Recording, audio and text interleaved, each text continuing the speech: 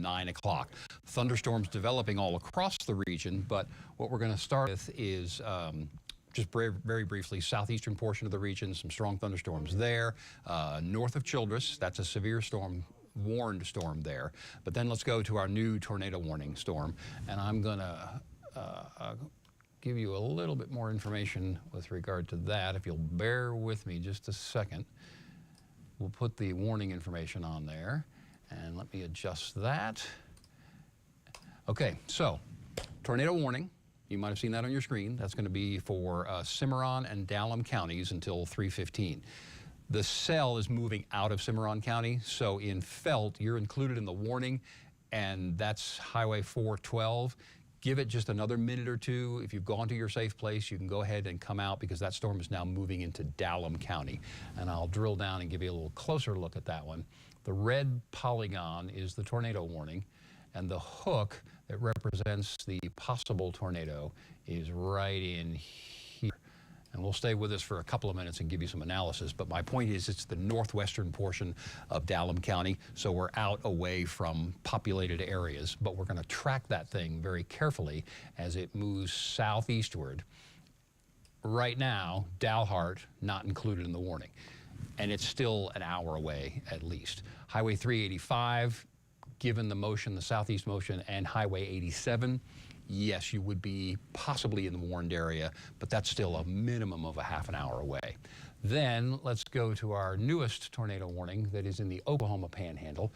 The rotation area has just moved to the southeast, and so let me see, yeah, south and southeast of Optima. So Guyman, thunder rumbling, you're in the clear. You're not in the watch box, but Optima is. Likely in Optima, you're getting some extremely heavy hail, extremely heavy rain right now, but the rotation center has moved past Highway 54 and is continuing to move in a southeasterly direction. So that's going to bring it on toward Hardesty, and I'll drill down a little closer to that one. So anybody in the Oklahoma Panhandle, in Texas County, and I didn't mention that, that's also a warning for until 3:15 for Texas County. The rotation center is going to be right here. So it's now south of Highway 54. It is moving southeast, so Hardesty, it's still 15, 20 minutes from you, but this is the time, the biggest populated area right now we want to talk about for a minute. But since we're beginning this, let's go ahead and talk about our tornado safety plans. Obviously, storm shelter, if you have one, is number one. But let's start to think about where you're going to go in the building that you're in or getting to a safe place. It's Sunday afternoon. It's a nice day, relatively speaking, obviously a little humid, but let's think about where you're going to go and then in that building where you're going to be, find a place to be safe. So center of the house, small room, first floor, bathroom, hallway, closet. The idea is to put as many walls between you and the outside as you can. If stuff starts blowing around, that's why you want as many walls between you and the outside as you can. And a small room toward the center of the house is going to provide more structural integrity. Larger rooms, the roof, the ceiling, more likely to come down as opposed to a smaller confined space. So that's why we say bathroom, hallway, closet, no windows toward the center of the house. Bring something to cover up your head. And this is the time to collect those things now. Baseball helmets, football helmets, bike helmets, all those things from the garage are things that you want to go ahead and bring inside with you, be ready to go. You're going to have something else maybe to cover your head or your body. Couch cushions are great, sofa cushions are great, things like that. And go ahead at this point, if you have medicines or anything you want to take with you that you want to have around, or if you have a ready pack, a backpack, my wife has one and she knows where it is and she's ready to grab it. So if you want to put things that you want to keep with you, eyeglasses, things like that, have that ready to go.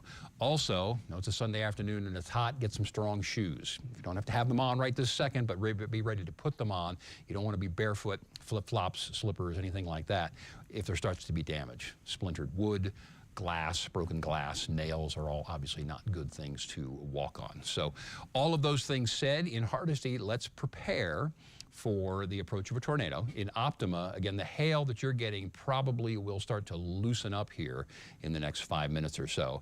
Doesn't mean you're done. This is the beginning of a line that's going to move south and southeastward all across the Panhandle, which I'll show you in just a couple of minutes. But wanted to get on TV and get you these warnings that are in effect for another 15 minutes or so. Texas County, and then also Dallam County. Cimarron County, you were included, but the storm has moved south of you. All right, so as we're going along, I'm going to do a little bit of analysis on the fly. And if you'll bear with me, in fact, what I think I will do is just back out of this, and Kyle is here with me, helping along. So you may hear his voice. He's monitoring the National Weather Service chat, looking for information there. But there's our 2 warnings once again. I'm going to let it sit on that. I have some other products here that I'm going to just do a little analysis, like I said, on the fly, see if we can get a better idea for the feel and rotation of these storms. The Texas County storm, Optima, clearly rotation. That's why the Weather Service put out a tornado warning. I do see it broadening a little bit. It is still fairly strong in terms of its speed of rotation, but it is absolutely working its way toward Hardesty. And I'm gonna get you a distance here. From Hardesty, that rotation is about 10 miles from you. So at this point, would love for you to be able to say, yes, this is where I'm gonna go. You need to take the vacuum cleaner out of the closet, something like that. Go ahead and do it now, and that way you don't have to do it at the last minute if you start to hear approaching severe weather. So that's the Texas County storm. Let me zoom over to and do some analysis on the Dallam County storm. Okay, that one has got a much better rotation signature right now. Yeah, we're clearly looking at some strong rotation there. I'm just going to do this on the fly. Most storm weakened as it went into Beaver County. Okay, that would Kyle saying that the Optima storm, the Texas County storm, has weakened a little bit. Still the tornado warning until 3:15. We'll get an update if we can. Again, we're out in open country in northern Dallam County, but I'm doing the Doppler radar analysis, and I've seen 70 mile an hour, what we call even 70 to 75 outbound rotation, and then 40 plus inbound. What's that telling me is if we've got a tornado on the ground, those winds are easily 100 miles per hour. I'm sorry, tell me again. Good rain and diamond. Okay, I don't have that in that show. Okay. Let me just take that full frame and yeah. Kyle's running cameras for me, and we're just going to stay this live on TV. We're also streaming. Let me mention that: Facebook, YouTube, NewsChannel10.com. But as we come up to speed here, we've also got our chasers. In fact, I might even go to Dave in a minute here, but since we've got two active tornado warnings, let me get the Guyman camera on for you. And there's that. Since we've got storms close by, and we'll give you something else to look at here. Whoops, there it is. Okay, so there's the Guyman camera, and you pan around as you feel necessary on that. But once again, just recapping, tornado warnings for Dallam County and Texas County in the Oklahoma Panhandle until 3:15. I would say much more likely that we've got a tornado on the ground in Dallam County as opposed to Texas County. But for Hardesty, you want to be aware of this. That cell's about 10 miles, maybe 9 miles now to the northwest of you and heading southeast. So we're going to continue to watch them.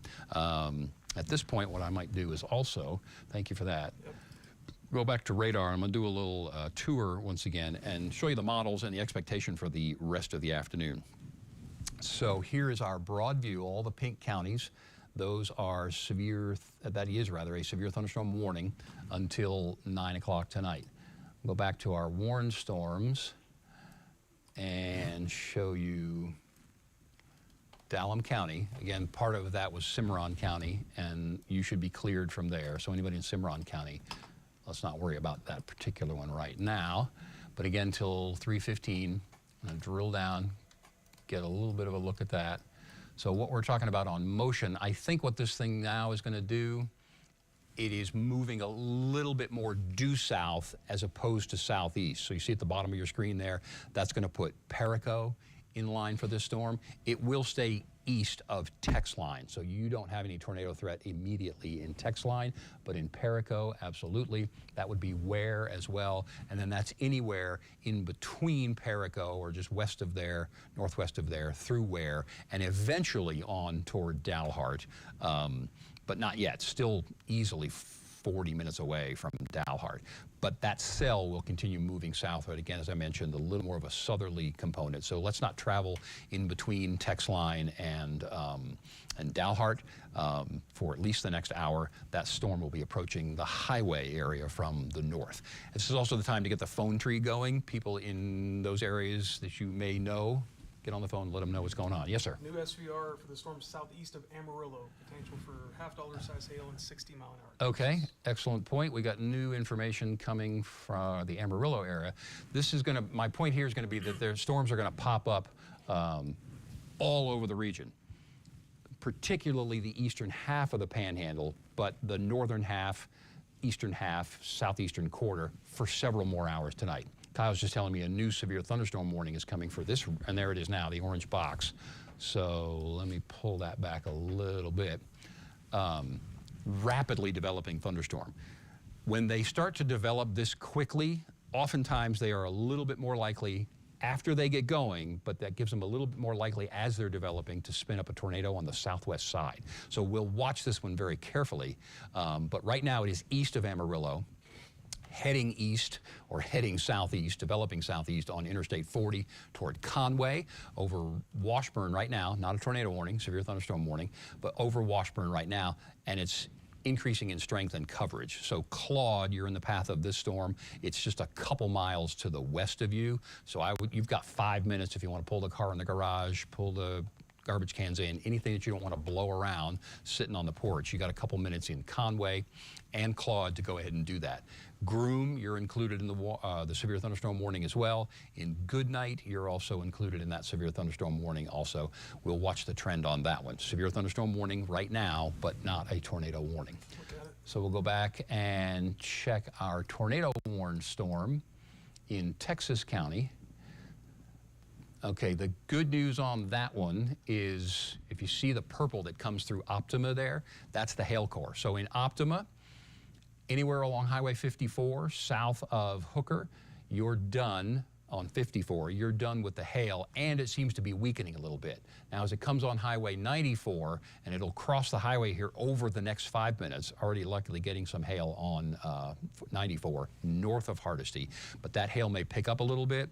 But as I watch the trend, it seems as though it has weakened, and the suggestion that there might be a tornado in there starts to weaken as well. And I'm going to look at my velocity product in just a second. But in Hardesty, anybody joining there, you know somebody there, let them know this is coming. You need to be ready to go, or go ahead and already get in your safe space.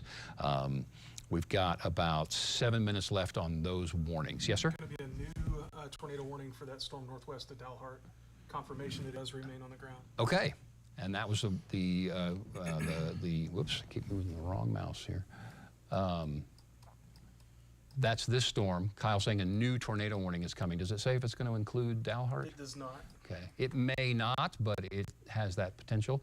But that's what we were just talking about there. You see the red polygon, that's the tornado warned area, so out in open country. But from Perico eastward, southeastward through where, I bet this one goes right to the doorstep of Dalhart when it comes in just a minute, which means Dalhart, let's start paying attention. Again, the phone tree network, get that going.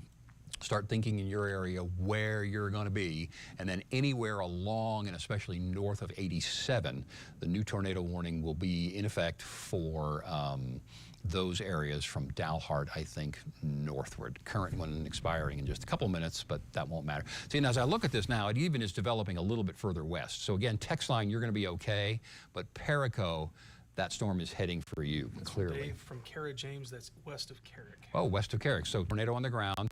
Dave has got a photo of that. I think we're probably at a point. See if we can get chasers going here.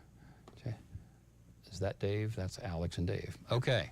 I can't hear him yet, but I will. Dave, I'm going to go ahead and pitch it to you. We've got our 2 tornado warnings that we've talked about. There's a new one coming from Dallam, but where you are and what you're looking at, and we'll come back and give another radar update in just a minute. Very good. Okay, we are actually positioned in Pampa. We're kind of in between the storms to your north and south because we think there's going to be additional development. Those storms in the north fired pretty rapidly and became tornadic very rapidly. I've just sent a photo that was sent to a friend of mine from a friend that was back to the west of Carrick, and a well-defined tornado up there, pretty much rural country. Looked like it was actually down to the southeast of Felt, Oklahoma, just on the Cimarron and Dallam County line there. Open country for sure, but a well-defined tornado. That's the one that you just got the new tornado warning on, Kevin. So sending you some visuals. We'll have some other eyes out pretty soon. You got the text line camera you'll be looking at. The other storm over in Texas County, southeast of Optima, not quite as well defined. Certainly a hail producer. So we'll look at mainly a hail threat moving down towards Hardesty and off to the east of Guyman. The storm that's coming out of Cimarron County is now in northern part of Dallam County. As you mentioned, it's kind of building a little bit down to the southwest towards text line. So these are individual supercell storms, and those will certainly be able to produce additional funnel activity. There's going to be a lot of storm activity all over the place today. We got a storm just off to the east of Amarillo now that's spreading out. Looks like around Conway, Washburn on 287.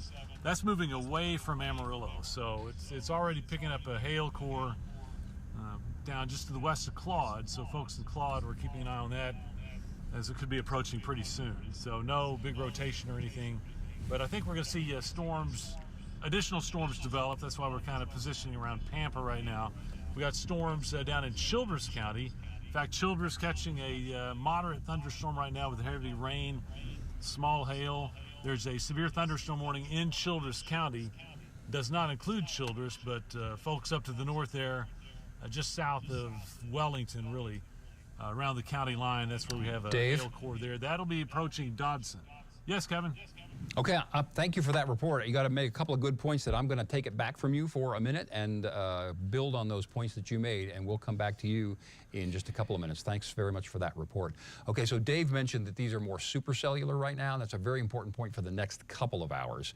I'll show you the computer forecast models in a little bit, but what we expect over the next 2 to 4 hours is these individual storms to develop and strengthen, at which point they are more likely to produce tornadoes. Then, if they develop like we think they will, they're going to kind of go into a long line of storms, or what we call an MCS, a mesoscale convective system, which is a giant cluster of storms. It somewhat reduces the tornado threat, but it will increase the straight line wind threat over a longer area, a more broad area. So all threats are on the table for today. Tornado threat a little bit higher for the next couple of hours, and then a little later on tonight, straight line winds easily gusting to 80 miles per hour or higher, better than golf ball size hail. I think I'm even confident enough to say we'll probably see some tennis ball size hailstones as we go on through the next couple of hours. Yes, Kyle? They're going to let the tour expire for Texas County for now. Okay, good news on the Texas County storm. That's the one that's east of Guyman and heading for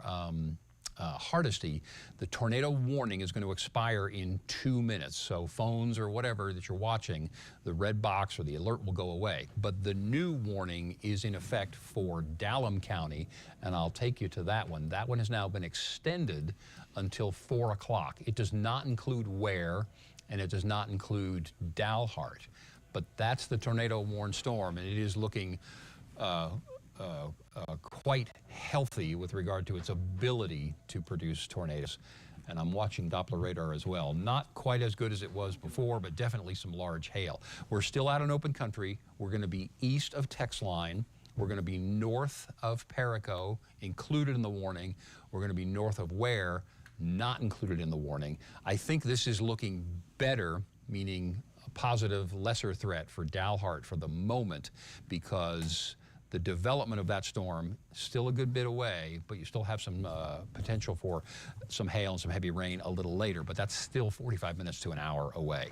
The development of this storm is clearly more southerly now, as we kind of observed a minute ago. So Perico, if you're not in your safe place, please be ready, have it prepared, and please be ready to go there. And then either side, northwest or southeast of Perico on Highway 87, you want to be ready to go to your safe place there as well. And we'll keep you posted on the progress, obviously. In fact, what I will do for the moment is stop the animation and we'll do some measurements and some forecast fans for you just to get you a little bit more information. Start at Perico. The rotation there now is about 10 miles away. It's not moving particularly quickly, so again, you've got easily 20 minutes, 15 to 20 minutes before it reaches the highway. So some good news there. Also good news that that's going to stay to the east of text line. While we're doing this and on this particular projection, I would love to show you the broader area and talk about the other storms that are developing. We'll check on our east of Amarillo storm in just a second. Very quickly, we'll go to the southeastern portion of the region. Heavy rain. There's a new cell developing over Childress. It is not severe warned at this point, and the severe storm that had moved, that had created that orange polygon there, the severe thunderstorm warning for Childress County, that cell, well, another new cell has developed just to the west and southwest of Dodson. You can see the movement on that. So that one's going to cross, I'm looking just southwest of Dodson. That one's going to cross the highway 83 in the next 10 minutes with the potential for some, well, quarter-size hail, let's say, and then it will move very quickly into southwestern portions of Oklahoma. For Childress, there's a new cell developing over you. There may be some hail to develop yet in that storm, and it would probably start as pea or dime-sized hailstones, and it will move quickly over Kirkland, north of 287, and then into the extreme northwestern portion of Texas into Hardeman County and Quanah. Yes, sir? Yeah, Chaser is reporting that tornado roped out northwest of Dalhart. Okay, good news there. We'll go back there in just a second. But Kyle telling us we're in contact with the National Weather Service, and they're getting reports from chasers, spotters, everybody. And they're reporting that the tornado that was on the ground, the tornado northwest of Dalhart, north of Perico, has roped out or weakened or dissipated. So that's good news for Perico and the Highway 87 corridor. The warning will persist for at least a couple of minutes, and they'll keep an eye on it, see if it kind of regenerates. So that, again, is a tornado warned area, and I'll go there with you in just a second. Let's come back to the east of Amarillo. We talked about this storm that was increasing in size and coverage, and it continues to do that. Not a threat, a direct threat for Amarillo right now because it's moving away, but anywhere in that orange box, Washburn, well, it's cleared Washburn, so east of there. Panhandle, if you move this just a little bit further, there we go. Panhandle, southward, anywhere on 207 is what I'm looking at. So from Panhandle southward through Conway to Claude, eventually Goodnight, west of Groom, that storm is continuing to strengthen a little bit. No tornado yet, but that potential is going to be there and continue. But that hail-producing and strong gusty wind-producing storm is going to continue to develop eastward. I think based on the current behavior, I think the development is on the south side of it. So south of Claude on 207, and that's going to develop into the canyon, right? And eventually on toward Goodnight. So my guess on this one is it's going to develop toward Claude. Rain's picking up in Claude just now. You're going to get heavier rain in about 5 to 10 minutes, 15 to 20 minutes, 25 minutes for Goodnight. And then this thing will continue to increase in coverage anywhere along 207. So anybody wanting to go north toward 207 from the other side of the canyon, let's not do that. Anyone wanting to go west from Goodnight, northwest, let's not do that. Pick your safe place and let's go and stay there. Even though with all the pink counties are severe thunderstorm watch, the early tornado potential, as I just discussed, is absolutely going to be there. Is that a new post? They're continuing the tornado warning? Okay. So let's go back up. Until they're certain it's done. Yes, let's go back up to our tornado warned storm that has roped out potentially, but we can do a little analysis on that. Text line, you should be okay. It is trying to develop back toward you, but its southward motion should help. If you want to obviously continue to pay attention in text line, we would love that, and we'll let you know. But this is the rotation part right here. Kind of let you stop on that. We'll do a little measurement. Perico to the north. It's now inside of 10 miles, so that's 8 miles to the north of Perico, so still developing toward the 87 corridor. But the Weather Service, that warning, by the way, you can see in the bug there, it says until 4 p.m. At this moment, I don't think that would go that long. Dalhart, you're not included.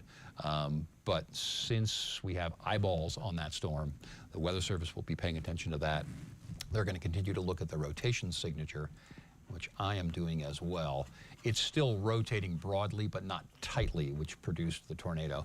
But as we've said a couple of times, Let me get my pointer going here. And Jared Lorlovic has joined us in the studio to help out. But this area right here, that's what we call a pendant. It's just to the left of your little arrow there. We watch for that to rotate around or create a hook echo. We're not quite there yet. You can still get a tornado in there, but that's the rotation signature north of 87. And we'll continue to loop that and watch it for you as we continue our tornado warning, our live coverage. We got Doppler Dave and Shelby out in the chase vehicles. Shelby's positioning to catch future development. Dave is around Pampa, but since we have kind of a rope out situation and then the expiration of the Texas County tornado warning, I think what we'd love to do is check in with Doppler Dave and see what he's got. He's looking at the skies. It's great to have these chasers out because, as I've said a number of times, radar's looking in the middle of the storm. The chasers are looking at the bottom of the storm, and that's where the tornado forms. So Dave is doing that, and before we go, Kyle has an update. Nickel-sized hail falling in Claude. Okay, so Claude, now you've got nickel-sized hail, which we said a few minutes ago. That storm is developing in your direction, and in Claude, if you know somebody there that's not paying attention, have them jump on the stream or TV. That's probably going to get worse here in the next couple of minutes. So with that said, and heads up for Claude, let's go back to Doppler Dave, see what's going on with him. Dave, take it away. All right, Kevin, thanks for all the info there. Apparently right now, tornadoes not on the ground. That's good news. And by the way, we got other storms developing. You got the one down to the southeast of Amarillo, out by Claude. We do have one of our intercept teams out that way, keeping a close watch on that. So far, just kind of a hail threat back to the west of Claude. For us, Alex and I are positioned around Pampa. We think we're going to have some more robust development here pretty soon, so we're going to be in position to take care of that. We got Shelby and Caleb. They're kind of out in the western part of the area. Got an eye on that storm coming down north of Dalhart, but if something else develops, we'll have that covered as well. So what we think is going to happen, we're going to have a few isolated storms develop, scattered around, kind of like we do now, and then we're going to see a big push coming in from the north during the late afternoon and early evening hours. And that push is going to turn into a big complex of storms. I think there's going to be a lot of pockets of hail. But really here for the next few hours, we do have the threat of some tornadoes, which we've already seen. Kevin might be able to get a photo on here pretty soon of a picture that was provided to me up back closer to Carrick, near the Cimarron-Dallam County line there, well to the north of Dalhart. That's the storm that continues to drop south. It's just off to the east of Tex line by about 5 or 6 miles, so we'll be watching that. Again, we got other eyes getting out to get in position to track these storms. Out in New Mexico, we have a severe thunderstorm outside of our viewing area, a couple of them out that way. Those might be moving into the western part of the area. Bottom line, it's going to be a busy day, and storms are possible just about anywhere. So everybody needs to be alert and, call around friends in different towns and stuff. If they're not already aware, they can be getting some information. So this is what we call our continuous stream that we just do start to finish. We'll be doing this for hours until the severe threat decreases. Every now and then Kevin will either come on with a tornado warning or he'll be doing TV work, and we'll bring that on. But this is where you can find us all afternoon, all evening, anywhere in the area. If you need information, go ahead and pop on, and we'll be here to let you know what's happening. You got myself and Alex. Yeah, Kevin. Okay, Dave, thanks. We've got some new information. Thank you for that report, and I'm going to take it from you, and we're going to go back to the Claude storm in just a second. But I'm staying on the Dallam County tornado warning for just a moment as well. It's still now probably 7 miles north of Perico. The 87 corridor, southeast of Tex line is included, northwest of Ware is included, but it is showing signs that it may be redeveloping or strengthening. We're watching that little notch that we always point out. There's a little bit of a pendant. We don't see a hook at this moment, but just wanted to emphasize quickly that we do have that tornado warning that includes Perico that we're going to stay with, and it's about 8 or 9 miles north of Perico, and we'll come back to it in just a second. But we're also watching a number of things, including the Claude storm, and I'm going to take this, which is our chase partner, John Doherty. He is on the Claude storm and getting some heavy rain, trying to stay out of the way of the hail, but we'll watch his pictures for a minute or two We don't have audio from him, but he has communicated by text, and no information specifically on any hail yet, but he's going to position himself. He's an experienced chaser. He's going to position himself with regard to the development of the storm to give you the best view of it, and also position himself to see where we may develop a tornado if that develops. Not seeing that for Claude right now, not seeing that rotation, but of course we're going to continue to watch that. So we've got Doppler Dave, we've got Shelby and John and Scotty Vanderford all out and looking around.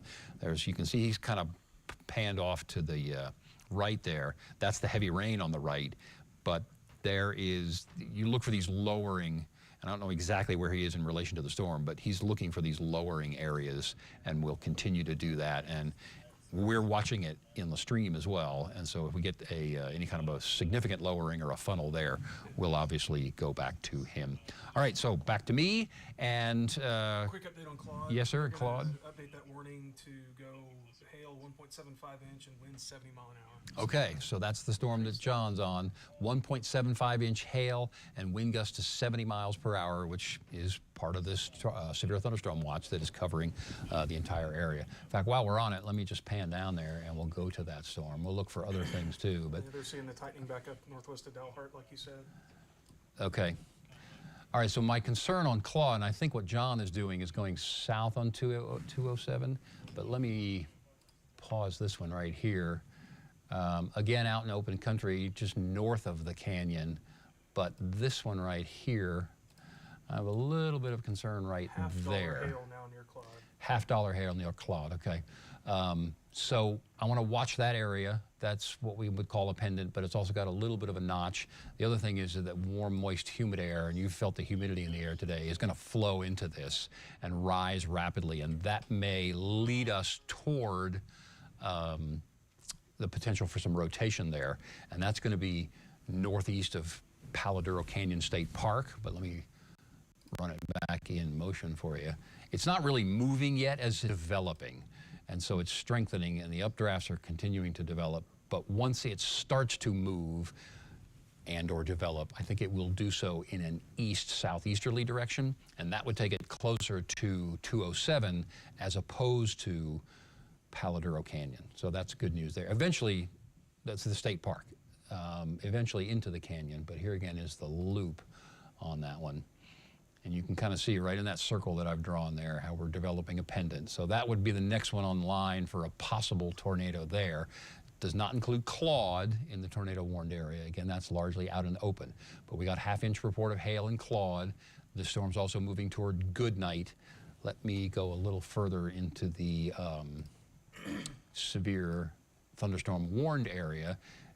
The northern edge of that's kind of breaking off, and in Panhandle, that cell is developing a little bit as well. So we may have some pea-size hail in there right now, but in Panhandle, let's prepare for a little hail. No tornado threat at this moment, but you are on the northern edge of that severe thunderstorm warning that's in effect until 4 o'clock.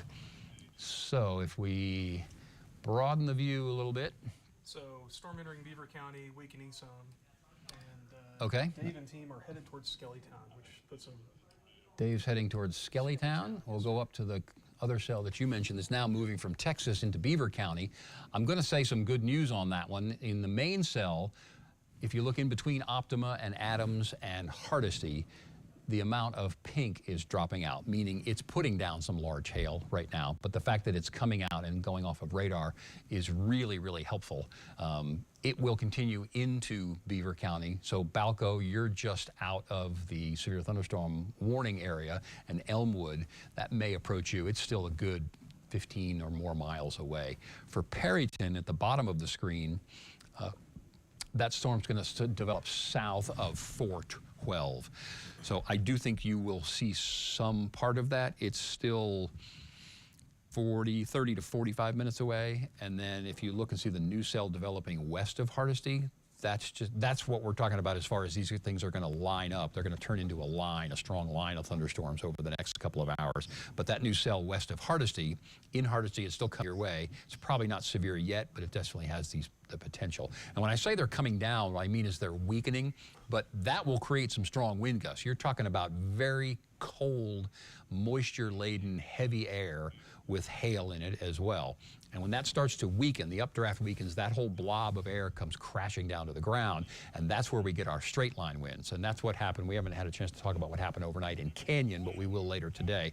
But when that comes down, that big blob of cold, heavy air, it hits the ground. It can only go like a big blob of jelly. It just splat and spread out, and that's where you're going to get your 40 to 60 mile an hour straight line wind gusts. I'm not saying that's heading to Perryton right now, but that potential is going to be there as the cluster of storms gets a little closer. So since we have an active tornado warning and it's Sunday afternoon, we're going to go back to our tornado warned storm, and there's a very clear notch on this one now.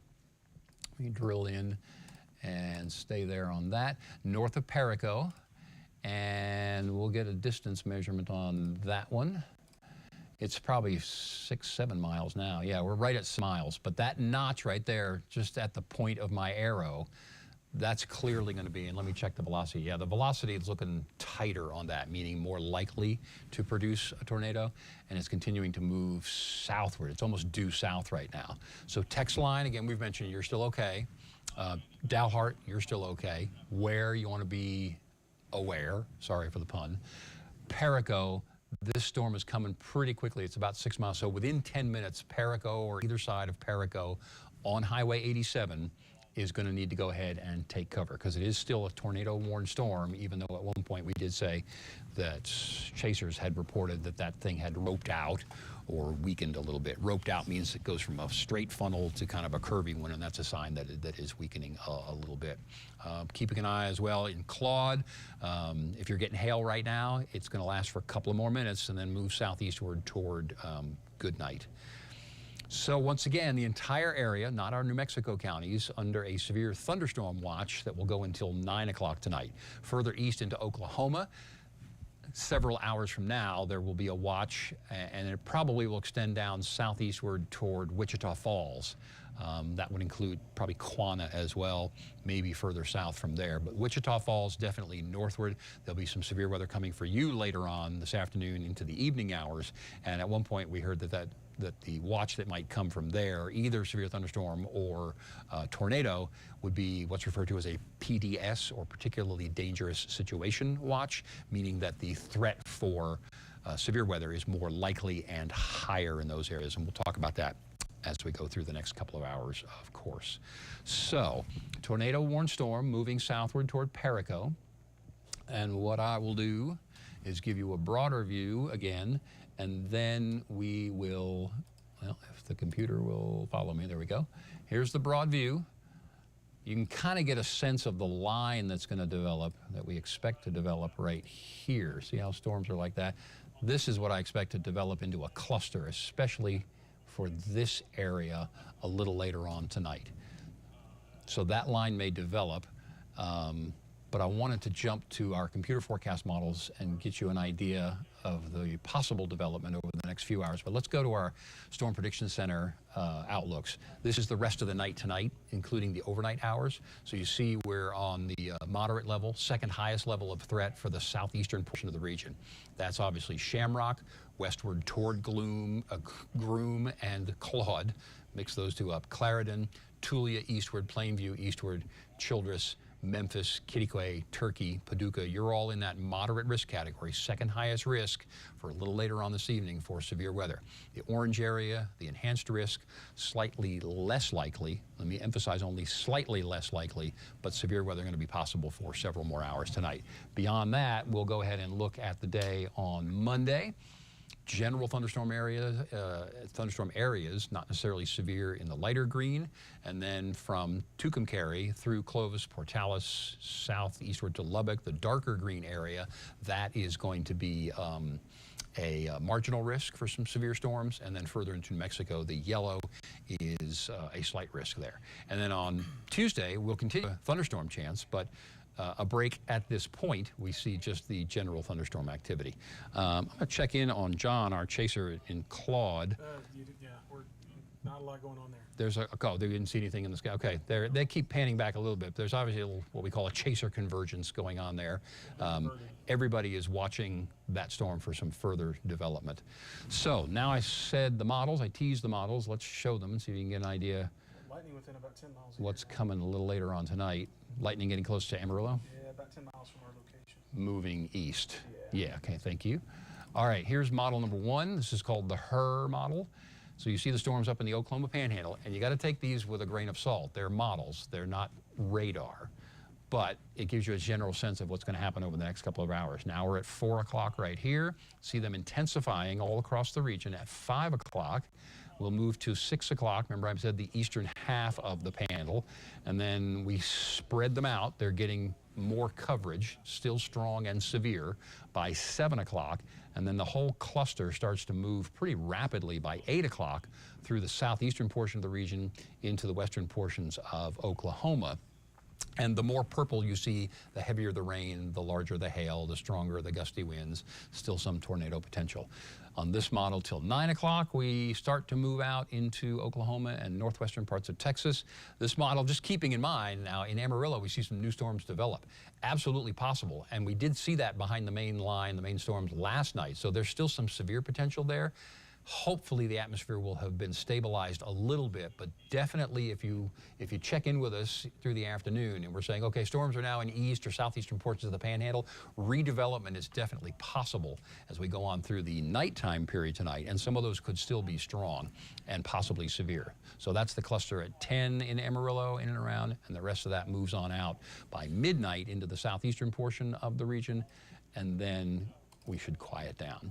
Let's check to a different model. This is the graph model. So one I like the most. Here's this line of thunderstorms continuing to develop in a cluster southeast. This is probably a little more realistic right now. The timings would be a little bit off, but here's 5 o'clock. So now we're approaching a line of strong and severe thunderstorms along the Interstate 40 corridor, anywhere northward, but heading south and southeast. Now we're at 5 o'clock there. The cluster in the southeast is moving on. And then that second cluster moving real quickly by 6 or 7 o'clock, again on this model, is moving on out. So I'm going to go back and check on our tornado warned storm very quickly, and then I think we'll throw to Dave, get an update from him, and I will continue to do some analysis. Let's do a measurement here. Tornado warned storm for Dallam County. The warning's in effect until 4 o'clock. I think the rotation signature has weakened a little bit. Yes, Kyle? Canceling that tornado warning for South Central Cimarron. Cimarron. I think that was done. That was the one that was let go early with Hardesty. Yeah, it just popped up. Okay, thanks. Let me get you a little, Dalhart, still okay. Text line, still okay. Rotation signature maybe has broadened out or weakened a little bit. Still potential though. So the point for this one is, and I'll get you the current picture. They trimmed the polygon. That's what Okay, thank you. Little measurement now, we are inside of 5 miles, 4 miles from Perico, anything either side of Perico on the highway, that's a tornado warned storm there. I'm going to do a little analysis, and I'm going to check with Doppler Dave. He'll do some analysis from where he is, tell us where he's going, and maybe a little bit of the plan coming up for the rest of the afternoon and the evening. All right, Kevin, we're kind of shifting from Pampa back over to Skellytown, kind of going back to northwest because we have kind of a cluster of storms and we're kind of in between. We want to kind of see which area is going to go dominant, and then we'll be in position to really get in there and take a look. So we got one storm right over Panhandle, and that's drifting pretty much to the northeast. White Deer just on the edge of that. So that one's down to our southwest. Same time though, we're looking at storms that have rapidly developed up northwest of Stinnett, well north of Borger. So we're going to be able to kind of watch both areas and see if anything develops there. Keep in mind that we do have the tornado warned storm up in Dallam County, staying safely off to the east of text line, approaching Perico. Dalhart, we're keeping a close watch on that. Shelby and Caleb are getting, heading that direction. So they're getting closer and be able to give you at least a shot of that storm. We We have some other eyes getting out to take a look at that. Up in the Oklahoma Panhandle, if you're around Hardesty, got very heavy rain, a lot of lightning. The rotation with that storm that prompted an early tornado warning has pretty well weakened. So we think that's going to continue. Yeah, that core is really ramped up. Yeah, it is.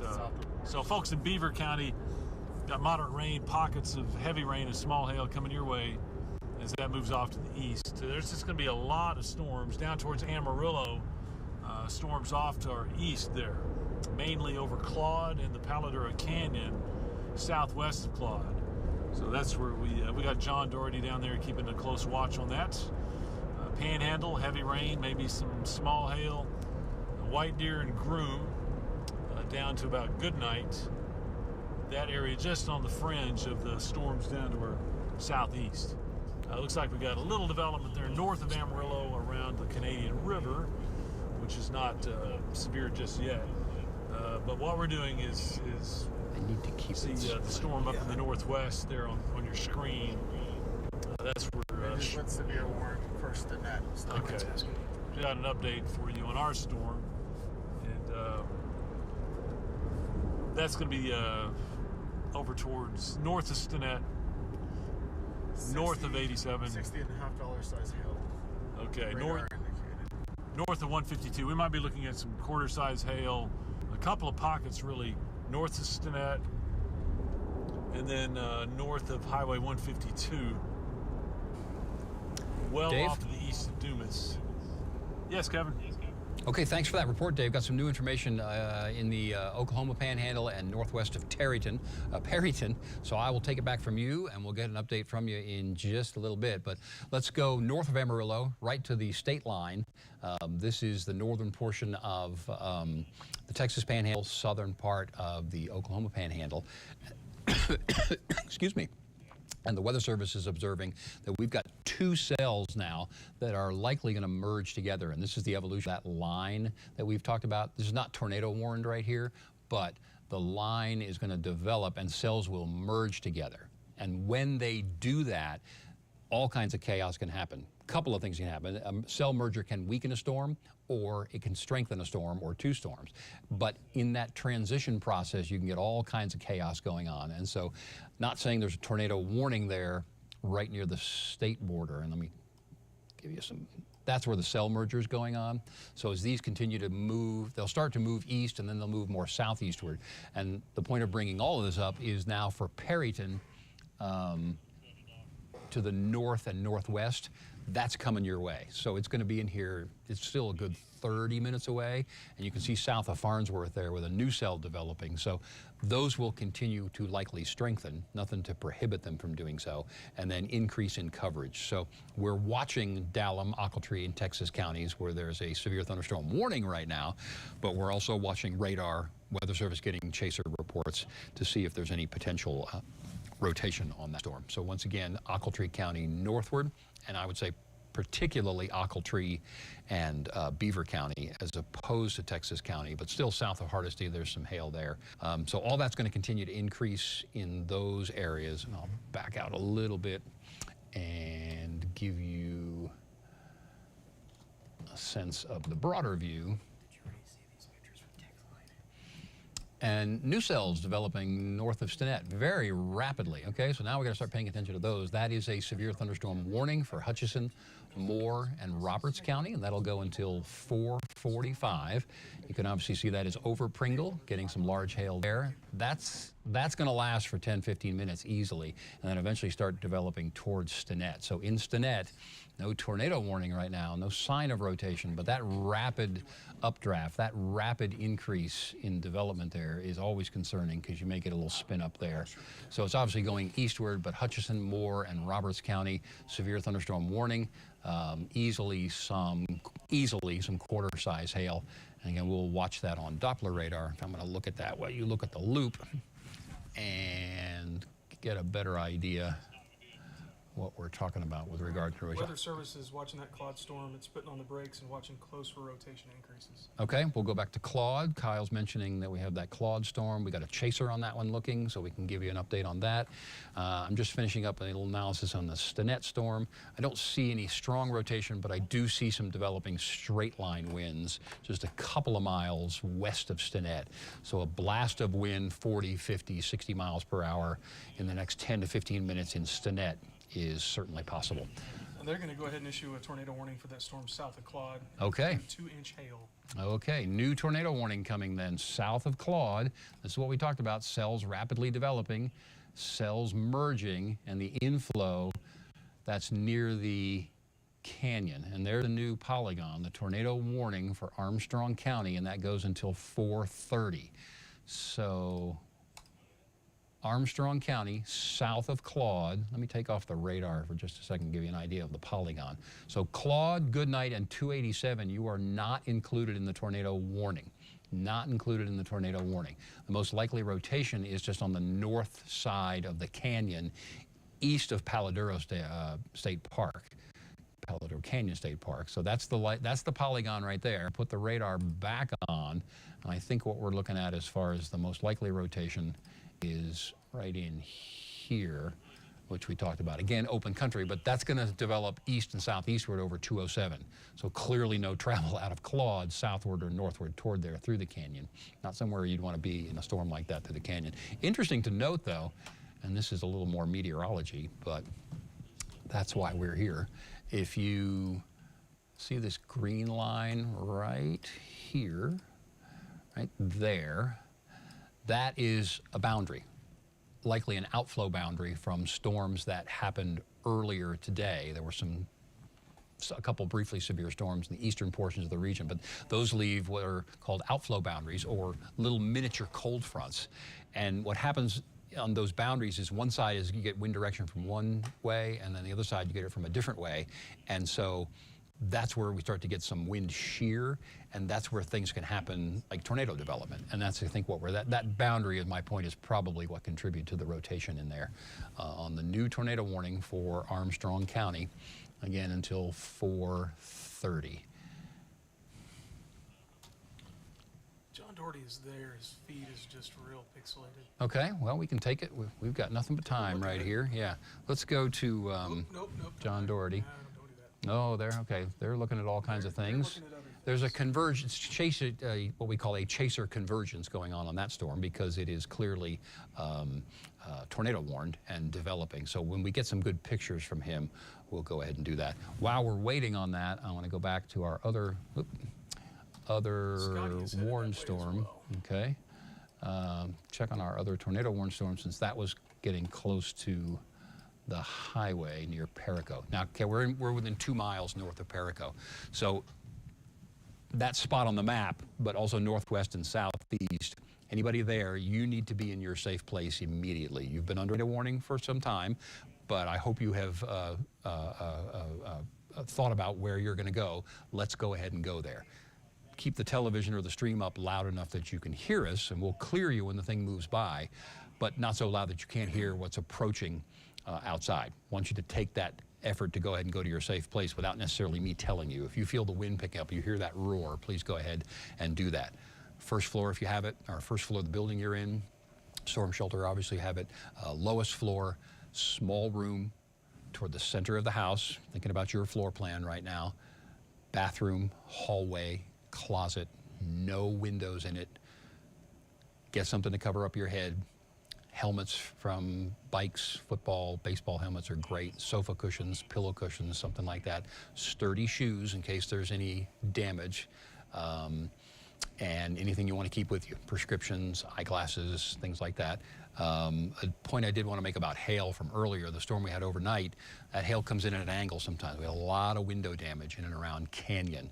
So this will likely be blowing in on the northwest side. So if you must look out the window, go to the southeastern part of the house if you want to see the hail. But note the angle that it's coming at. And my point there is I don't want you to get any broken glass. Small pea-size hail might be cool to look at, but then a golf ball size hailstone would easily come out of nowhere. So I'd love for you not to be on the windward side of the house in this situation, because that glass will break in a second and there's no time to take cover from that. So once again, tornado warned storm in Dallam County. It is well northwest of Dalhart. It is hooking quite dramatically right now. I'm going to do some analysis on Doppler radar so we can get, yeah, there's definitely a hook on that. And there is at least momentary velocity, which may or may not be weakening, but anybody either side of Perico, northwest and southeast, need to be in your safe place, because that storm is going to drift over the highway 87 over the next 5 to 10 to 15 minutes. It's not moving very quickly, so once that heavy rain starts, it's not going to necessarily end very quickly. So several tornado warnings in effect. We're watching our chasers. John Doherty is on the Claude storm, or the Canyon storm. Okay, we'll go ahead and take a look at his feed here. He's looking for wall cloud, lowering, funnel cloud. Again, this is south of Claude, near the edge, the northern edge of Paladuro Canyon, east of the state park. So no lowering right now, but a bunch of chasers on it and reporting. The Weather Service is watching this as well.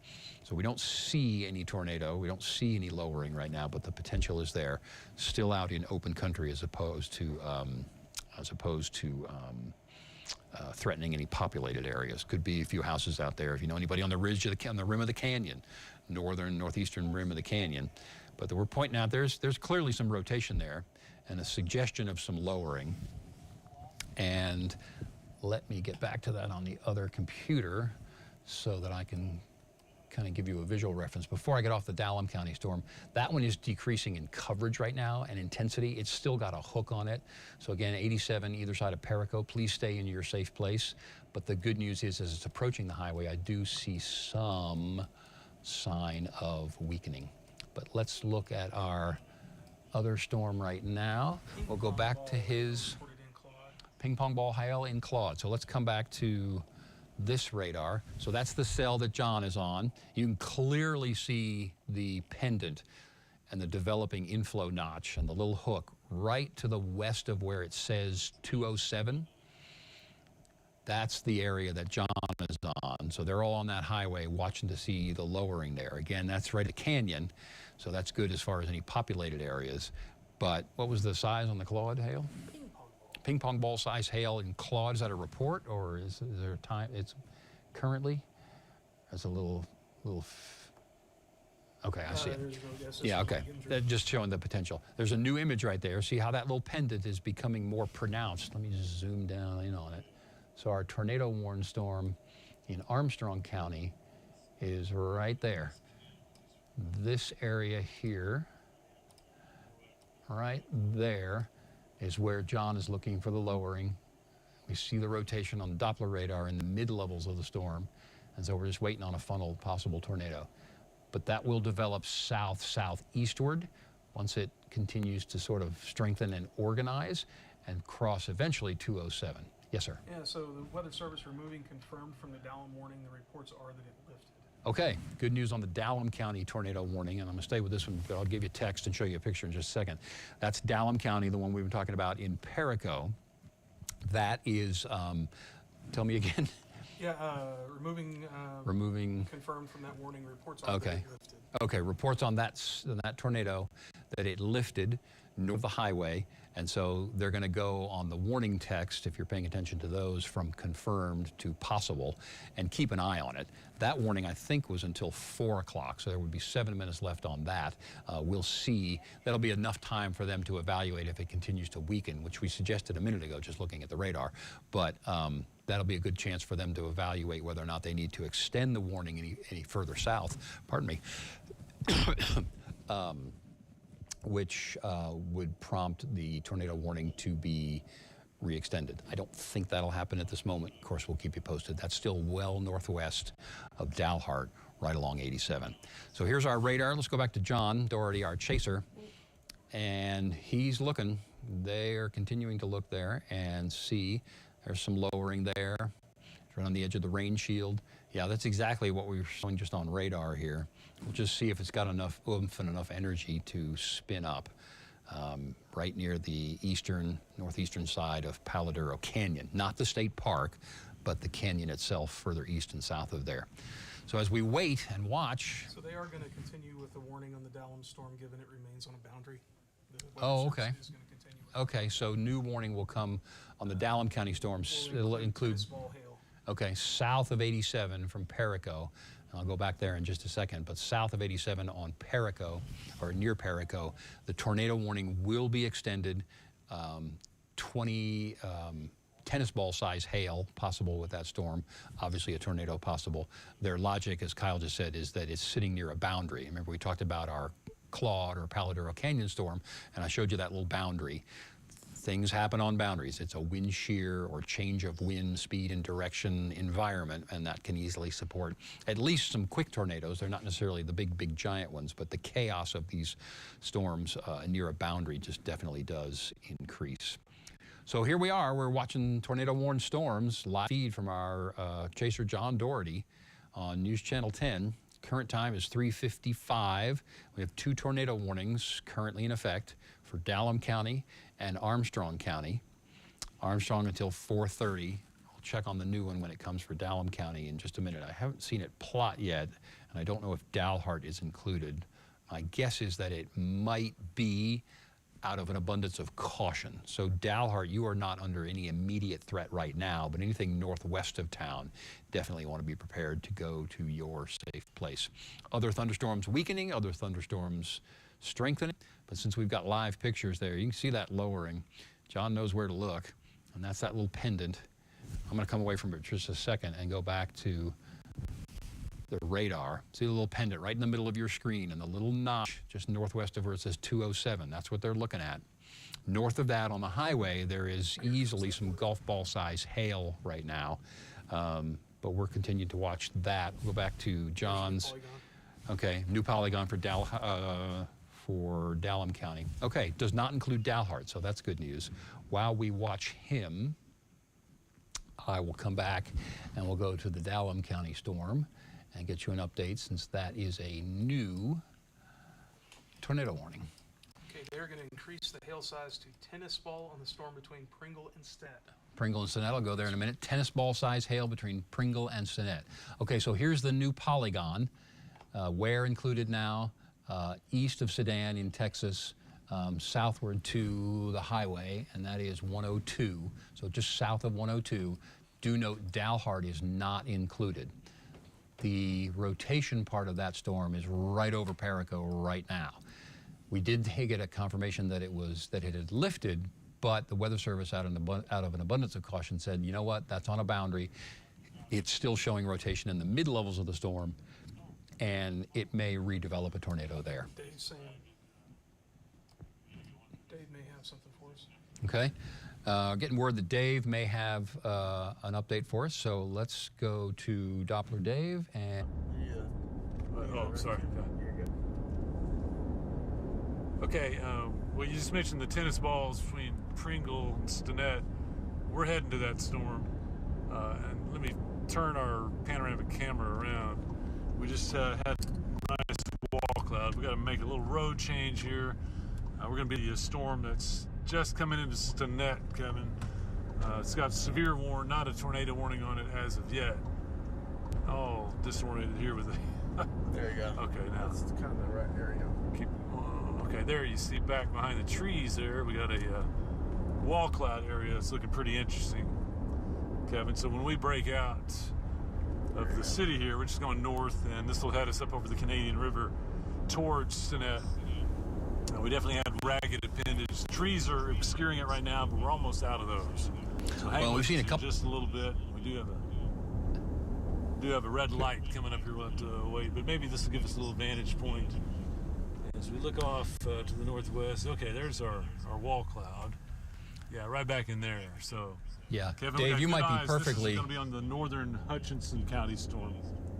Yeah, you might be perfectly positioned, because the same situation happening in a strengthening thunderstorm near Stinnett as the one in Claude, and you're clearly showing the lowering, and once you get a little bit better view, but all of these are what we would call going up or strengthening, And so in that moment, that's where you start to see some intense rotation that would eventually give us the wall cloud that you're seeing. I see little peaks of some ragged scud cloud. We want to keep an eye on those clearly and see if it can develop into a rotating wall cloud, which then obviously would produce a funnel and eventually a tornado. I'll let you go ahead and continue to narrate, Dave. Okay, so we're just coming out of Borger now on the north side here. Again, about to make the trek across the Canadian River. Pretty well organized storm now. This thing is intensified rapidly. You mentioned it may already have tennis ball size hail. So folks in Stinnett, we're gonna have to watch that. You got a couple of hail cores in there, one just to the north of you. And then we have one just back to the west that's moving a little further east-southeast. But now we have a very vivid shot into the core area. Yeah, you're gonna like this, Kevin, when we come around. We kind of get back in there. Okay, we got a good, clean vantage point back into the core area. So that's where the tennis ball hail would be on the right side. That's the rain-free base on the left side there. And you see the ragged scud. We don't see a lot of rotation in there. We're still, I don't know, probably 8 or 9 miles from getting right up in there. But if something's going to happen on this storm around Stinnett, we're going to be all over that. I do think folks in Stinnett need to shelter up because large hail is likely. This could also put down some damage in straight wind. And if it starts to rotate a little more, we're going to have a tornado threat. May or may not be the case at the moment. I'm going to look on my radar at some velocity. I don't know, just maybe some broad rotation. That's the good news right now. But nonetheless, it is a severe thunderstorm. It's staying well to the north of Borger, but coming into Stinnett. Looks like rain is crossing over 07. The hail core just to the north and west of Stinnett. So, Okay, Dave, folks, I'll go ahead and take it just from know you that for a watching minute. that. Yeah, I'll go ahead and take it from you for a minute. We'll kind of do a little tour here, but we are monitoring your stream, and we know that you are watching, and if we get some lowering there, we'll let you know. But let's do a little radar tour since we have a somewhat quiet moment. Here is our tornado warning storm in Armstrong County. We've lost the feed from John, but he's continuing to watch it. And I think the good news on this one is, and let me get in there and draw a little bit for you, we had a pretty well-defined and developing pendant, not necessarily a hook in here.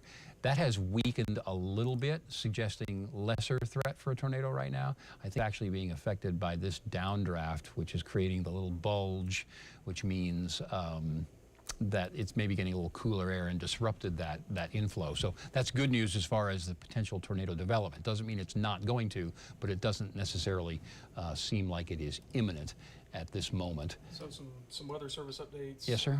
They're going to go with gusts up to 80 miles an hour for that southernmost storm southeast of Claude. Okay, so the one John's on, Canyon, near the canyon, wind gusts potentially to 80 miles per hour on that storm.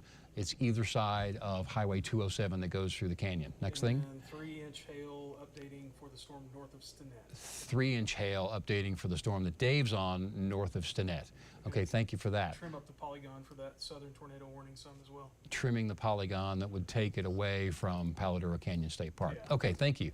So we've got other storms developing that are severe but not tornadic, but I just want to give a heads up to Pampa. You've got some, we've had some hail move, or some storm move through Panhandle. It's over White Deer right now, but in Pampa and Skellytown, you're within 5 minutes or less of getting some heavy rain and some developing small to maybe even dime-size hail. Yes, Kyle? Flash flood warning coming for Armstrong County. Armstrong County, with the slow movement of that storm, is now going to have a flash flood warning because it's obviously raining very, very heavily. Okay, we'll continue the radar tour. Now, this storm that Dave's on north of Stinnett, I'm seeing a little bit of an inflow notch here. And what was the hail size on a 3-inch hail potential? Yes. Stinnett? Okay, so in between Pringle and Stinnett, north of town, that purple area there is potentially 3-inch hail. And as I see it trying to develop, that may be trying to develop towards Stinnett. So that's where Dave is. We're going to get a comment on that from him. But as we watch it, let me just give you an idea. In Stinnett, I think just to the west of town, that Dave has shown us that is our inflow notch and our little pendant. Give you an idea on the motion of that. It's developing east-southeastward. So west of Stinnett, let's be prepared for some tornado development there. That's the one that Dave is on. We'll continue to watch that, obviously. Back. He's got some. All right, let's take John. He is on that storm in Claude, south of Claude near the canyon. So we got some pretty rapid cloud motion there. If he's on the rim of the canyon, that's a terrible place for cell phone coverage. So it looks like the road's going down there a little bit. And that would verify with what we saw on radar, where it's getting closer to the highway. Fortunately, that is out in open country. So we'll continue to watch that one. Want to get you an idea on our Stinnett storm again of the motion there before we check on Dallam County. And I hit the wrong button. Apologize for that. Okay, so this one is one of the storms of choice right now, not tornado warned, but Dave is on it. It's closing in on Stinnett. And Stinnett, if you're not getting rain right now, you will, and you will get some hail, which could potentially be better than golf ball size hail, larger than golf ball size hail in the next couple of minutes. So please stay away from the windows. Please prepare to go to your safe place and prepare for some hail to move on through in Stinnett here in just a moment or two. Check on our Dallam County storm. As I do sort of real-time analysis on that one, there's still a pendant on it just south of where it says Perico right there. And then I think that will stay west of Ware. But obviously you can see the polygon. The red polygon is the tornado warning that goes southward from the junction there of 102 and 87. So that storm, that's going to start to move away from the highway. We're paying attention to the Weather Service to see if chasers and whatnot will get any kind of lowering there or funnel or tornado there. But it's a tornado warning. No further reports on that one at this moment. Emergency manager from Hutchinson County saying the rain is beginning north side of Stinnett, low scud, but no rotation noted. Okay, exactly what we just said there. So Stinnett, yeah, it's coming in, and it's coming in pretty hot. Dave is there. I think we're going to go back to John for a minute. Don't have audio from John. Okay. Full screen that for you. Yeah, thank you. Don't have any audio from John, but that's pretty dramatic video. And we'll check in with Dave in just a minute as well. While he repositions, if we get something lowered there. Again, that one's out in open country, so I think less concerned as far as any city areas. The Stinnett storm looking pretty good, though, so let's go to Doppler.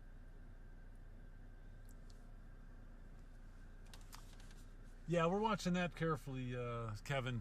Nothing that screams that the tornado is imminent, but this is kind of on the leading edge. But I want to pan across. You're going to see the city of Stinnett just right ahead of us. We're just about a mile south of Stinnett, and that is a pretty gnarly storm coming in. And you mentioned the hail. It looks like Stinnet's probably going to catch a lot of that. Maybe some of the biggest hail might stay just to the northeast of Stinnett. That's Stinnett right there. You can see how dark and almost greenish colored back in there. So if nothing else, we've got a big hail threat, a lot of rain, a flooding threat. And if there's going to be any kind of rotation, you mentioned the Notch area.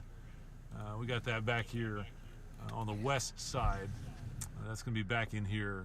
If there's, again, any kind of rotation, we're looking Okay, at Dave, this yeah. right here, which looks from a distance. I'm watching the velocity on that one. There's clearly a little pendant and something of an inflow notch. As far as Doppler radar and the velocity product, it looks like you're about to get a good 50, 60-mile-an-hour straight-line wind blast. But the good news on that one, as you're showing, even with the lowering, is I don't see a real strong rotation.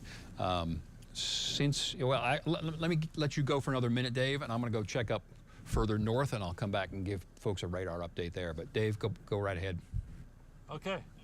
Yeah, Kevin, we're going to give you kind of a wide shot here. This is the severe thunderstorm that's in the northern part of Hutchinson County, north of Borger. Borger, this is not coming at you. This is moving east, pretty much Stinnett. And we got a lot of hail just to the north of Stinnett and also back to the northwest.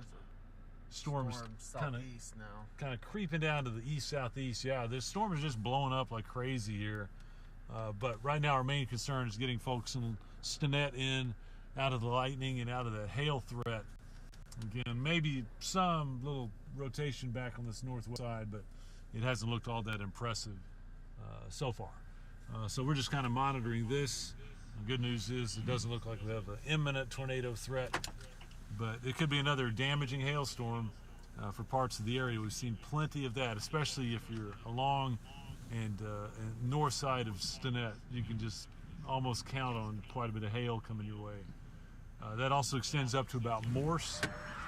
Morse is primarily looking at heavy rain and a lot of lightning. The storm Dave? I'll put into motion. Yes, Kevin. Okay, I'm going to take it back from you. We're watching that one obviously with you. I'm going to take it back and get a radar update further to the north, just to the north and northeast of Perryton, also southwest of Perryton as well. We do have a severe thunderstorm warning. That's the orange box that includes Beaver, Lipscomb, Ochiltree County until 4:45. Good news for Perryton is you're sort of threading the needle between two strong storms. But if you see just to the southwest of town there, Farnsworth, that one's got some pea-sized hail in it easily, and it's developing northeastward. So in Perryton, haven't had much yet, but you're going to get a good downpour, and there may be some small to dime nickel-sized hailstones coming for you in Perryton and a little cell to the west. But this is further evidence that we're going to get a line of thunderstorms and a big cluster to develop later on tonight. And then as far as the motion on that big cell that's right on the border, that heavier dark line there north of Booker, that's the Texas-Oklahoma border. So you can see that that cell is developing southeastward. So Booker, within the next 5 to 10 minutes, heavy rain's going to come into you and some hail. I do see a little bit of a drop in the DBZ levels, suggesting maybe some of that hail's coming out right now, which would hope for a little bit of weakening. But the trend here has been a little bit of cycling or strengthening and weakening for a little while. For Darrozette, I think that cell will go just to your west and southwest and maybe south as well. That's still a good 20 minutes away from you. But in Booker, 5 to 10 minutes. Perryton, you're going to pick up some rain here in the next couple of minutes as well. We're going to pan out, give you a broader view of the entire area. I see severe thunderstorm watches have been issued now in much of the western portion of Oklahoma. Thunderstorms pushing away from the southeastern parts of the region. Childress County, some good news there, getting ready to go over the border. Excuse me. So we've got a couple of strong cells and a couple of possibly tornadic cells. And so we'll come back down and do updates on those. No reports of them on the ground right now, but our friends at the Weather Service keeping an eye. So the rotation on our Armstrong County storm is right over 207. It is now right over the northern portion of Palo Duro Canyon. Again, not the state park, but developing in a southeasterly direction. So that's good in that it is not over a populated area. And the tornado warning till 4:30, about another 19 minutes left on that one. Let's go back to our other tornado warned storm that is in Dallam County. See how it's turning into more of a line? So this is what we've discussed about the lowering tornado threat when it turns into a broad line. You can still get some what we call gustnados on the leading edge of the gust front, but this is going to turn now into something with a shelf cloud. You've seen that sort of angry, low-hanging cloud out in front of a storm. That's going to turn into that. We had a gustnado on one of these the other day, but they tend to not last too long. They tend to last a minute, either side of a minute. The wind can go very briefly to 60 or 80 miles per hour, but they tend not to last too long. And so this linear configuration, as opposed to the supercell, is helpful to us in that it lowers the tornado threat. That said, and it's out in open country right now, but that area right there, see the little pendant in the left side of the circle that I've drawn, that's clearly a pendant, could be a little bit of a notch. So we'll check for tornado activity there. People are watching it rather. There's still about a 30-minute time period left on that particular storm. Yes, Kyle? Yeah, an imping report of 3.5-inch hail on that Claude storm. Okay, now a report of 3.5-inch hail on the storm south of Claude. So we'll go there in a minute and check Claude and our other storms. We got another chaser en route too. Shelby and Caleb are en route. They had tried to stage in the western portion of the region. They're coming back now to try and catch some of these storms. So we mentioned that 3.5-inch hail. What's John got right now? Because I'm seeing a good inflow notch on there. He's not there, but Scotty's there. So that 3 to 3.5 inch hail is the purple in the center of your screen.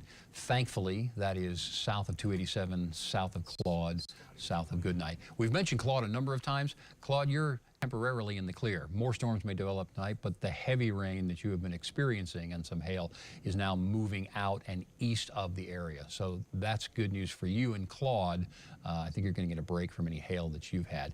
It will likely pick up a little bit in Goodnight and then south of 287, but that cell developing easterly. The little green line over Paladero Canyon, that line, or that boundary is sort of moving, being pushed by that storm. But yeah, there's very clearly a notch. Let's just go right in on it. That is Hail now and on the Stinnett. east side of the highway. Yes, sir? Hail and Stinnett, according to our friends at AW Broadband. Okay, we'll go to the Stinnett storm then. Continuing to watch John's feed for John rotation feed. there. This is Scotty.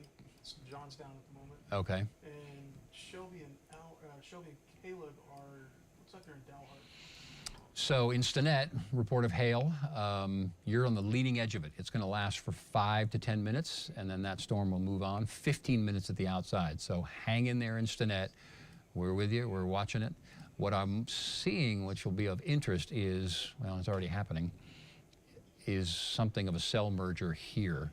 So again, out in open country. So east, southeast of Stinnett, north of Skellytown, this cell merger is going on and developing a new updraft right in here. And again, those rapidly developing updrafts will sometimes produce a quick funnel or a quick tornado, but they will definitely be strong on several levels. And so that's just northeast of Borger. Don't see it coming for you yet, but Skellytown, north of you as well.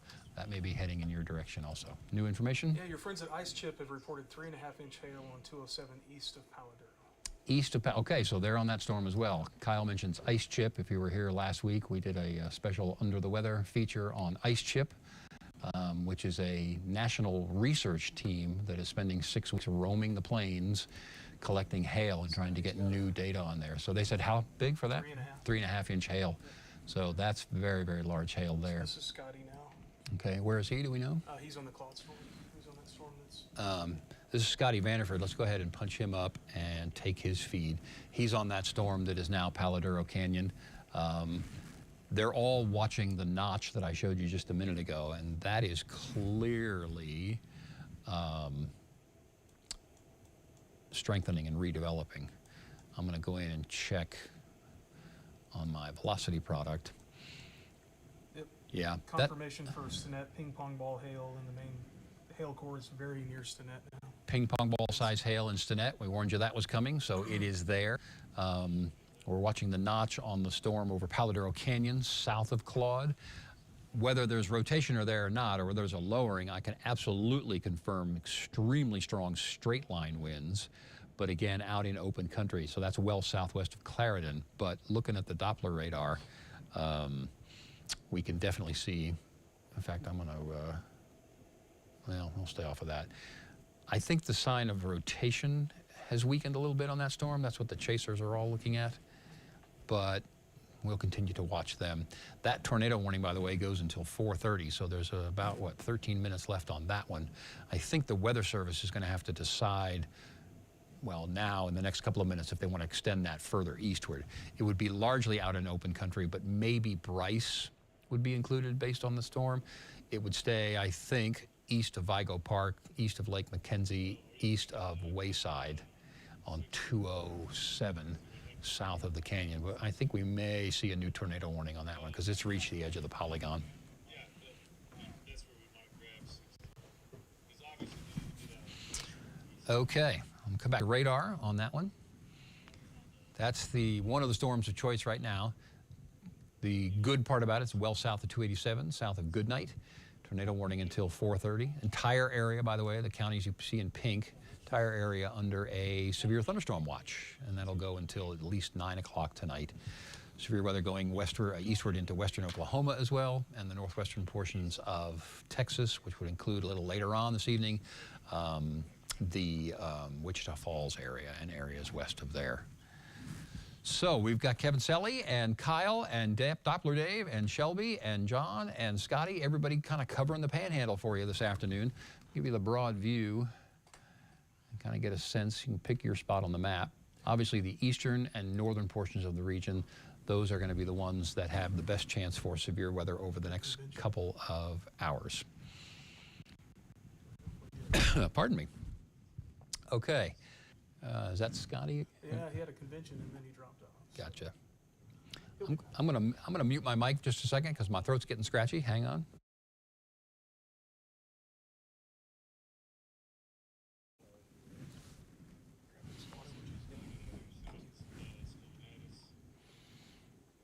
All right, I am really most interested in this moment at the one that Scotty and John are on because it's now well east of 207, which is going to cause a problem for all those chasers. But let me stop this one, give you an idea. The rotation area is about 4 to 5 miles east of the highway, but it's heading in an east-southeasterly direction, so it's going to become increasingly more difficult for them to see it. But we've clearly got some good inflow. We've clearly got 1 or 2 pendants there, or notches that could eventually develop into hooks or rotation that would give us a possible increase in the rotation signature there. Thank you, Jared. Jared's brought me some water. I'm going to call him out on the air and say thank you for that. While I take us, yes, sir? Yeah, the imping report of 4 1/4 inch size hail for that storm south of Claude, and a flash flood warning is coming for Stinnett and Pringles. So this is the one we're looking at. We've got 4 1/4 inch hail now in that purple area that's east of 207, south of Goodnight, west of Clarendon. Let's see where that storm is moving. It is continuing to develop in a southeasterly direction. That I do think will continue. We're on the edge of tighter rotation and a possible tornado activity. But I think the Weather Service is going to decide here in moments whether or not they want to expand that. While we wait on that, I'm going to go back out to Dr. Dave, who's around the Stinnett storm with some large hail there, and I'm going to take a drink of water. Dave, go ahead, sir. Thank you. Mm-hmm.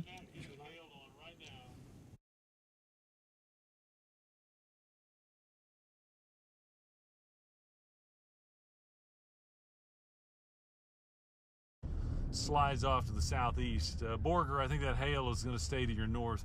We're in Borger right now. Kevin, Kyle, you guys listening, what we plan on doing is kind of shifting off and getting on the east side of this so we can catch what's coming out into the untapped air. Right now we just got a bunch of hail cores, and we may be in and out of some hail on our way back over to Pampa. At that time we'll know whether or not we need to head to Miami or shift down to the southeast. Right now we don't Dave? know, but I can tell you that. Yes, Kevin. I'm going to take it from you. We've got some great pictures from the canyon. Our chaser, that's John or Scotty? Scotty. That's Scotty Vanderford. He is on, based upon what I'm seeing, he is on the south side. Stilled and went away, but yeah. Well, we got a brief look on the south side of the canyon there with a very distinct lowering. I'm going to stick with, well, we'll come back.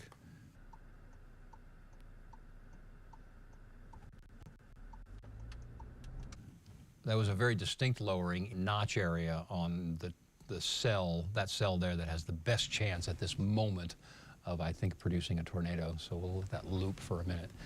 If we get his feed back. I'll let you know. And as I mentioned, the cell service there, have you ever driven that road, you know, that dips down to the canyon? The cell service there is not good, to put it bluntly. So it's hard to get a signal out, but he's trying his best. A weak tornado being reported again with that Dallam storm. Okay, that's a good chance to go back up to Dallam, possible redevelopment there. And we had talked about it turning more linear, but still having a little bit of a notch on it, an inflow notch and a pendant. So I'm going to put that right in the center of your screen.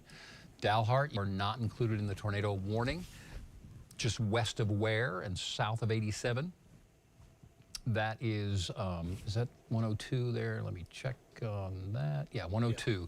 So that one is going to move in the next couple of minutes south, or well, right over 102, south and southwest of Ware. But what was the report on it?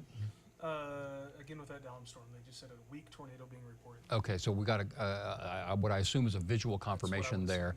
Yeah, so that one, you don't want to travel, obviously, in between 87 and Sedan on 102. Anybody you know there, it kind of looks like it's out in open country. I'll mention for Ware, your rain and hail is going to pick up here imminently. We've talked about Perico several times. you probably had some heavy rain and hail. You're about done with that. If it hasn't ended, give it 1 to 2, 3 or 4 minutes. That's going to end for you as that little line of storms moves south. It will develop toward Dalhart. You're not under any warning right now. You're under a watch in Dalhart, but this is absolutely going to develop toward Dalhart. It is still, we'll do a little mileage check here. Distance. It's still about 10 miles to your northwest on Highway 87, but that one's coming. On that. Chaser 2. Okay, Shelby. We'll get our first report from Shelby, and she's got a lowering. Shelby.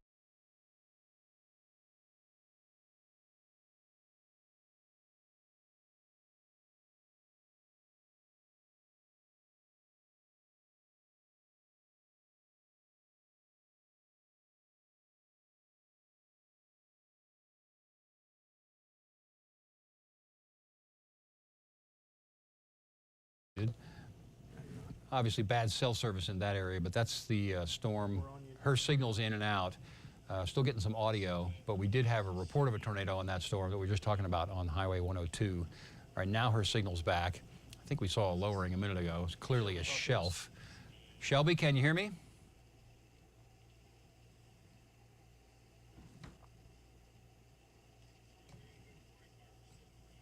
Shelby, go. Okay, we might try and text her because I can hear Caleb. And Scotty, we don't hear you Scotty's through the not mic in the back. car. Okay, we're going to try and get back to contact with Shelby, but there is a confirmed, we think, tornado on the ground, or tornado on that storm west of Ware, a couple miles west of 87 on 102. So they're moving in that direction. There is a lowering there. I'm going to come back and take her picture.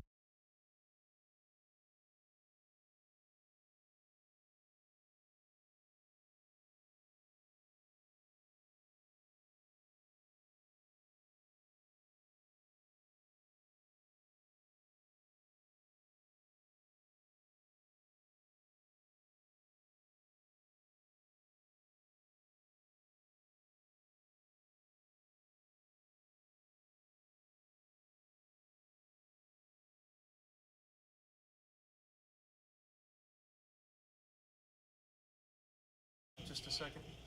Okay. Okay. Scotty's back. They're going to try and get. Let's go to Scotty Vanderford, who's coming out of the canyon. He may have to look back toward that canyon south of Claude, west of Clarendon storm. I'll get you a radar picture on that. Since he's just looking forward, let's go back to us here. So that's our tornado warning storm for another 15 minutes or so in Dallam County. It's moving southward. There is a report of a tornado there. That's about probably now 8 miles west of the 87 and 102 Reset the input. intersection. Let's come away from that storm and check on the other one that is tornado warned. Yeah, real good notch on that one now. Okay, so good news, it's over the canyon, east of 207, away from populated areas, but the inflow notch now on that one is tremendous. Just a few minutes ago, new warning coming for that storm near Groom. There it is. Yep. Gust to 60. Okay, so that's, let me get over so that that will pick up Armstrong and Donley County now. New tornado warning, that's going to be until 5 o'clock. So now we're going to eventually, it's still a good ways away, we're going to eventually start talking about Highway 70 and Bryce and 250. Just to let you know, those storms will eventually move in your direction. We got you now. Okay, there's Shelby getting her Got you now. connection established. Do we have John or? I can go check. Because that's a pretty good, it may be out of their visual range now. Shelby, we're coming to you in just a second. Stay with us. No, John. Okay. So once again, let me reiterate, new tornado warning. The update is the western and southwestern portion of, let me turn the radar off here, western, southwestern portion of Donley County, and then the southeastern part, southern portion of Armstrong County. So that's a new tornado warning. 287 corridor is not included. Bryce is not included, but all that stuff in your area, and that goes until 5 o'clock. So here is radar coming back. And from there, we're going to go check in with Shelby. Seems like it worked.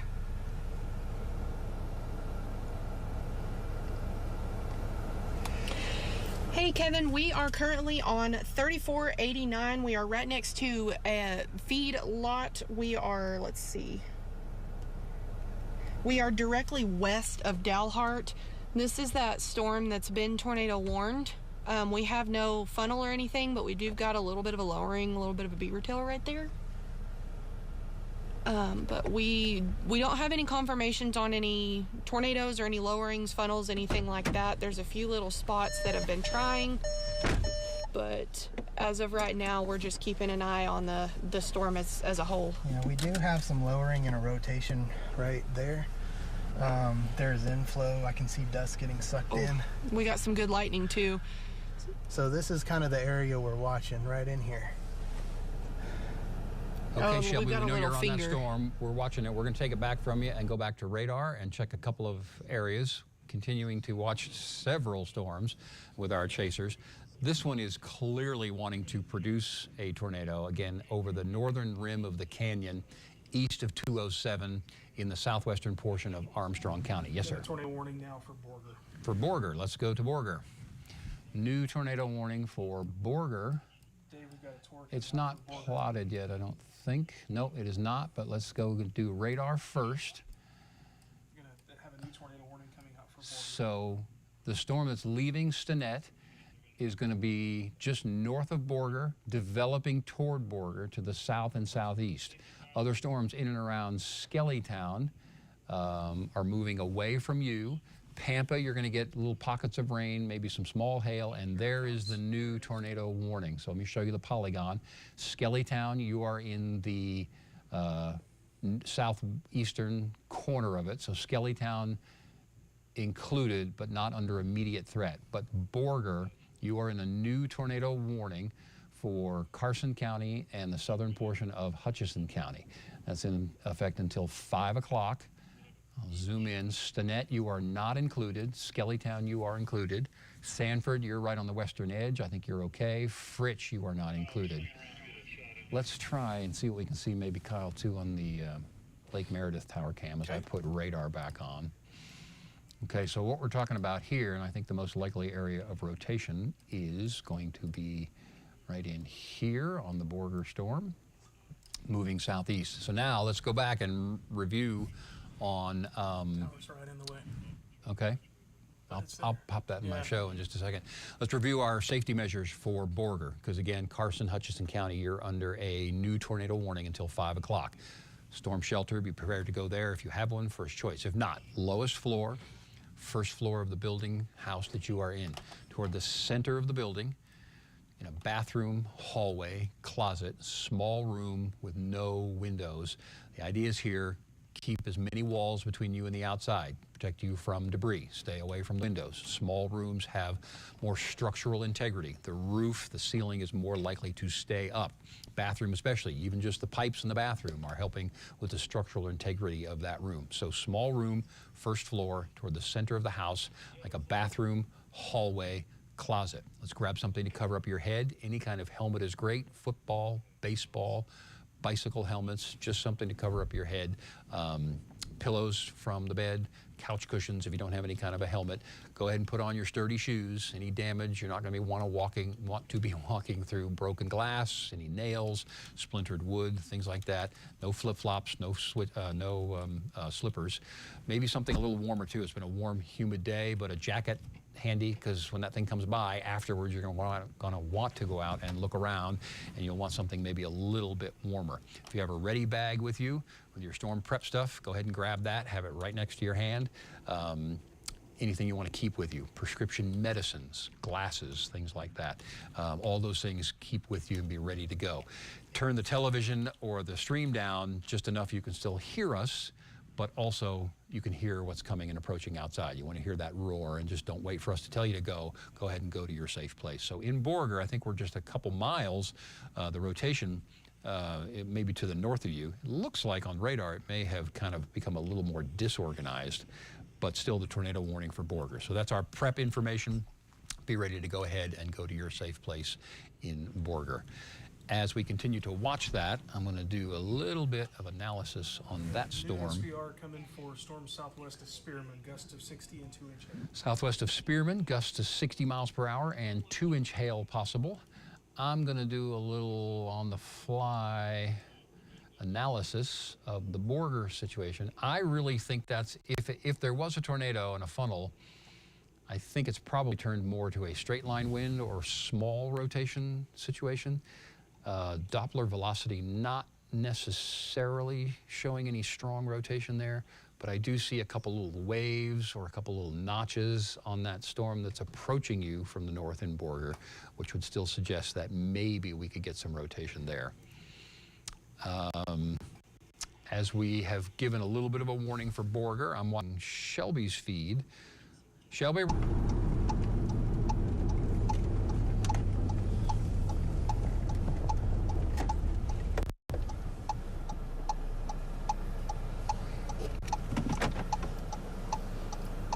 Yeah, Kevin, we're on FM 3489. We are pretty much directly west of Dalhart right now. And yeah, you're right. We've got some lowerings. We haven't gotten any confirmations, any touchdowns or anything like that.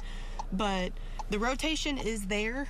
The storm is very ominous looking. We've had some pretty good lightning out of this storm too. So we're just kind of parked right now, just waiting to see if it decides to develop. That tornado warning is still active on this storm. So we're just kind of, there's a few places that kind of try to come down. We haven't had anything touch the ground, but we've had a few lowerings. Okay, Shelby, thanks very much for that update. I see that one on the left going to the center of your screen. We know you're keeping an eye on those. That, again, is a tornado-warned storm in southern portion of Dallam County. It is west, well west and northwest of Dalhart, but rain moving in on Dalhart. There's good solid lowering there. Any comment on that? Does it look like it's rotating a little more now, Shelby? There is some movement in it. There is a little bit of movement in it. You can, we're zooming in a little bit closer, see if you can see it. Yeah. I can see some movement. All right, we might stick with that one. Yeah, that's good. It's a little ragged looking. It's not necessarily solid, but it is certainly a precursor. Right, it almost looks a little bit like Scud. Yep. A little, it's very rough. Okay, there it is right there. We're getting RFD. Okay, so this there's gotta be. let's go down here. Okay, Shelby, I'm gonna take it back from you. We'll check in with you in a bit.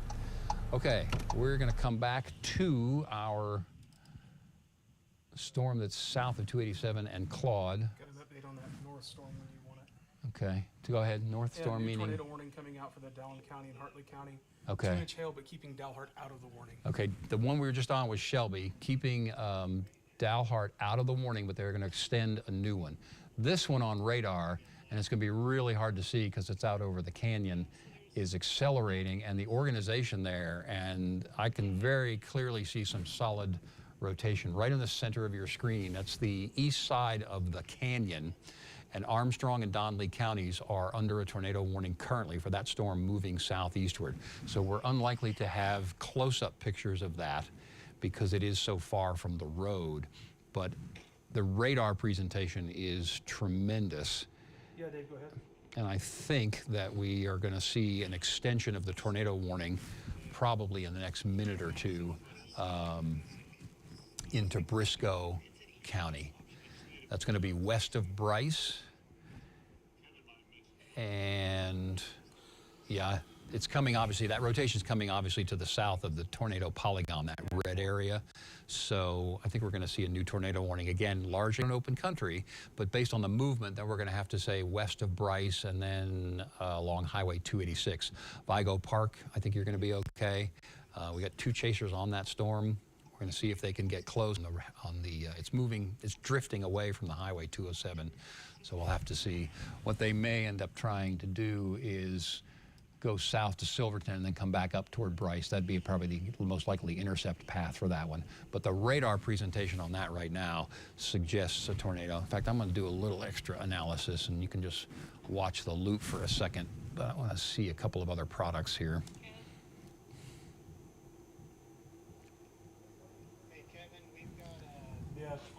Chaser 2, Chaser 2. Okay, we're going to go to cloud, possible funnel cloud. We're going to Shelby and Caleb. You're on that storm that is northwest of Dalhart. Go ahead, Shelby. Caleb, go ahead. Hey Kevin, so we turned off of 3489 and we're now heading west on FM 694, and this is kind of starting to try to give us a little bit of a show. So we are heading directly west right now. Let's see, mainly west of Dalhart, just a little southwest, but yeah, this one's starting to. Hey Kevin, we may have a tornado. Yeah, I think this one's going to try to touch the ground. Okay, we got you guys. What they're looking at is the storm cell that is just, and if you see on your screen, just west of Dalhart. It's clearly got a notch now and a good pendant on it. Let me adjust this picture over here.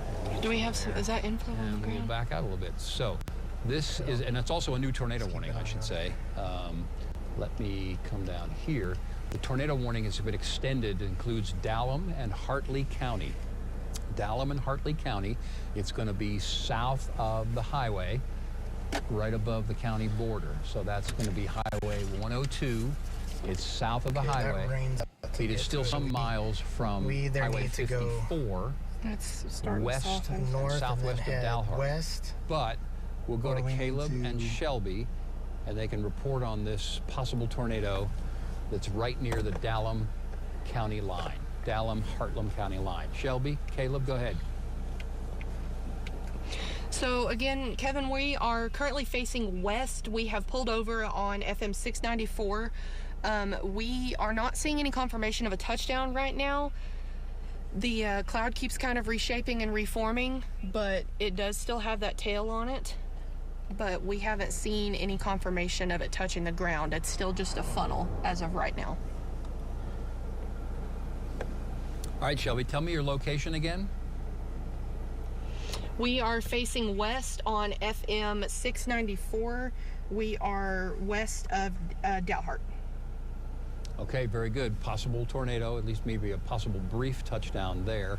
That is, again, the Dallam-Hartley we're gonna County have to storm. wait, see. It's going to be west of Or we're gonna Dalhart. get hit by In the rain. Dalhart, your rain's going to pick up. You may get some small hail in the next 5 or 10 minutes, but So, 'cause it shows we're right still here, I'm some afraid if we miles go from west, we're Middlewater gonna run and into Highway it. 54 corridor. That's So west, right? keep it, stay there for just a I'm minute afraid or two. we're- You can see on the top part of your picture there, that's clearly I don't see, a some are funnel. showing south and some are showing The visible funnel doesn't southeast, necessarily which always makes a go big down difference. to the ground. But But what you look for at that point is, as you can see it, what you look for at that point is any dust cloud or debris Hey, can you cloud that record? confirms that it has, in fact, reached just the hit it till ground. bad rates, right? But a very well-defined lowering, very well-defined funnel there on that particular storm. I'm keeping an eye Yeah, also on see. the other storm that's south of Claude or near Pallador Canyon, but since that is really out in open So do we country have anything and we that don't can have good take visuals us- because there's no good road network Because it's going there. straight south, right? Well, see, this track shows south, this shows For this one, since we're going to get southeast. near Highway 54. But the rotation shows a little southeast, mainly south. Highway 54 is going to be the next in line for this particular storm. That's the we're about kind to of lose pink or it, red right? line that comes southwest out of Dalhart. So, You can see the new tornado You want to head warning south? that has been issued there that Yeah. extends further I south. I mean, we So have will that, go but it's we can dirt. No, we're having the Eastern Mountain The Time next south road is going to bug. be So past. that's a half hour. Go My this point is way, 5:15, and there's that feedlot. tornado Uh-huh. warning And go south there. will continue for extreme Yeah, southern we're portion losing it in of the Dallam rain. County and the northern portion of Hartford So County. do you want to go? Keeping a close eye on What do you that feel one. safe doing? All right, What is Shelby, your- I'm gonna come what off are your you and thoughts check on another it? storm. If Let us we know if you get go any confirmation there. Let's go back to radar and come back southeast because the radar presentation of this other storm has been by far the most threatening here. And I think we're gonna, as I said a minute ago, I think we're gonna see south of Armstrong County, so Briscoe County, and probably parts of Hall County, a new tornado warning coming on that storm. That one's going to be extremely hard to get a visual confirmation on because of its location away from the road network. But Bryce, your rain's going to pick up, maybe some hail, probably a 10-15 minute of increasing rain, but then the hail potential is probably still 20 to 30 minutes away from Bryce. Further north in our populated areas, good night, I'm going to say. Claude, you're in the clear temporarily. Still some storms possible later tonight, but good night.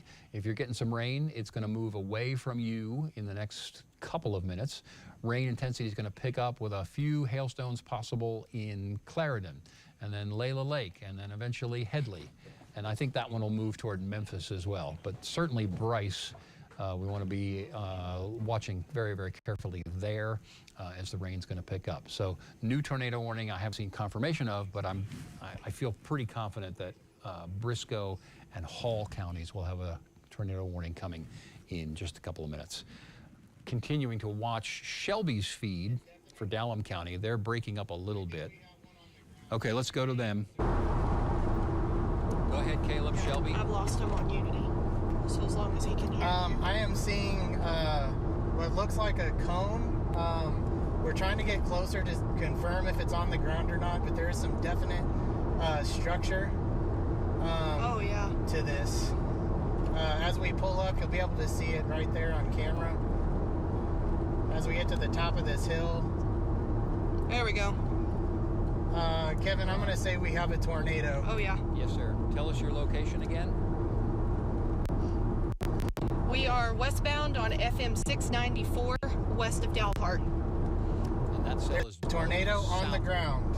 That cell is developing southward, going to cross the highway here in the next couple of minutes. Shelby, again, tell me the road. FM, which one? 694. Thank you. FM 694. Okay, so FM 694, several miles west of Dalhart. We've got a tornado. It is going to be moving southward.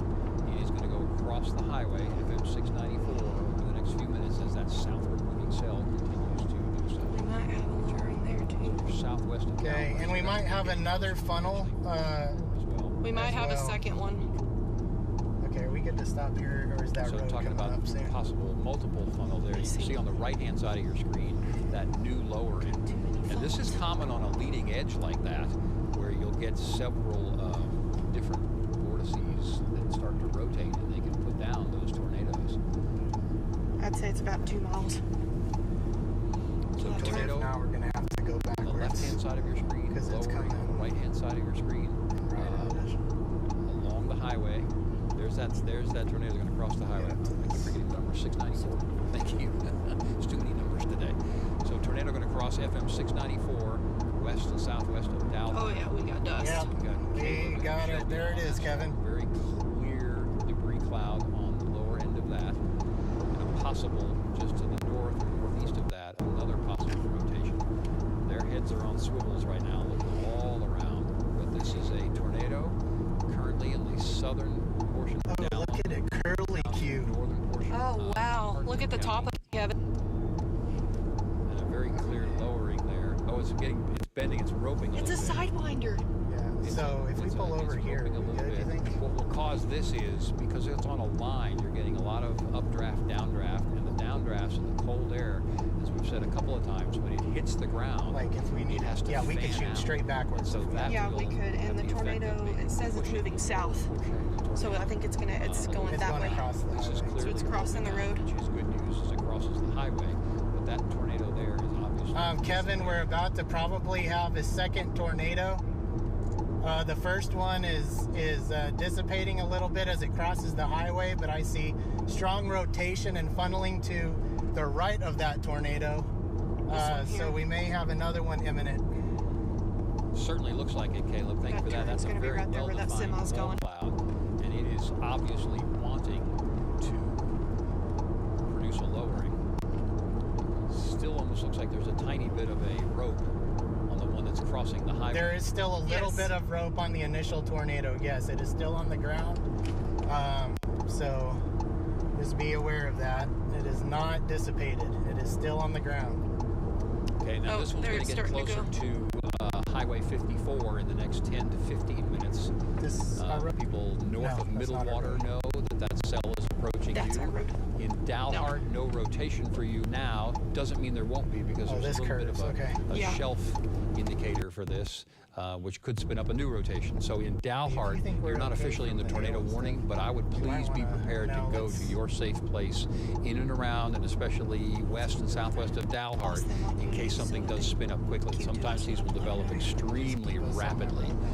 So radar obviously verifying what our chasers are seeing on the ground. These rotations are right on the county border. So the rotation threat will move out of Dallam County in the next 5 to 10 minutes and across the northern portion of Hartley this is County. But 694. in Dallam County, that does not mean that you won't have some hail easily to dime nickel size, and maybe a couple of quarter-size hailstones as well. So in Dalhart, once again, tornado well to your west. It's several miles to your west. says it's heading We'll go ahead and do a directly measurement on that one. That other one roped out though.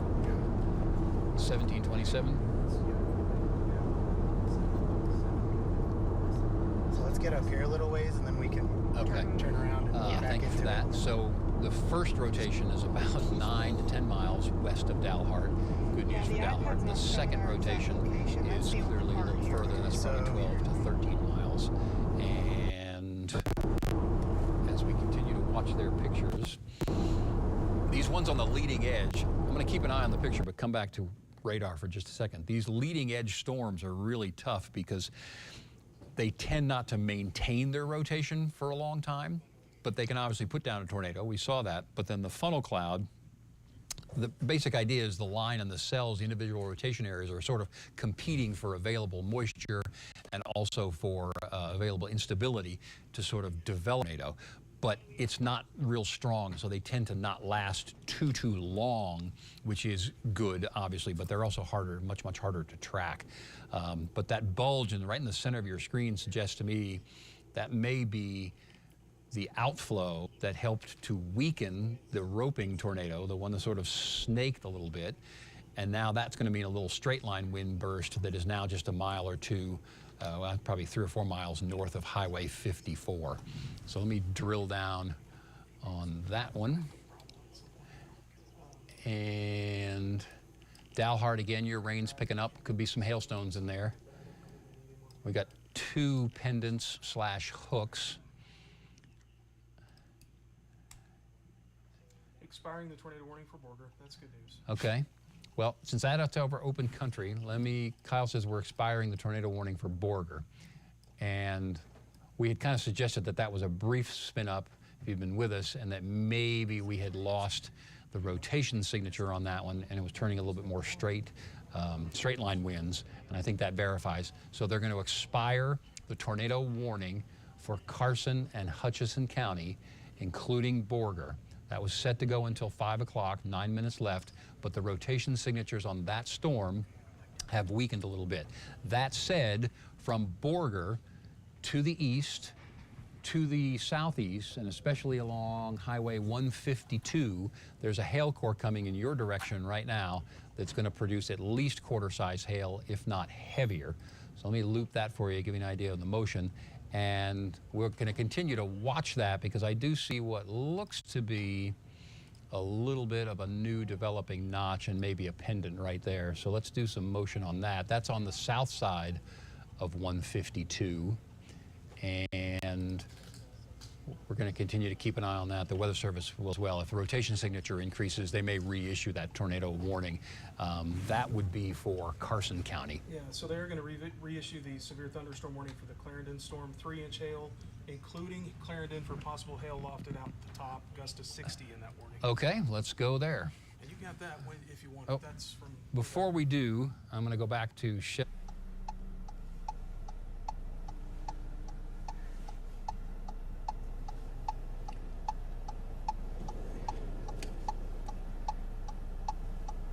Yeah, Kevin, so we're about to have to reposition.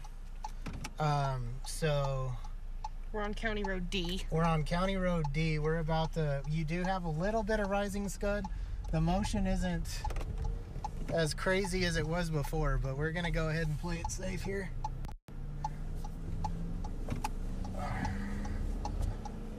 Yep, everybody's turning around and running. Okay. Yep. We're gonna position a little bit, Kevin. We're starting to get a little close to that rotation, so we're gonna scoot.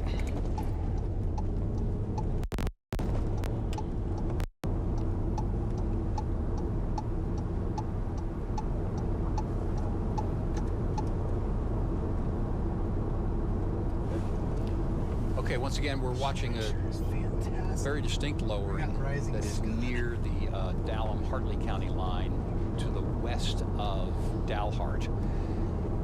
Shelby Vogel, Caleb Leslie watching that storm. I guess I'll just sort of reiterate that these ones that are on a leading edge of a line Yeah, I can see it. can produce a fast rotation or a fast spin up, but they tend not to last too long. So the chaos and the competing for moisture and instability on those lines. But on radar, the notch is clearly strengthening. That's what we're looking at right now. And we've mentioned these little notches, these inflow notches.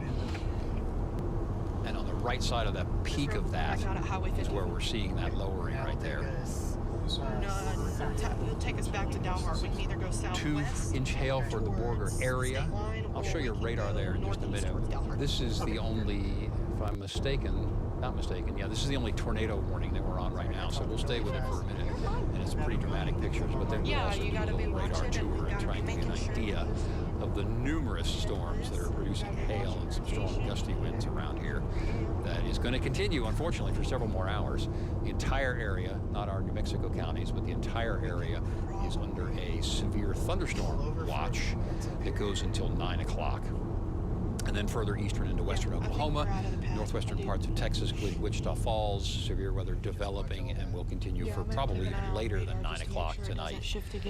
So you're getting live pictures here at News Channel 10. We're also streaming on Facebook, our YouTube channel, and also our own website, newschannel10.com. Everybody's on it. Dave's in the field, Shelby's in the field, myself and Sheldon are here in the studio. Kyle's with us, Jared Lorlevick is with us as well. That's the one I thought they were going to expire. You got to see the motion on this wall cloud. I mean, it is cranking. Yeah, it may not clear on the they would have told you if they'd reissued. Yeah. All right, so we're still watching live pictures. I'm going to comment on a couple of things. The outflow boundary. Say again, Sheldon? I'm going to order it. It doesn't register back any information, so it looks like that polygon just hasn't gone away yet. Yes, okay, thank you. I'm going to comment on a couple of things while we watch this Dalham/Hartley County storm. But just as I'm watching radar, the outflow boundary that initiated the storm that went through Claude and is west of Clarendon has now moved westward toward Amarillo, and it's just east of Canyon. And I'll show it on radar if we get a chance, but I want to bring up the point. The outflow boundary is what initiated some of the very strong and possibly tornadic storms that we have had. And so we're going to keep an eye on that outflow boundary, but I want in the more populated areas of the region, both Potter and Randall counties, there is a boundary there that could help develop a new storm. And the chaotic wind direction and speed patterns on those boundaries will be more conducive to tornadic activity. So Potter and Randall County, let's please start paying attention. If you've been paying casual attention, or anybody that you know may be spending some time outside this afternoon, let's go ahead. You're under the severe thunderstorm watch, but let's go ahead and give an early call. Nothing threatening immediately, but the potential for development that could be pretty rapid is absolutely there. And we want to keep you posted or keep you updated on that throughout the rest of the afternoon. Shelby, Caleb, how about a report? Yeah, Kevin, so we're repositioning. We're trying to stay out of the rain. I was running that tornado warning border. It expires in 3 There is minutes. a lot So if they're of going to let it, it's rotation. going to expire in 3 minutes. I mean, it is cranking. So we're keeping a very close eye on it so that if it does decide to drop again, we're on it. Okay, Caleb, thanks very much. We've had, obviously, one tornado with that storm. It weakened, but it is redeveloping into that ragged wall cloud that you see right now. And on radar, it is very clearly tightening up. We've got a real good, what we call inflow notch. Because we don't have If you've ever stood in front of a storm like that, at your back, you will have extremely warm, extremely humid air flowing in from your back toward the storm. And that's the That's the moisture, the food for that thing as it wants to try and develop. Well, if that increases, that will help the updraft, which will then help the mesocyclone, or the potential rotation that then eventually leads to what we're seeing right now. And that area did produce a funnel. We don't think it got to the ground, but it did produce a funnel a short time ago. Okay, I think what we'll do is Your audio continues to be hot while we're on you. Just Okay. we want to do a little radar tour, since that's not the only area that is under threat for today. All right. The storm that prompted the tornado warning for the, well, south of Goodnight, that is going to expire. There's still a little bit of a hair of a red box. Let me just take the radar off and we'll get a... That tornado warning is going to expire for Armstrong and Donnelly and not be reissued right here at the top of the hour, which is basically now. But we obviously have orange boxes, which are severe thunderstorms, which could be, you know, quarter size hail at least, but maybe up to $half size hail in any of those areas, and strong straight line gusty winds. So anybody under the orange, which is about everybody, that is severe thunderstorm warning. And so straight line winds, large hail.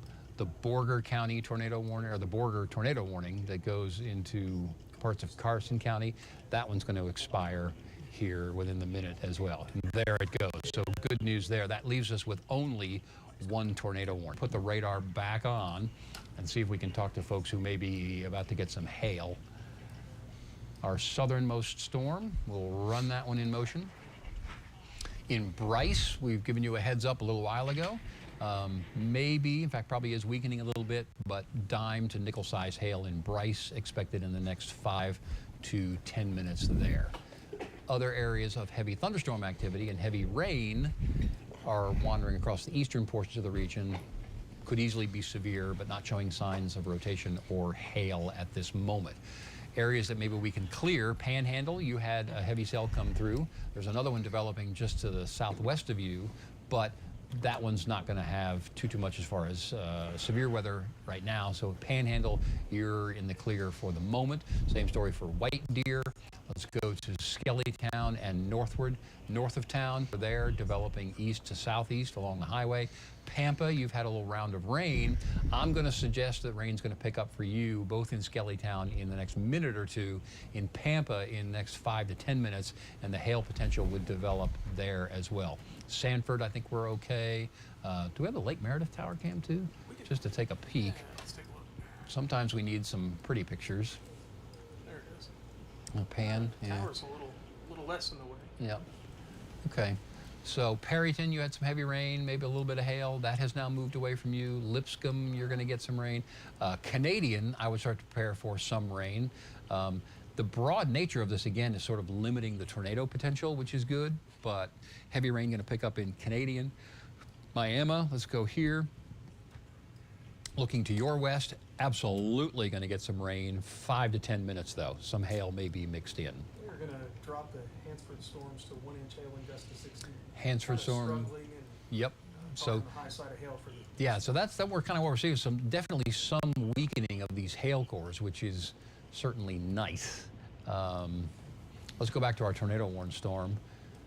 The little pendant is going to come. We're getting closer. I guess probably the main message here is we're getting closer to Highway 54 from Middlewater northeastward.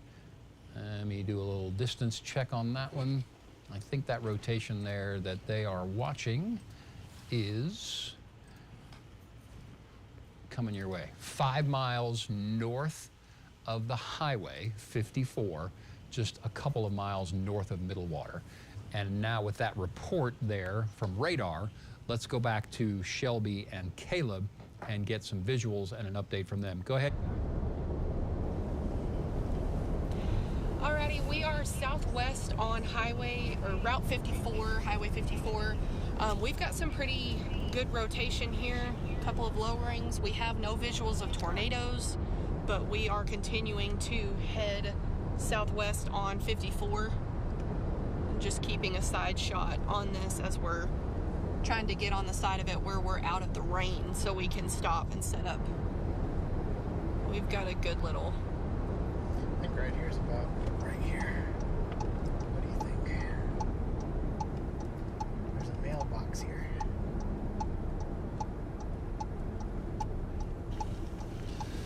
Okay, Shelby, thanks for that report. We're going to stay on your visual. If you see anything new, just holler. I will mention Kevin, if you again, can it's sort hear of a us, we're pulling line, off but of a pendant 54 now. to get set up. Go ahead again, Shelby. We just pulled off of Route 54. We are facing... We're facing right we're into facing the west. notch. Yeah, we're facing northwest. There is still a lot of movement in this. So that cell is probably now about 3 miles north of 54. It is heading south. It is 3 to 5 miles northeast of Middlewater. It's got a clear, did have a clear notch, which looks to be on radar diminishing a little bit, but there's still a pendant. And so Shelby and Caleb are obviously perfectly positioned to see that, and they're also perfectly positioned to head southwest on 54 and stay out of it, which we know they will do. I would suggest that the hail core may have diminished a little bit, which is good, but still a few hailstones are not definitely not out of the question in Dalhart as your heavy rain moves on through right now. So Middlewater, northeastward toward Dalhart, rotating thunderstorm. Possible tornadic development just a couple miles northwest of Highway 54. And we've lost their picture for a moment. Yeah, it's gone.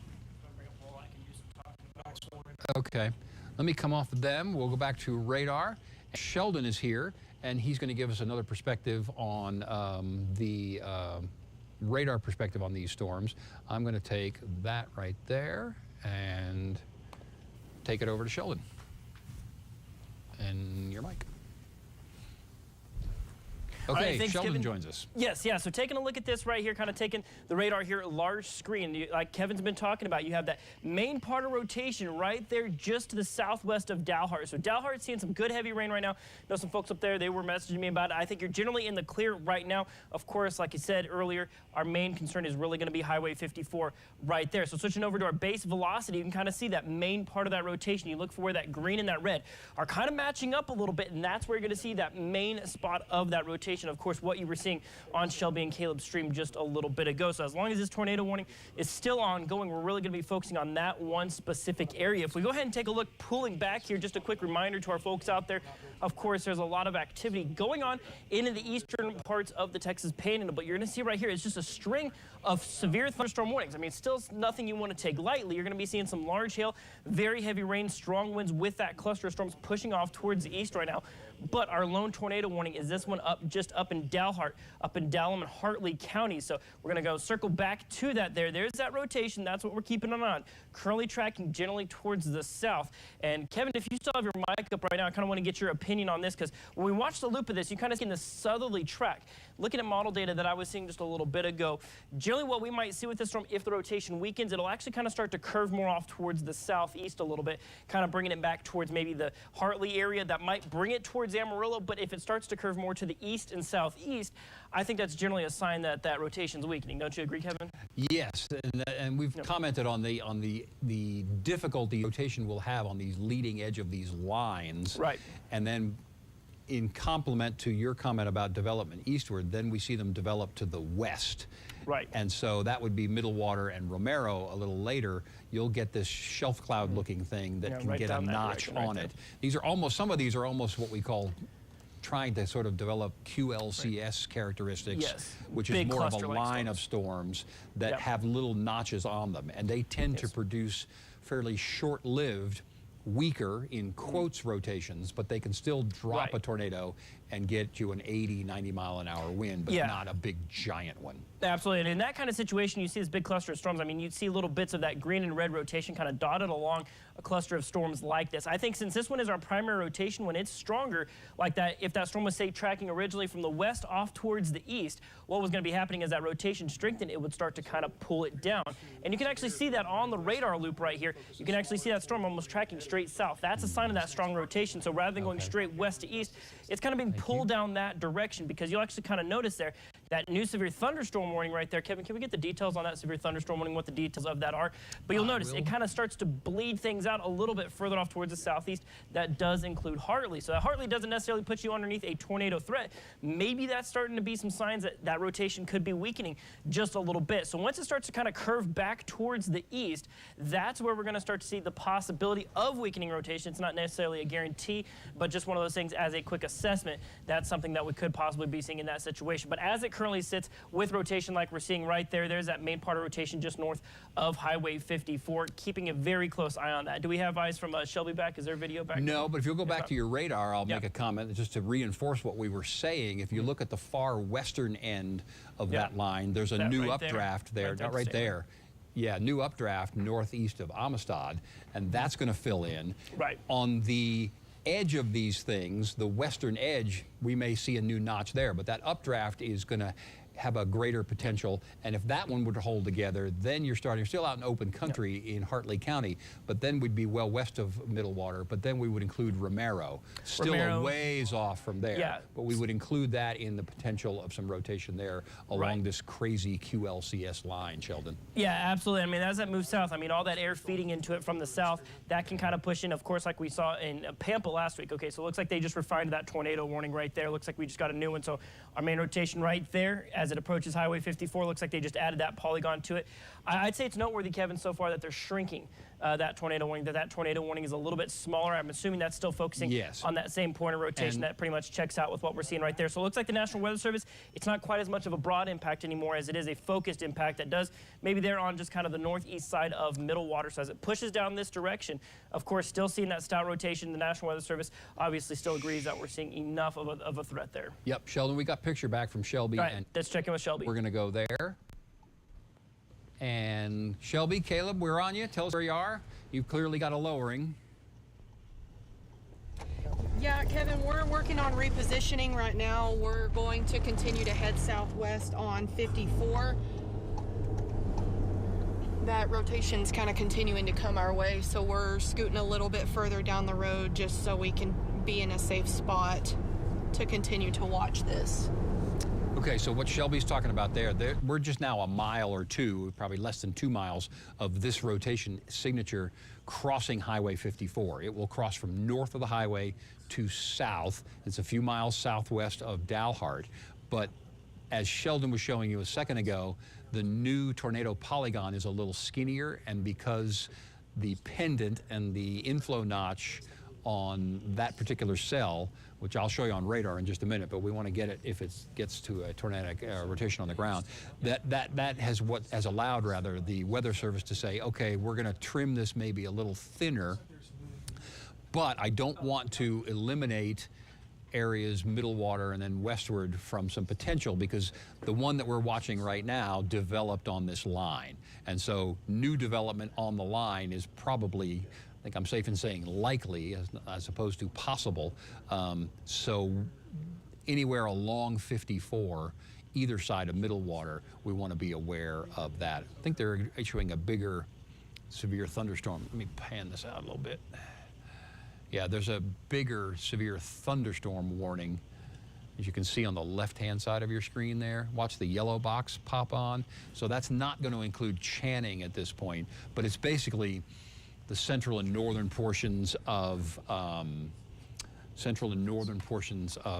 Hartley County. You are now under a severe thunderstorm warning for that approaching line that you see on the left-hand side of your screen. But I think we're getting a even further lowering on this wall cloud. So let's go back and get a report from Caleb and Shelby.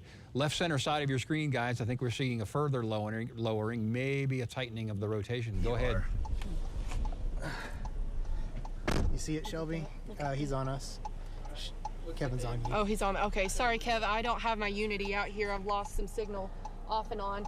Again, no confirmations of touchdowns at this time, but we are getting a lowering that we're keeping a really close eye on. It's continuing to try to get a little bit closer to the ground. Again, no confirmation of tornado, but this storm is got a lot of power to it. We can see rotation, we can see movement. This storm still has a lot of potential energy moving around in it for sure.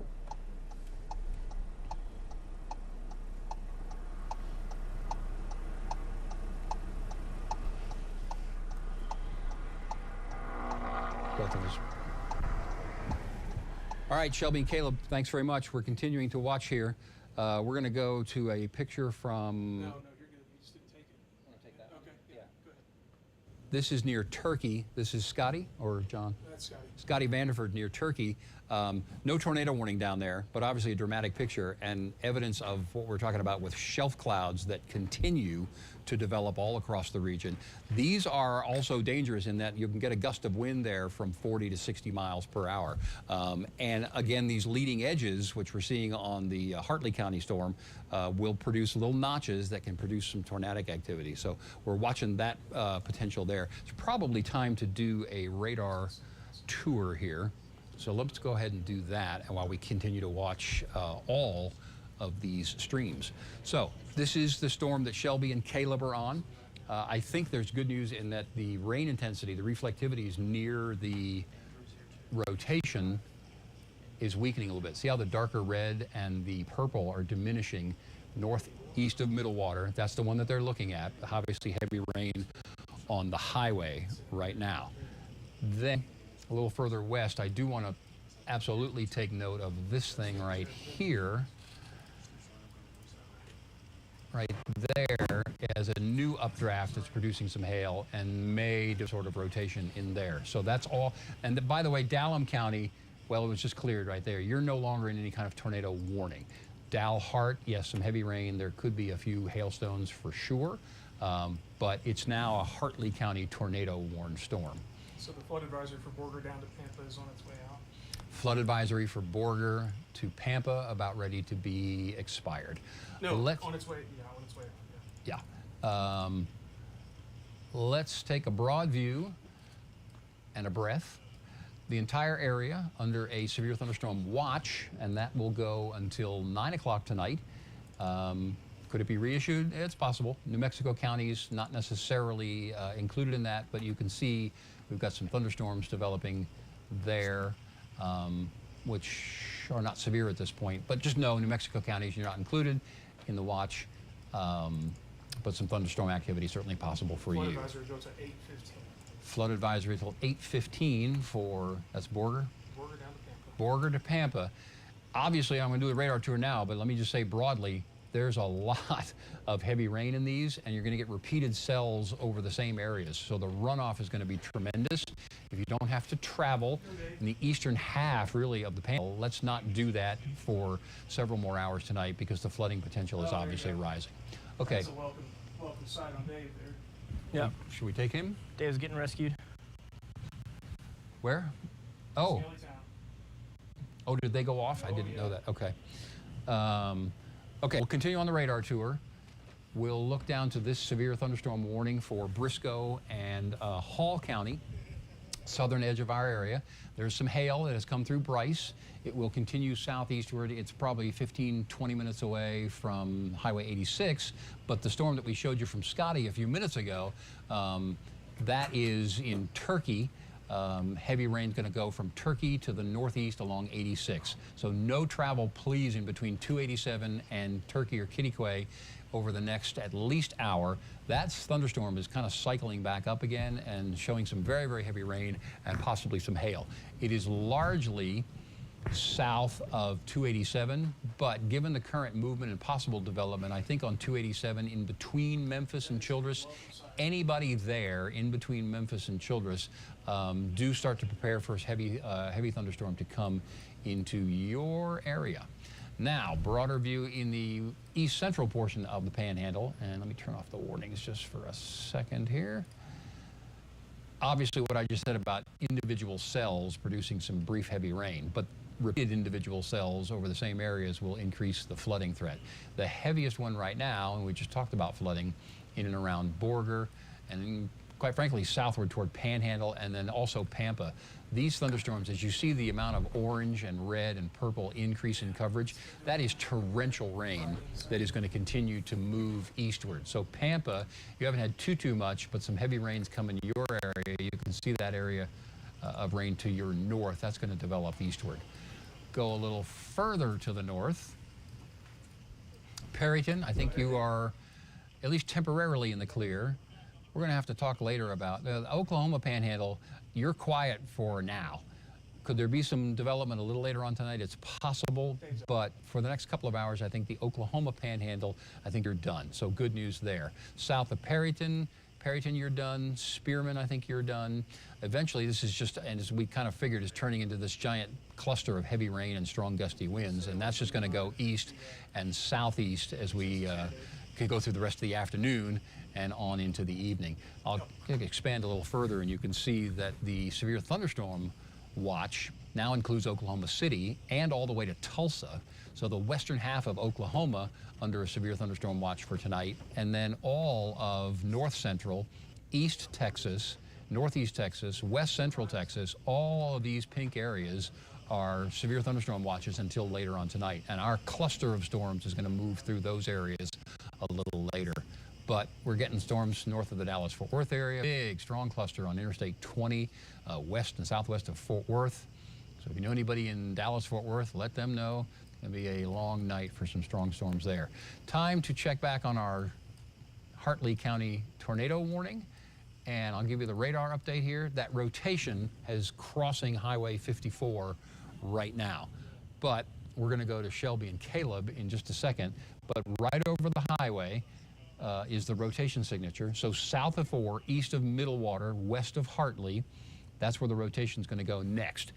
All across that line, heavy rain and some hail potential is definitely there, but the tornado threat will diminish for 54 northeast of Middlewater and southwest of Dalhart over the next 5 to 10 minutes. Let's check in on Shelby and Caleb. Shelby, Caleb, you're on. You got, maybe the video's frozen. Is their picture frozen? I think it is. All southwest, headed southwest on I-54. We have pulled off of the road.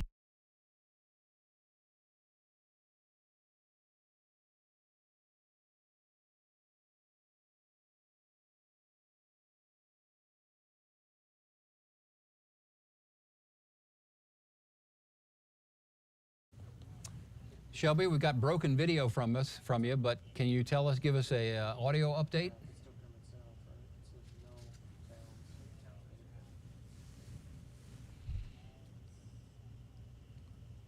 Okay, Shelby and Caleb, we'll give them another second, but they are in bad cell phone country. That's how the signal gets back and the picture gets back. And it's because they're kind of in the middle of Hartley County. And so their picture will probably drop in and out. But that's the most likely rotation signature right now, and a pendant on radar that suggests some potential tornadic development. Kevin, National Weather Service is saying right now they suspect there's not much. I'm sorry, Sheldon, let me interrupt you. I put your mic on. Go ahead. Okay, there we go. Yeah, so National Weather Service saying that they're seeing a slightly lower tornado threat in the east because there's a lot of rain-cooled air, a lot of outflow out there, and that certainly works against that warm inflow you were talking about earlier. And of course, just the organization a tornadic storm needs. That tornado threat might be going down with those storms in the east. Still want folks to stay vigilant for sure. We're not going to be dropping our guard by any means, but still seeing possibly the impact of rain-cooled air really crippling the potential of those storms off to the east. That's a really good update in that we still have severe weather potential and flooding potential, but Sheldon's exactly right. We've talked several times tonight about this rain-cooled air. These tornadic thunderstorms especially need warm, moist, humid, unstable air to develop and strengthen. And when you get this broad area of rain, even though it's in little pockets, it has the effect of stabilizing the atmosphere, and we don't see as much tornadic potential there, which is good. But flooding rains will be a problem. Strong gusty winds in spots will be a problem. Nickel to dime size hail will be a problem as well. Hey, Sheldon, if you want to look at DuPage visible, see the boundary there right over Amarillo and Canyon. Let me pull that up real quick. If you want to look at that in the viz and see if there's any Q development along there, I would be thrilled to know that. Yeah, we're definitely getting cumulus along that boundary there. Okay, well, And then it looks let's, like we're about to have two boundaries that kind of collide there. let's talk about that for a minute. Definitely then. getting a cumulus field going. What Sheldon was doing is looking at this outflow boundary, and a lot of this is left over from the morning storms in the eastern portion of the region, but even the current ones. But I'm talking about this snaking green line here that is over Potter and Randall counties and moving westward. The fact that it's moving means there's cool air to the east of it, pushing it westward. But as it does so, it undercuts the warm, moist, humid, unstable air across the western portions of the counties and starts it to rise. And that will lead to some cumulus clouds, which Sheldon said we have now. And if we can continue those updrafts, we may see some new thunderstorm development. Don't right now, but some new thunderstorm development over both of those counties. So we're obviously watching that. It has come largely through Amarillo right now. So in Amarillo, if you want to step outside and see what we would call a towering cumulus cloud, those ones that look like cauliflower rising up, that's new development there. And in fact, just now you can see over Panhandle, just to the northeast, that is a new updraft there. So I think this boundary, Sheldon, you want to kibitz with me here, that boundary is having its effect of creating some lift and some new development. Same possibility for Randall County. Sheldon? Yeah, absolutely. I mean, that's as those boundaries collide, you definitely get some, formation with that. But I think it's worth noting as well, like I said, coming out the backside of that system there to the east, is it's going to be a lot of cool air. So, I mean, still going to be getting some things forming. If you're kind of there on the south and kind of east side of Amarillo, you're probably feeling some pretty cool air coming from the east right now. So you're definitely feeling the shift of that boundary moving off towards your east right now. And there you can see that boundary goes all the way up to Dumas. Yes, sir. New warning for Carson and Gray coming out for ping pong hail and gusts to 60. Severe thunderstorm warning, Carson Don't and include Panhandle. Carson and Gray, and does include Panhandle. I think we saw that orange box come on. That's right there. So that's going to be a severe thunderstorm warning. Trim Stinnett out of that. Stinnett out of it. But the tornado warning there from Borger is gone, long gone. So that's good news. But see it's just filling in. You're seeing more yellow, orange, and red, indicating that the boundary was doing its job in creating that lift. And these thunderstorms will intensify, very, very heavy rain. Less likely that we would get large hail, but certainly some quarter-size hailstones are not out of the question. But then they're going to sit there for a good period of time, especially over Carson County, as they develop. And that's what's exacerbating and leading to this flooding threat, because these heavy, heavy downpours don't move away. And so the flooding threat will continue really all across the eastern portions of the region as we go on through the next few hours as well. I think we've got some good pictures from Shelby and Caleb, and maybe audio. Let's. Caleb, give us an update, please. You're the last tornado warned storm for now. Yeah, I don't know if there's a good way to stick with Kevin's on this. us. Okay. Guess they can Okay, Kevin, hear we're us. still on Highway 54. We've kind of pulled over here for a minute to try to get our bearings a little bit and figure out the best course of action to follow this storm. Talking to the mic. We're trying to decide which direction to head right now. Don't go that way. I know, right? So, Go that way. as of right big now, hail. still looking at 54, So, heading southwest on yeah, Highway I mean- 54. We're trying to see if we got a better route. Yeah, We popped our cherry.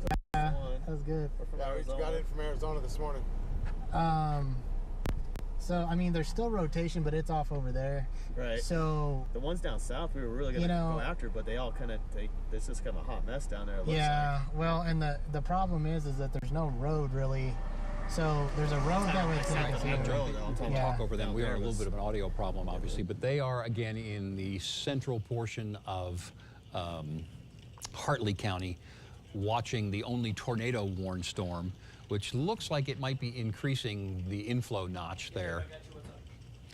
And so we may be seeing new rotation development.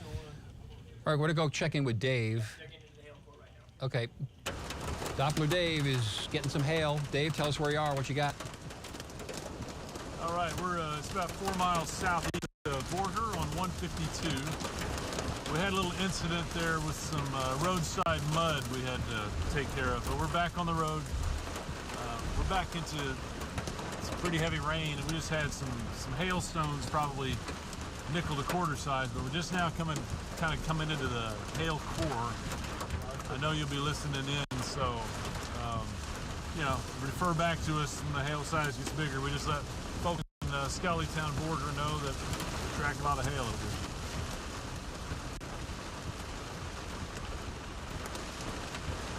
Oh, we're in the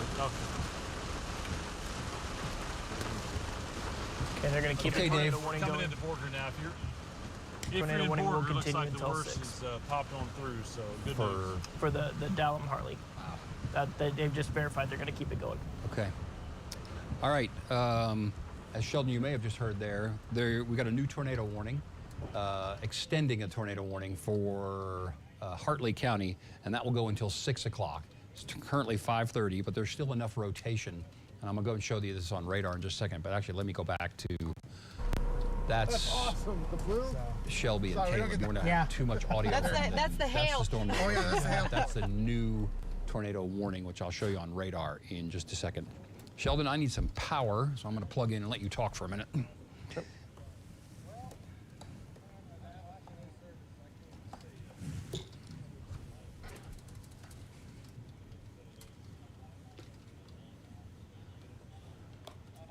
Yeah, we're looking into that though. Yeah. There you go. Yeah, Is that one that- dropping straight ahead? That hook is directly. That hook is right in front of us. Is it? Yeah. All right, still But having see, some we've got audio some more problems from development back- Caleb and Shelby. I'm going to go back over to Doppler Dave. Dave, where are you? Still heavy rain. Go ahead, Dave. Yeah, we're in Borger. They've taken some pretty sized hail up this way. We're going to go ahead and punch on through and head up to Stinnett, where you got the new storms developing. Some boundaries up that way, and we're going to kind of keep an eye on the Stinnett area for you.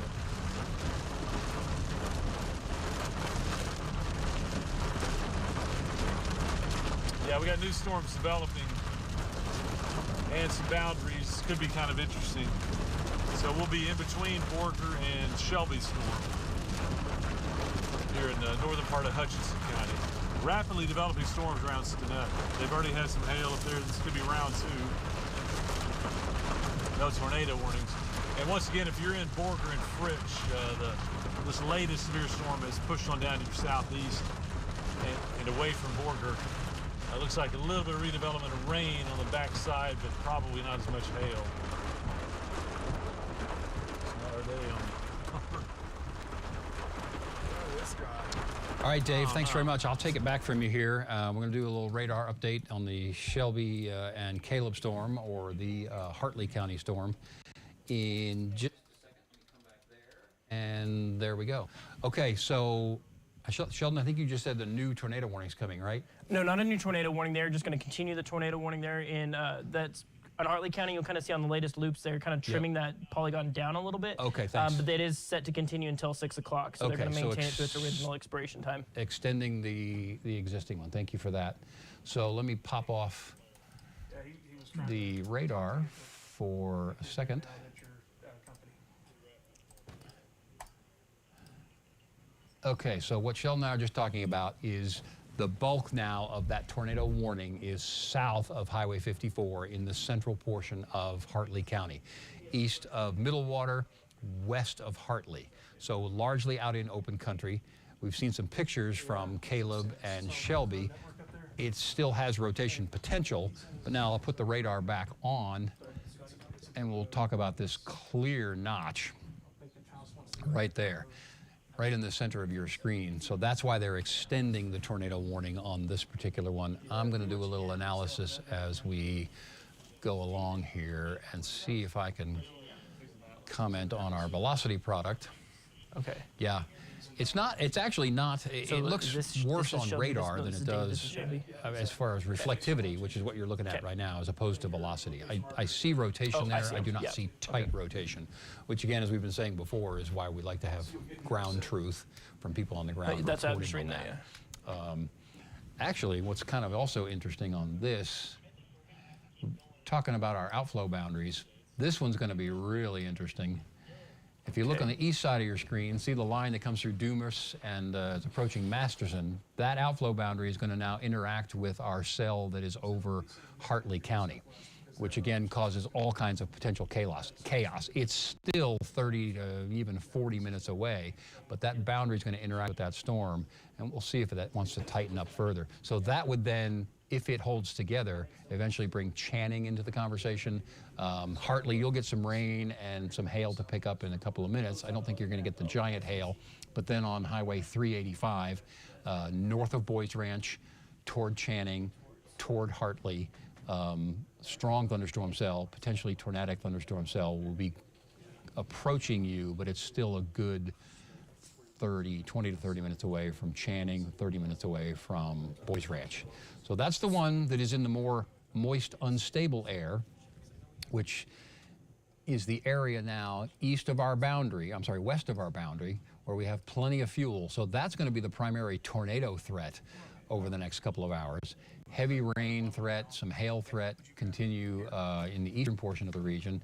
But good news with the tornado threat, as we've heard, is that these individual cells, these heavy rain areas, this rain-cooled air is much less likely to be rotating. And that's why we don't see any tornado warnings right now. I'll take off the sweeping radar. All the areas in orange are currently under severe thunderstorm warnings. In fact, we'll just do a tour there and talk about those. Let's come down to the southeast. So north of Turkey and Briscoe and Hall counties, mainly Hall County, severe thunderstorm warning. That is currently in effect until 6 o'clock tonight. Over the border, we've got strong storms into Oklahoma. And then these areas, Carson and Gray County, and Carson and Gray County, that's a severe thunderstorm warning for you until 6:30. It does include Panhandle, areas north of Groom. It does obviously include Pampa and areas along and west of Highway 70. And we'll go a little further north, talk about Hutchinson, Roberts County, portions of them. Those counties, heavy rain, potential for small hail, lesser of a tornado threat. All of the area in a severe thunderstorm watch until 9 o'clock tonight. And then our one remaining tornado warning continues in the central portion of Hartley County. So I'll put the radar back on, and maybe we'll try Shelby and Caleb again. There we go. So again, out in open country, but we'll see if we get some kind of a view of that one. Yeah, there's a good lowering. Okay, let's try them again. Shelby, Caleb, can you hear us? We had some audio problems from you, but if you can hear us, give us an update. Still heading southwest on 54 right now. We're trying to find a good way to reroute a little bit. We've got some lowering here on our feed, but we don't have a confirmed funnel or anything like that, just a little bit of a lowering right now. We're trying to find the best way to reposition to get back in a safe position ahead of this storm as of right now. Okay, I think I got it really right. Shelby, give us a little context of what we heard you talking to some chasers a little bit. What's going on there? Give us just a little context other than just what you're seeing and what you're feeling as well. Warm, humid air there. Go ahead.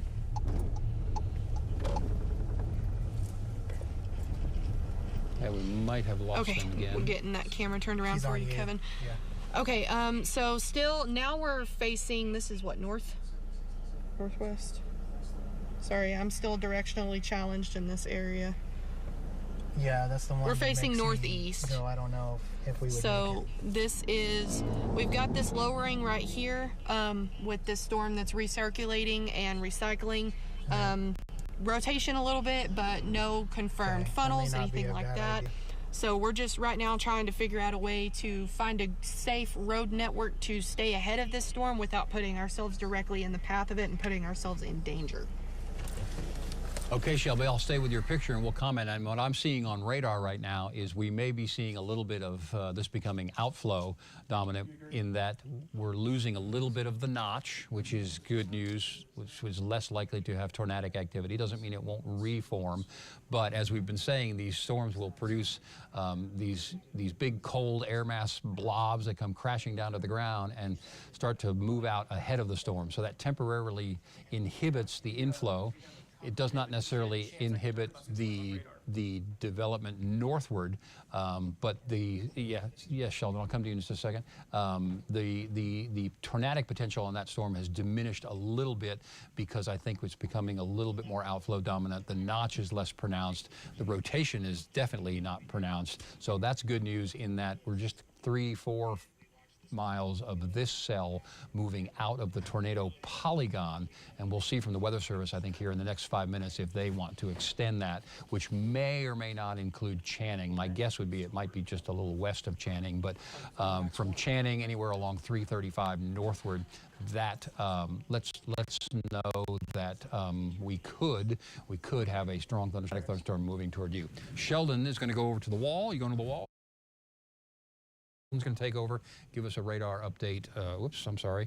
Weather wall and 1. There's Sheldon. All right, so thanks, Kevin. Yeah, so let's just take a look at radar like you were mentioning earlier a little bit, looking at the definition of that hook echo as of right now as it's now continuing to make its way south, but we are seeing signs of maybe weakening rotation. As you can kind of see right there, you still see a little bit of that green and that red. So we're still seeing if there is rotation, it's going to be that area right there. That's where we're kind of spotlighting that rotation. South of 54, that's going to be just, as you can see right there, just to the northwest of Channing, just straight west of Hartley as of right now. But we've also been talking about, of course, this outflow boundary that's working its way through Amarillo. You can kind of see this on velocity. This is one of the cool things is, of course, you have green is going towards the radar site, red is going away. And so you can actually see that outflow boundary out. That red is wind pushing away from, of course, there's your radar site right there up around the Amarillo Rick Husband International Airport. So we're seeing some strong straight line winds that are pushing through Amarillo. But the thing that's noteworthy with this is it's bringing in cooler air as of right now. And as it brings that cool air in,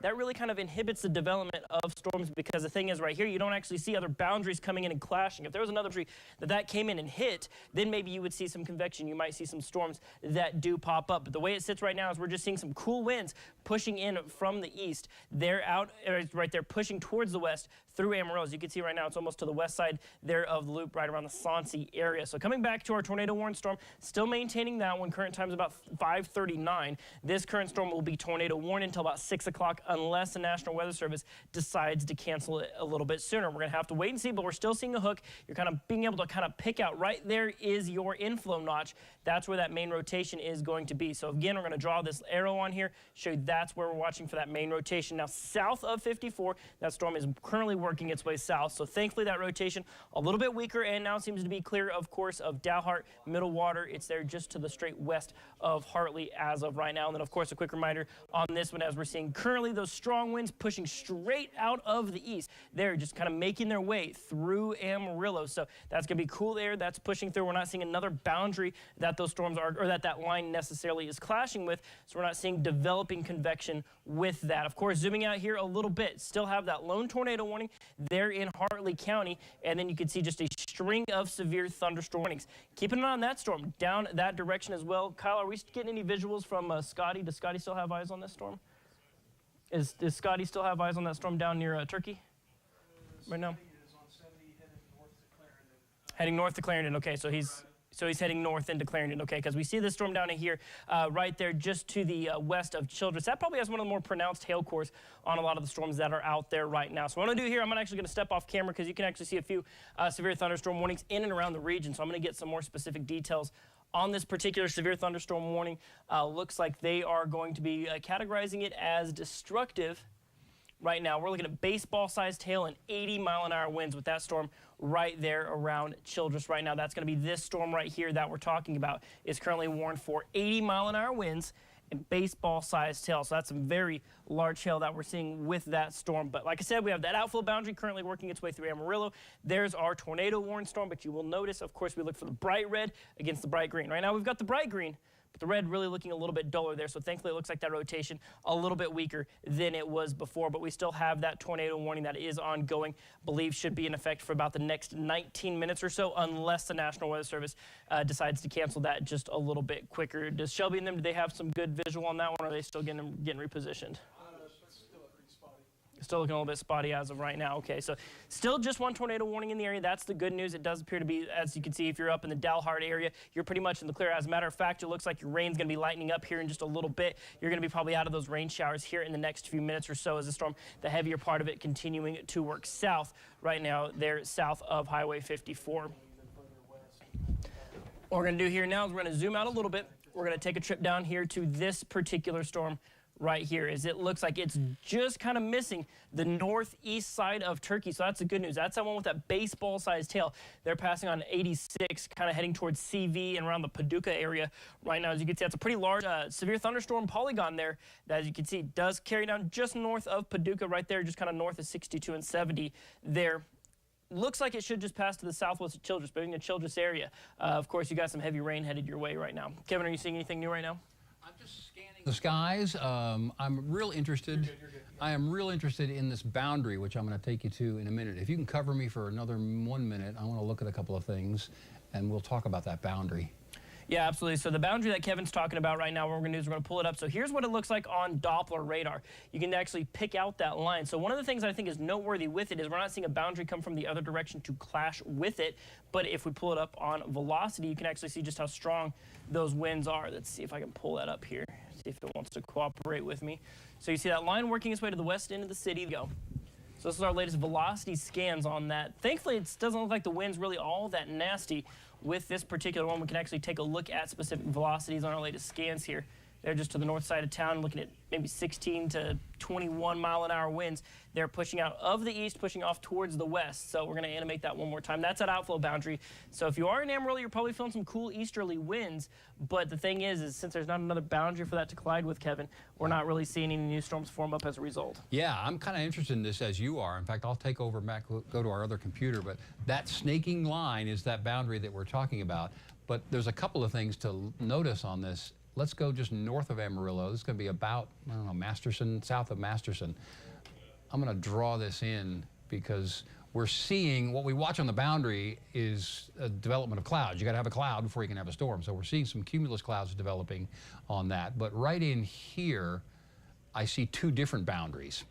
And so even though there's not a big storm there right now, north of Amarillo, south of Masterson, west, just west of 287, these can be kind of interesting because that's where you get these land spouts, Sheldon, because you got different changing wind directions at the surface, and a land spout could pop up there, which is not as strong as a tornado, but those can easily do 60, briefly 60, 70 mile an hour winds. But we're clearly seeing the precursor to that in the development of the cumulus clouds, not only at that point, but all along that boundary, Sheldon. Right, yeah, so seeing clouds form up along that boundary, so keeping a very close eye on that. Like I said, things are just basically kind of filling in. As you see everything kind of pull off towards the west a little bit there. Those storms are kind of filling in from the west as well. Yeah, and now see when they're now Channing, we got a new updraft at Channing. It's not a strong storm yet, but there's been nothing there to stabilize the atmosphere. So even in just that last scan, see now we got a little spot of orange in there that's near Channing, so that's going to be the next one, and that one's going to interact with those boundary connections that may produce some crazy things. Kyle, yes sir? Got a flash flood warning coming from Panhandle to White Deer. So from Panhandle to White Deer, and I'll take the radar there in just a second, flash flood warning, and this is part of the incredible intense rainfall that's falling across the eastern portion of the region. So real interested in this Channing storm. Not severe warning certainly for you yet, not rotating yet, but the potential is really going to be there. Yeah, now so let's go Kevin, to with that, where that flash flood warning is going to be right now, just basically taking a quick look at radar estimates. We're looking at rainfall rates of upwards of 3 inches an hour. All right, let me put you back on. You can talk about that. There you go. You can go to the wall or stay where you are, your choice. That's what you were referencing, the heavy rain. There you go. Go ahead, Sheldon. Yeah, so that's saying is this is a storm. This is where that flash flood warning is going to be here in a little bit. As you can see, I mean, this is just the past hour where those storms popped up, and we're seeing just very, very heavy rainfall rates right now. So you can actually click around in a few places here. See just right along Highway 60.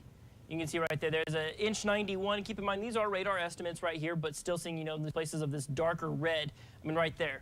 5 1/4 inch an hour rainfall rates, radar estimated there. I mean, that's very, very, very heavy rainfall. It's going to go to 8:45. Okay, that's going to go until 8:45. Thank you, Kyle. So, I mean, that's going to be a flash flood warning that we're going to see for about 3 hours here, You see right there, rainfall rates of 651. So this is meaning some very heavy rainfall along that area. So, I mean, places along Highway 60, I mean, you're going to see probably water rushing over the roadways, you know, lower lying areas, things like that. You're going to be seeing some very dangerous conditions because of the rainfall there. Okay, Sheldon, want to get back to our other, the other side of the panhandle. We'll take her here. The tornado warned storm in the next minute or two, well, 2 to 3 minutes, is going to move out of the polygon. See the red area? And the storm is overtaking the southern area of the polygon. So, Kyle, I'll ask you to watch for the Weather Service to see if they're going to extend the tornado warning, Yes, sir. which they may or may not. But that's the area that we've been talking about the last couple of minutes where the Channing storm is developing. Yeah. And if we have a new tornado warning, it will probably be from Channing westward.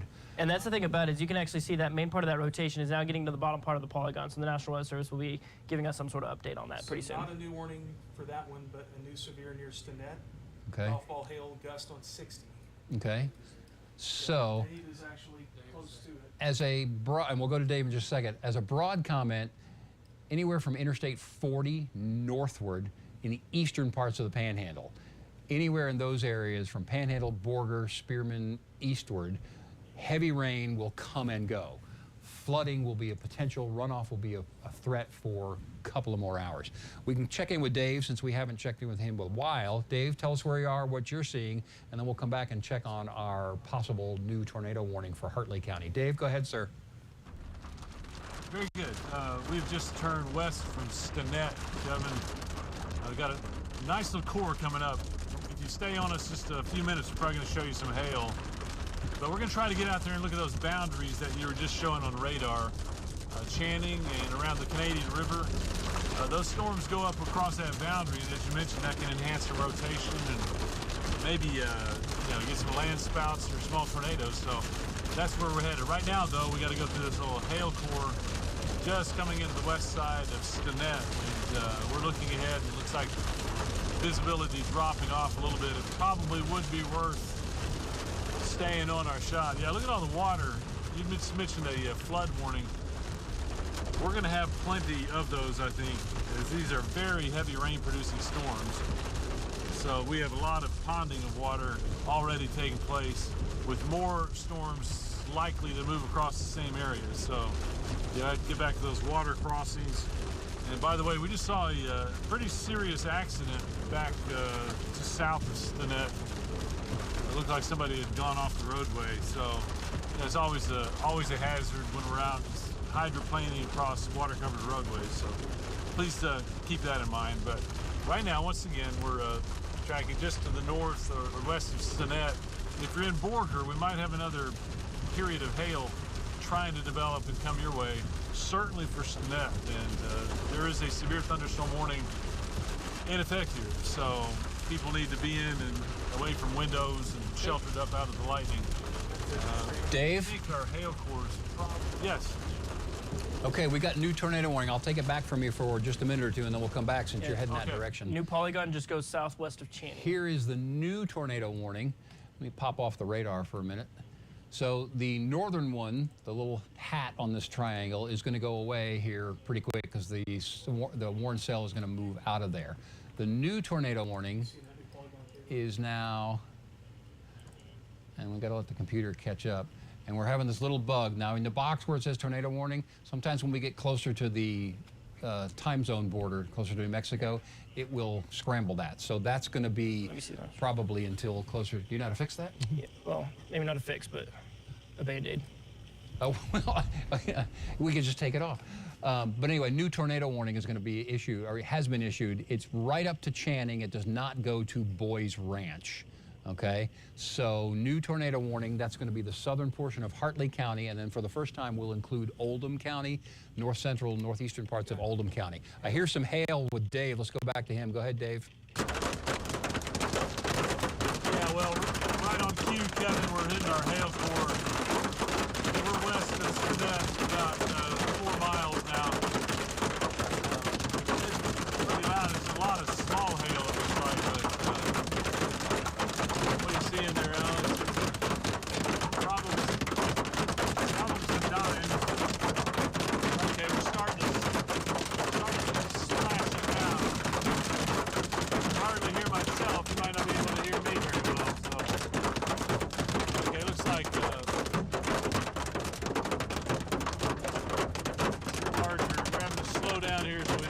take too much damage. See the splashes on the side. Starting to get accumulating hail on Highway 152. Okay, I see some, looks like quarter size bounce. Okay, we're starting to bounce here, quarter size. Accumulating on the roadway, and off to the side. Yeah, we got some significant hail accumulation coming up on the junction of 1923. Okay. Yeah, we got good quarter size hail. Let's go to a different camera. Maybe I can show you some stuff over here.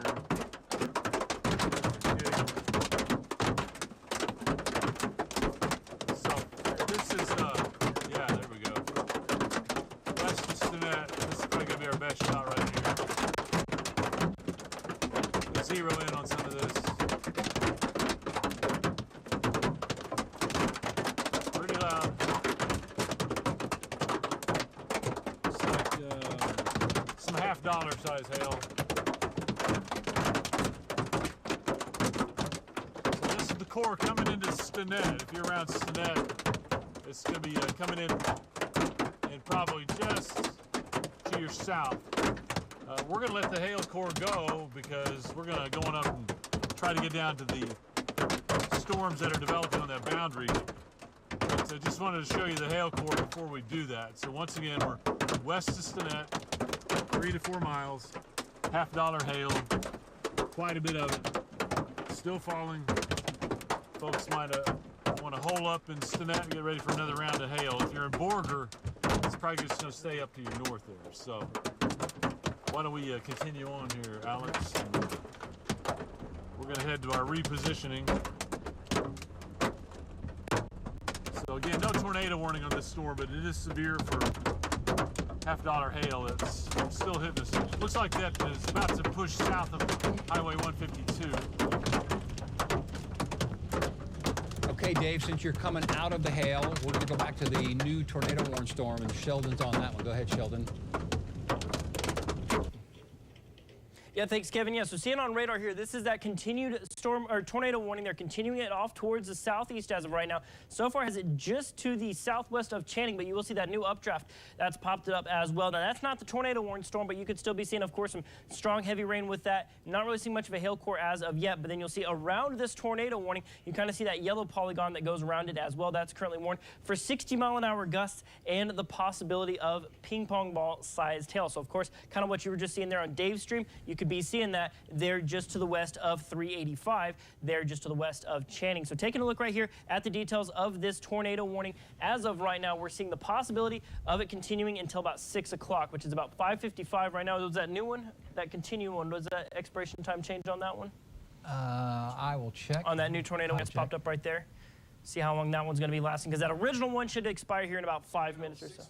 6:15. Okay, so they didn't extend it by much. So this tornado warning right here, of course, we'll take a look at the velocity of it right there. You can kind of see a little bit of rotation. That new updraft, they're forming up right near Channing, not really picking up any rotation in that one. That's the good news. So if you're in Channing, not worried about any pending tornadic storms right now. What you got, Kevin? Go backwards one frame, and I'm going to take you to a new cell that's close to Valley d'Oro, if you'll give me 1 second to do that.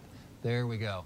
That's right on the boundary. Right on that boundary, north of the that little boundary connection there, but that one's going to be the next one to go up big. That's another one that's really popped. That's right here in northern Potter County. Sheldon? Yep. New flash flood warning coming from Borger to Skellytown. Borger to Skellytown, about to get a flash flood warning that direction. So that's the big thing we're seeing with those storms there off towards the east right now, is that we are seeing, of course, that very strong, heavy rainfall with that. That's now prompting several severe thunderstorm warnings, flash flood warnings along with it. This particular storm not warned of any type right now, but as you can see, just the past hour, this loop you're seeing here, this is just the past 60 minutes as that boundary advances off towards the west. It's now fired up a new updraft there just to the east of Valley d'Oro, south of Masterson. That's actually got to be pretty close to what we're seeing here at our News Channel 10 studios. Not severe warned right now, but it's because of that boundary firing it up. Could be some brief heavy rainfall with that one here as we approach the top of the 6 o'clock hour. So keeping it very close on that as those boundaries move off towards the west right now.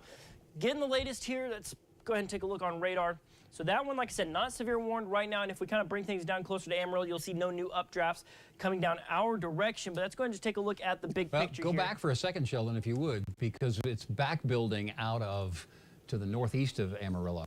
I had moved you and didn't save that. There you go. But we see the east of Panhandle, west of Panhandle, see the new developments there that are on just northeast of Amarillo. Those are going to continue to back build because that second boundary has come on through. So that's going to now stay from north of Amarillo along 287. Let's prepare for new updrafts in there. There you go. Go ahead. Yeah, so that's taken. So you have that boundary moving off. It's on there on the west end of town. But what Kevin was talking about was this part right here. That's kind of that main part that we're keeping a very close eye on, is that's where those things are kind of building off towards the west, kind of on the leading edge. And of course, you'll notice that's right there along Highway 60, where we are seeing that other flash flood warning up from Panhandle up to White Deer. As you can see, that very heavy rainfall. They're building in. Of course, there's your radar site. That's right around Rick Husband International Airport. You can see it's just about maybe a mile or two just to the northeast of town there, getting ready to come in. They're on 136 towards the northeast side of the loop. So we're going to switch forward and switch back, make sure I can actually get this right here. What you got? What do you need? On that storm, Oh, okay. The Valley de Oro storm. Valley de Oro storm? They're Okay. gonna issue a warning. T-storm. You're going to get an orange box in a second Ping here. pong and 60 mile an hour. Ping pong and 60 mile an hour. Okay. Copy that. Let me see. Ping pong and 60 mile an hour winds with that storm. So that's the one we were talking about just a second ago here. I'm going to make sure everything's working right for me here so we can make sure and control things the way we want to. So this particular storm right here, we're going to watch this for a second, and we should start to see that severe thunderstorm warning polygon pop up here pretty quick. And then that is when we're going to start to see, of course, obviously we're still seeing the ping pong ball sized hail and those 60 mile an hour threats. We just don't officially have that severe thunderstorm warning right now. The warning will include Amarillo. Okay, so that will include Amarillo proper. So that's the thing, is we're keeping an eye on this cell right here, but if we kind of move our camera here down off towards the south, you can kind of see where we're at in respect to Amarillo right now. So there's that cell And right note, there, Sheldon, I'm just sorry to east of interrupt you. Valdez. There's already a pendant on that right on the boundary, right Right there there on that back edge, There's the right pendant. there. No, and then even further south.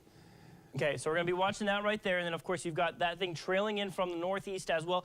That one looks to be more of kind of a heavy rainmaker right now. That's where we're seeing those rainfall rates upwards of 6 inches an hour. But that boundary, you're going to notice right here, because there was that original boundary, but now you'll also notice that boundary right there. It's more oriented from the northwest to the southeast. As that makes its way in, that's where you could start to see that convection. Of course, with that, we're going to bring our camera up that direction. Still waiting on that severe thunderstorm warning polygon to go. If you are in Amarillo, you have your weather radios turned on, you have your First Alert weather app, that's going to be triggering it, because they said that severe thunderstorm warning will include the city of Amarillo. Now, obviously, as you can see right here, if we look at it in respect to things, it's clear of the city right now, but with the way these storms have been forming up, we could certainly see this cluster expand and grow to include Amarillo. So, of course, is that time? Of course, if you're watching our stream, you're in the right place. We're going to be keeping you informed exactly on what this storm is doing. But while we're here right now, I'm going to back things up one step here, take a look at this severe thunderstorm warning, and of course included tornado warning there north of Channing.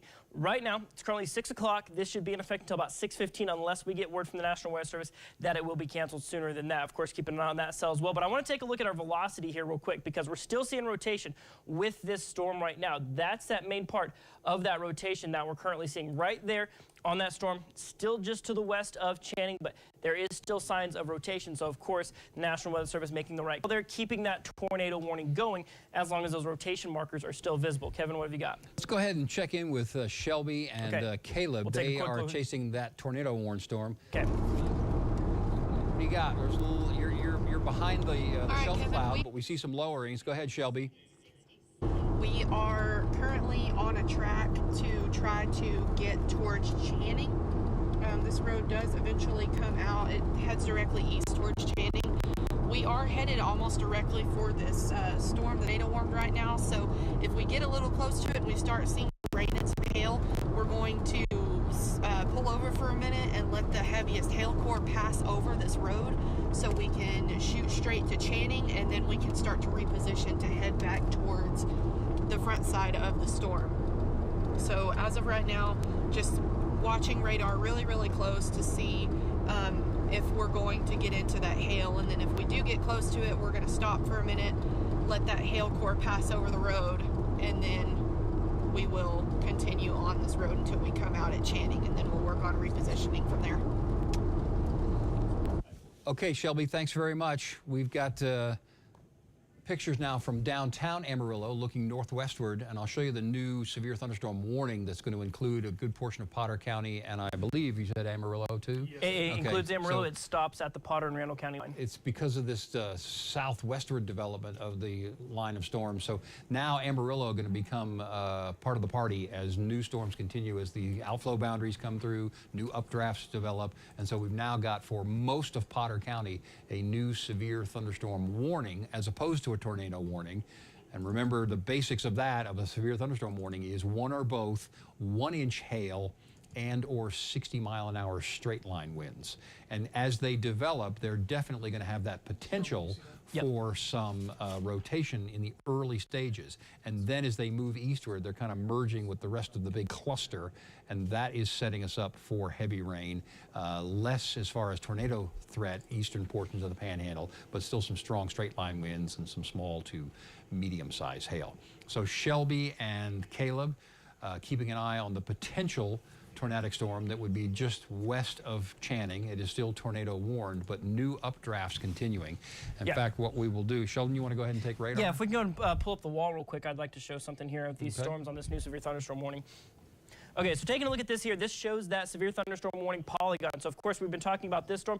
It's not just this storm, it's these storms back building in from the northeast as of right now. So this does include, as you can see, basically almost the whole of Potter County, except for save right there from Bushland off towards Wildorado. Of course, Wildorado there pushes further off towards the west. But Bushland right now, you are generally in the clear, but we're gonna be seeing how much this back builds in. But I mean, you can see right here, we take this particular storm right here. If we measure out from the leading edge of that back building, that's about 5 miles out from the northeast side of the loop of Amarillo right now. If we take some of this heavier rain, measure that down to the center of Amarillo, you're looking at about 19, 20 miles there down towards the middle of Amarillo proper as of right now. Kyle, what you got? Weather Service is telling us a hail core right over Panhandle right now. Okay, hail core right over the top of Panhandle. So I'm going to go ahead and step out of the way here. You can kind of see, yeah, right there. You can actually pick out that little bit of pink right there over the top of Panhandle. Might be seeing a little bit of hail with that. Do we know what this is? This original severe thunderstorm warning for Potter County is for ping pong ball sized hail. Does that one further off in Carson County, is that ping pong ball sized hail as well? I believe so. I think you're safe in saying quarters easily, but yeah, quarters. I mean, obviously for a severe thunderstorm warning, most time they start with quarters. Yes. if you have your velocity product, I'd make a comment behind the boundary. Yep. See the southward coming back, that's the outflow boundary. Yeah, But coming all from that here from the red, top. now north of Amarillo, that's 40 miles an hour. Yeah. So that's going to be a gust of That 40. part right there. Yeah, right there, that brighter red that he's just got the arrow So the to it. original So wave that's coming here into from Amarillo. the east, and then the second wave kind of coming there from the northeast. And that's going to be a gust of wind that's now probably approaching, well, it's inside of 335 and coming into downtown Amarillo and will move southwestward. So brief gust of wind is an indication to you that it has arrived, and thunderstorm updrafts will eventually, within 10, 15, 20 minutes after that, develop some heavy rain and the potential for some hail on you. Okay, so an update on this storm right there with that hail core forming up over Panhandle. That little bit of pink right there, they're currently rating that for ping pong ball sized hail and 60-mile-an-hour winds on that storm over Panhandle. So if we bring things back here more towards Amarillo, you're going to see right here, there's those boundaries coming in. That storm right up there just to the north, right over Valle de Oro. That one is forming up a little bit of a hail core as well, but it looks to be tracking more off towards the east. So we're going to have to watch, because the general steering flow with these storms has been from the northwest to the southeast. But with these boundaries coming into play, the general steering flow might not be quite the same as this one right here. It does appear to be tracking a little bit straight to the east, so I wouldn't say that one is an imminent threat to Amarillo. It looks like it's going to be north. If we kind of bring things here back closer to Amarillo, we're going to be watching these on the northeast side of the city. Those should start to back build, and what we say back building here is things should actually develop out towards the southwest side of that storm and then bring it down into Amarillo proper. Obviously not seeing that convection here in town just yet, but with that boundary there making its way into town, of course, you're going to feel that wind shift and then possibly, of course, that convection following shortly after. So, Kevin, keeping a close eye on that back building, not seeing it encroach its way into Amarillo just yet, and of course that storm up just to the east of Valle de Oro, but what are you seeing there on your end? All right, we're just going to continue to take the tour here. The cell in the center of your screen near Valle de Oro, that one's up, developing, strengthening rather, very, very quickly. It's right on the boundary, but I did see a little bit of a pendant there, and it almost had a little hook. Almost had a little bit of a hook component to it right there. It's west of 287, south of Masterson. But again, these boundaries, as we say, we can get these little spin-ups, we can get a land spout, we can get a brief tornado. That was not super strong, but the radar presentation from the reflectivity suggested to me that you can get these little spin-ups that would just even last a minute or two. And we've seen several of those this spring that can do an 80-mile-an-hour wind. So as a storm develops near you, the point there is do know that it could put develop a funnel or tornado, small one, very quickly. Yes, sir? The tornado warning is going to be allowed to expire. Oh, well, that's good. Okay. So tornado warning, I'm being told, is going to be allowed to expire. That's this one here. It looks like it's becoming more straight line winds. You want to go off TV when that happens? Yeah. Okay. Yeah, we do. So that's until about 6:15. Okay. So they've done it, or they're going to allow it They're going to allow it. Oh, so that's 7 more minutes. Okay. It's out in open country, so we'll go back to TV in a minute. I still would be concerned about that one for this reason here. Right in here. Right there. The pattern for all of these is to get that little inflow notch, and I'm talking about that inflow notch as possible right there. And so if we get the heavy rain or a rear flank downdraft to try and wrap around, that can develop a new rotation there. It's west of 385, it's west of Channing, but it is certainly something to watch, which obviously we're doing, and then know that it is moving southeastward. So now that would bring that closer to Boys Ranch. Distance from Boys Ranch is inside of 20 miles, 17 miles from a potential new rotation there. Not tornado warned right now, but once the Weather Service lets that go, we'll go off TV. We'll stay streaming, and we'll continue with the chasers. We'll be able to get more reports from them, but we'll stay streaming on NewsChannel10.com, on Facebook, and also in our YouTube channel. So let's do a broader tour right here and go way out. I'll let you know what's going on. This is, well, let me go way out. Look at the rest of the country. Tell you how big this whole overall system is. We have severe thunderstorm watches from St. Louis southwestward to Oklahoma City, then westward through Amarillo into New Mexico, to Lubbock, back eastward to Dallas, and north of Austin to around Waco. Now, this is a little bit of concern to me that we've added. Remember earlier, severe thunderstorm watch. Let me do a little information seeking or gathering here. We have a severe thunderstorm watch that's been added for our New Mexico counties, and that will go until 10 p.m. Mountain Time. And you can see strong thunderstorms developing there. In fact, we'll just drill down and do a little tour on those. In Union County, severe thunderstorm there for that cell near Gladstone, which is basically just sitting there, but you can see the hail core in the purple north of Gladstone. Once that continues to establish, it may want to drift eastward. Let's go further south to the southwestern portion of our area, and we get toward Roosevelt County. There are storms well west of Portales, but let's make the point, including Clovis, that you can see that those are heading eastward. And so that eastward movement will continue, and you folks all in New Mexico are now under severe thunderstorm watch, and that will go until 10 o'clock. Pardon me. Heavy rain will be the dominant problem, flooding rain the dominant problem in the eastern portions of the region. And now we see this line here that is going to be, I want to say repeated cells, but it's really just the line from west of Panhandle, north of Groom, south of Pampa, McLean. Let me draw it in here for you. This is going to be a flooding problem right here, because we've got repeated cells developing, moving eastward over the same areas north of 40, and so that's going to exacerbate the flooding problem in some areas where the ground is already saturated. So do please be aware along, I guess that's 60, Panhandle, south of Pampa, north of Groom. The flooding potential is really going to increase there. Our outflow boundaries are just causing all kinds of problems, as we unfortunately predicted in developing the new storms and the back building that's going on toward Amarillo. That's going to continue as well. So we've got 4 more minutes on the tornado warning. Are we still on TV, or do we go off? We'll go off at 6:15. We're off. You're going off. Okay. So still on TV. The tornado warning will end at 6:15 unless it is reissued. But that's the cell that has kept us on the tornado warning. It's west of Channing, but it is heading for Boys Ranch. So obviously no travel on 385 north of 40 toward Boys Ranch, but that thunderstorm cell is continuing to move northeastward. The severe thunderstorm warning does continue or has been extended toward Boys Ranch. So that cell obviously coming into you. Channing, I think you're okay.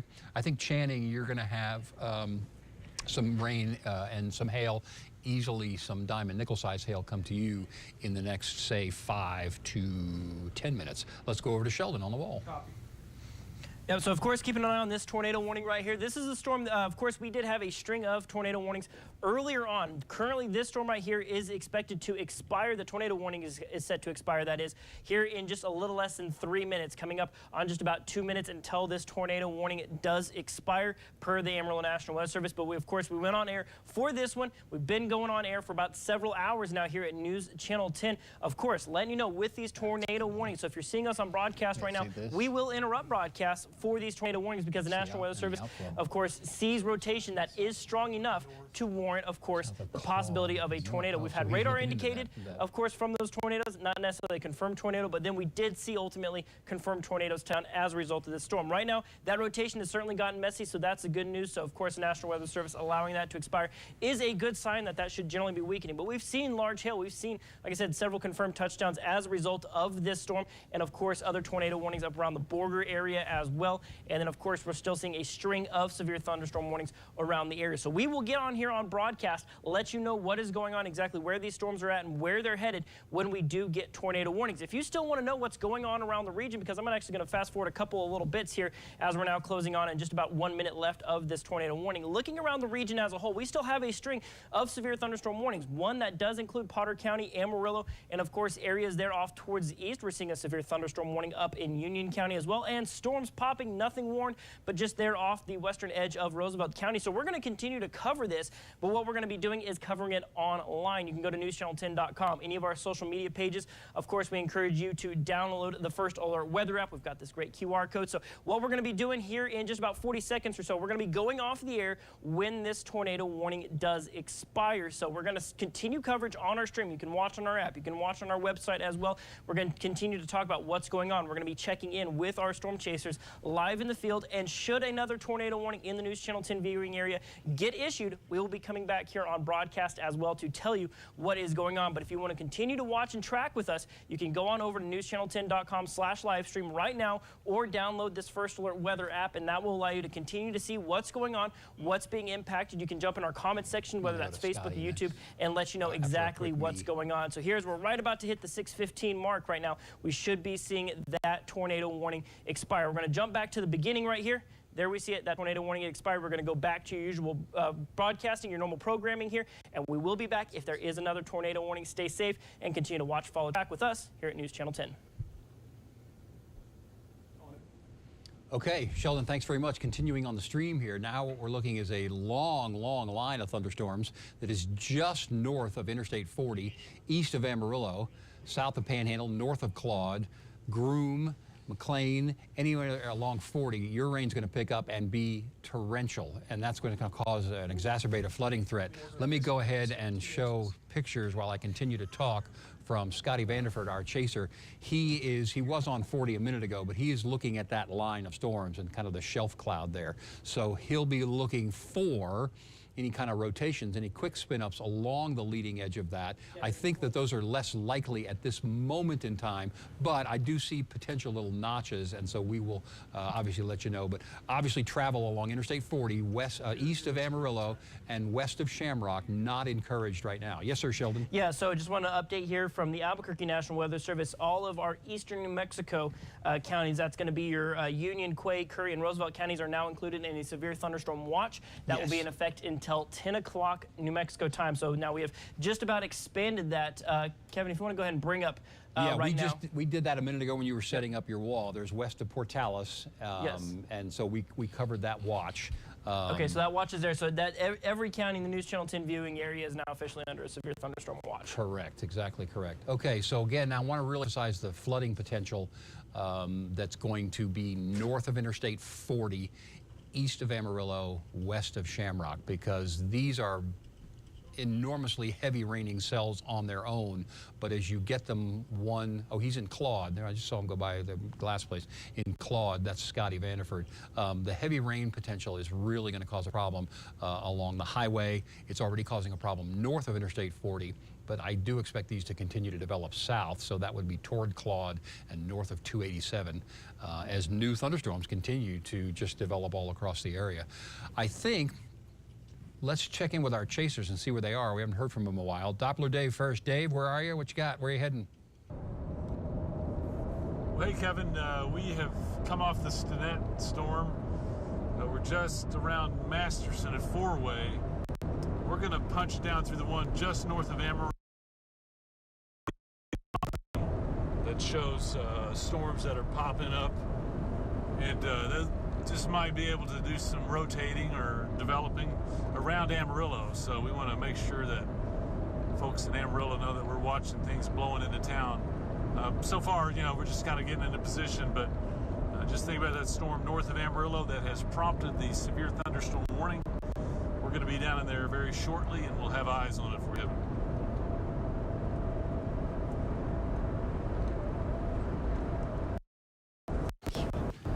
All right, Dave, thanks very much. Let's check in with Shelby and Caleb and see where they are, what they are looking at. They had been on that storm near Channing, which is finally no longer, after a long time, tornado warned. Shelby, Caleb, what do you got? All right, Kevin,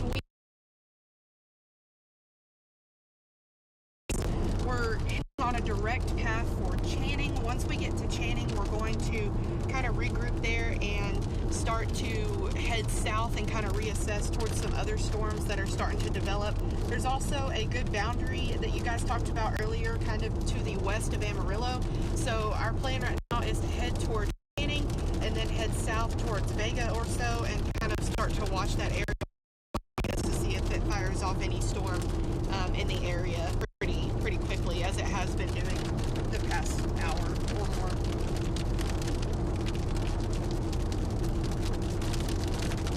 Not a lot going on. Shelby, okay, thanks very much. We'll check back with you. We're going to go to Sheldon now, who's going to talk about some strong winds that are going to be moving through the northern portion of Randall County, coming out of the southern portion of Potter County. Sheldon, you've got it.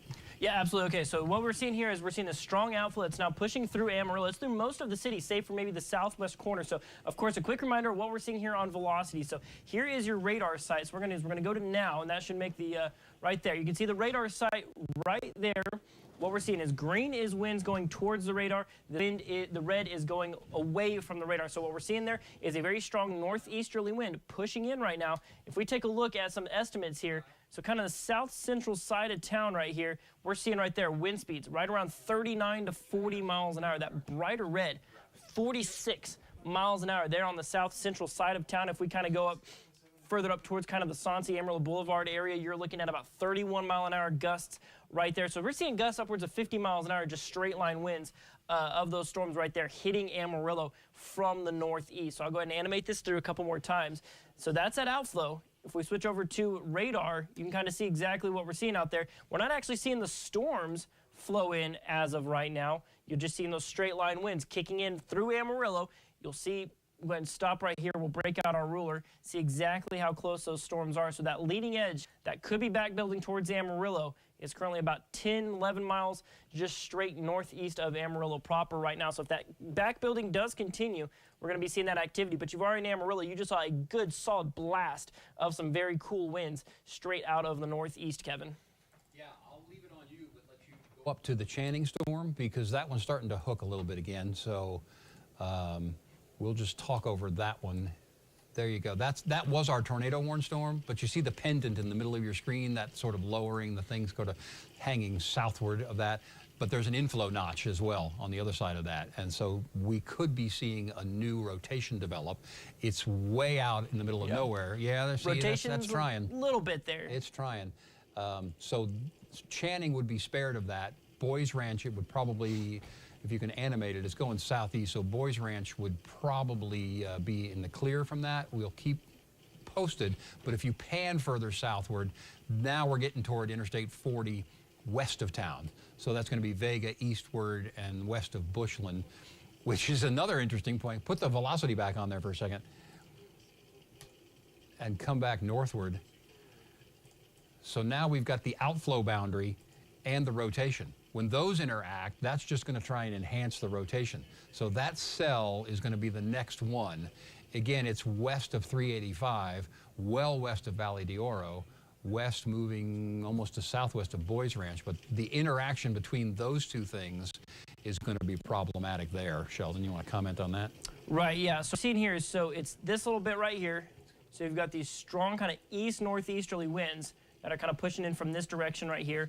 And then, of course, you have maybe that small pocket of rotation right here. So if those outflow winds do get up that direction, yes, certainly something, the interaction will be something that does warrant watching. But I would also say, I mean, not to just bring up a counterpoint, but just to say, you can see just how stout those outflow winds are and how weak that rotation is. There's also chances, aside from the enhancement, that those outflow winds almost just wipe out that rotation entirely. Sure, eventually the cold air would take over, but at that moment, and that would be again on 385, the updraft created would really make that spin possible. Not saying it's going to happen, but that's sort of the thing that we're going to watch very, very carefully, which would put us back on TV. We get a new tornado. Here in Amarillo, it looks like those heavier winds right there. I mean, they're still just right there on the, just getting close to the southwest side of town. So if you're kind of right there off towards the southwest, kind of around the West Plains area, right now winds aren't so bad, but you got a line of some strong winds coming your direction here currently. Let's see, we'll go ahead and pull up our downtown camera real quick. I've got it. Well, I have to switch. Well, I can switch over here. Hang on. That's all right, I got it. Okay, so you can see the camera certainly shaking a little bit. Can we maybe spin that one I'm around going to to do that the for you, yeah. southwest? Here's looking south. So you can see the leading edge. You can see where those clouds stop. That's that outflow boundary. We're just going to go all the way around. It's on top of the Excel building. And now we're coming in on downtown. The boundary has come through, so the wind should have shifted to the northeast, but obviously ugly looking. And these are the new updrafts that will create heavy downpours. Again, they're going to be more subject to that cooler air because it's outflow, but we could still get a little bit of hail. And then also you're going to turn into some torrential rainfall with these new cells developing. Okay. So well, something we're was looking worth west. noting right here, Kevin. It's a little bit of a spread here. If we go down around the Canyon area, the mesonet site down in Canyon is currently measuring a temperature of 89 degrees. Pantex is currently measuring 65. Wow. So that is some very cool air that's pushing through Amarillo right now. So not only going to get the wind shift, it's going to be a cold wind. So good news if you're behind the outflow because your tornado threat goes down. Bad news ahead of it because the outflow is going to create new updrafts, which will increase that. So what we'll go do here, kind of off topic of our normal, severe weather coverage here, but just to kind of show you where that rain cooled air is doing. I mean, you got 91 there in Hereford. Here in Amarillo, we've just dropped to 66 degrees. So those outflow winds right there, we always talk about we want warm, moist air for those storms to really feed on. When there's a bunch of cold air in there, that really is going to inhibit the growth. Let's go back to Channing too, because that one's still trying to. Yeah, Shelby's on that one right now. If we want to toss out to her. Did they make it to that? They're on that Channing storm. Okay, great. Let's, if you would, go back to radar so we can just show 385 south of Channing and near Boys Ranch. That thing is starting to hook. I'm waiting on the Weather Service to decide if they want to. I'd say that hook is a little less noteworthy than it was earlier. But there's a new updraft near it too. So that will be the next tornado warning, and I'll alert Master Control that we would come back on TV for that, because then as that thing moves through Oldham County, then it will affect the western portions of Potter County. But just want to reiterate right now, there are no active tornado warnings. Not an active tornado warning there. Let's check Strong in hail core with Shelby, who's made it to that storm. Shelby. He's coming out to you. He's on you, Shelby. Alrighty, Kevin, we are still on FM 767. We are heading directly east towards Channing. Got a little bit of rain. We've driven through some very small hail, maybe some pea size, maybe dime size at most. We're trying to stay on the backside of this hail core. Again, this road's going to come out in Channing. We're planning on, once we get into Channing, going south. And we are planning to head towards the area where that outflow boundary is moving, kind of to the east of Vega. We haven't seen a whole lot out here besides some fairly heavy rain, some small hail, but again, we're trying to keep ourselves out of that main hail for sure. Yeah, lots of puddling on the roads. We have had some hail off and on, but we haven't seen anything bigger than, I would say, dime size, and the dime size was very sporadic. It was not a lot of hail at that time.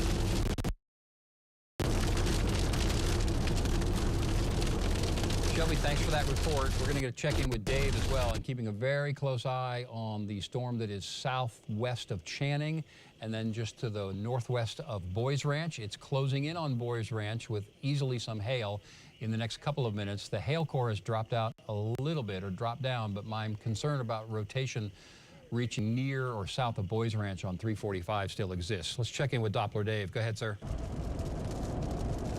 Hey, Kevin, we're coming south on 87 into the rain you see north of Amarillo. So we're going to punch through there. As you mentioned, that outflow boundary is really going to serve the city well as far as protection from rotations and everything. But we're going to have to watch for that. Those cells continue to develop, and if they develop on down to the south, they could bring a hail threat to the city. So we're going to watch that.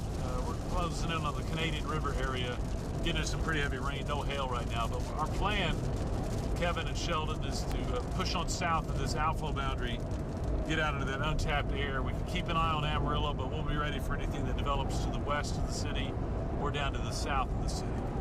Back to you guys.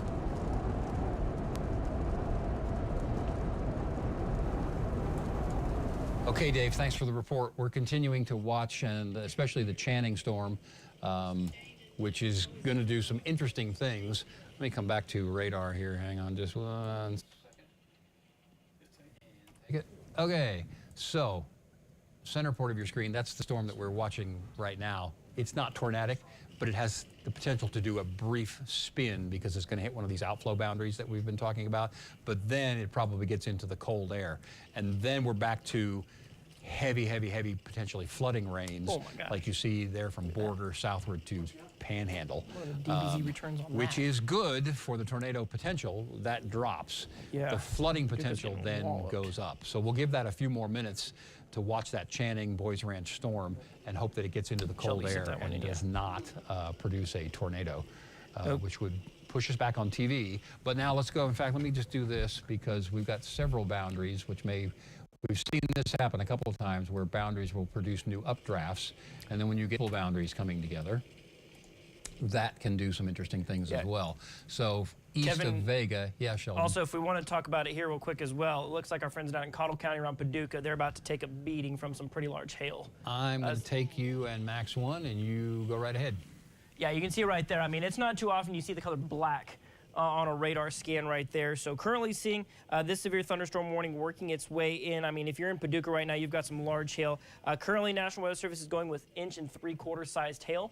So, I mean, it's still very noteworthy storm, but seeing those DBZ returns on that, that's going for about golf ball sized hail right there. But, I mean, based on what we're seeing on radar, that's some very large hail. I mean, just in the past hour, that storm is, is approaching from the north very quickly right now. So we're looking at the possibility right there, some very large hail rolling into town. So if you're in the Paducah, Cottle County area, I mean, that storm is bearing down, I mean, this very second. So we're past the point of, going outside and trying to bring things inside. Yeah, Sheldon, we've got 73 DBZ. Yeah, that is right very, over very town, large hail. Just to the northeast of town. So it's currently rated for golf ball size hail, but I absolutely believe 4 DBZs. Could be seeing larger hail than that. The other night, Paducah currently. The other night we had the hail, I think it was around Spearman, but we had several. We had 81.5 as a peak DBZ, which was stunning. So large hail, as Sheldon is saying, around Paducah. I'll let you go ahead and take radar tour if you want, Sheldon. Yeah, so looking at this right here, so what we're going to do here is, so this is on current radar, so I mean this hail core is currently moving into Paducah right now. Let me make sure Lubbock hasn't given us any updates on that one. Okay, so what we're going to do here is we're going to actually switch our radar product here. And we're going to switch to something it's called vertically integrated liquid here, and that's going to show where your really strong hail is going to be. Here, if the computer wants to cooperate with me. Hey, while you're doing that, I'm going to go back to Dave real quick. I think they're getting some. Yeah, Max. You're getting some hail? We're on you, Dave. All right. Yeah. Thank you, Kevin. We're coming over the Canadian River just north of Amarillo. And, we're picking up probably some, large marble, maybe dime-sized hail. So we'll have to watch that because this storm, if it builds south, that's going to be coming towards Amarillo. Right now it's staying north, maybe up towards Tierra Grande. But I can tell you right now, heavy rain, small hail, up a little bigger now. Canadian River area north of Amarillo. Probably just below severe intensity. We're keeping an eye on this.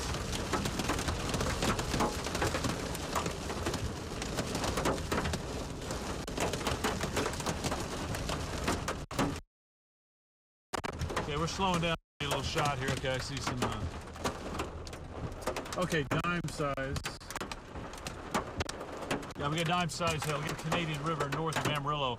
I've heard that sirens are going off down at Paducah for that nasty storm coming through. Much bigger hail down that way. This is about maybe nickel size now around the Canadian River.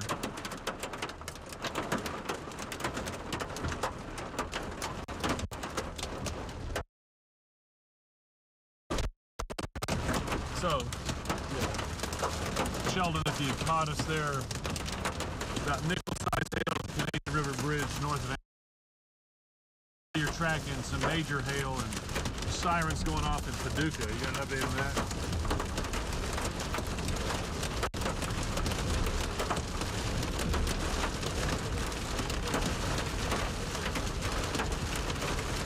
All right, so we're coming up the Canadian River. This hail likely staying north of the city, but it's kind of developing back to the west, sagging south. Big old complex left to keep an eye on.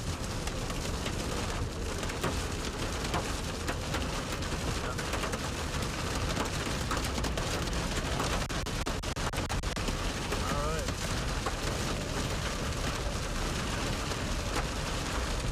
Severe thunderstorm just north of Amarillo.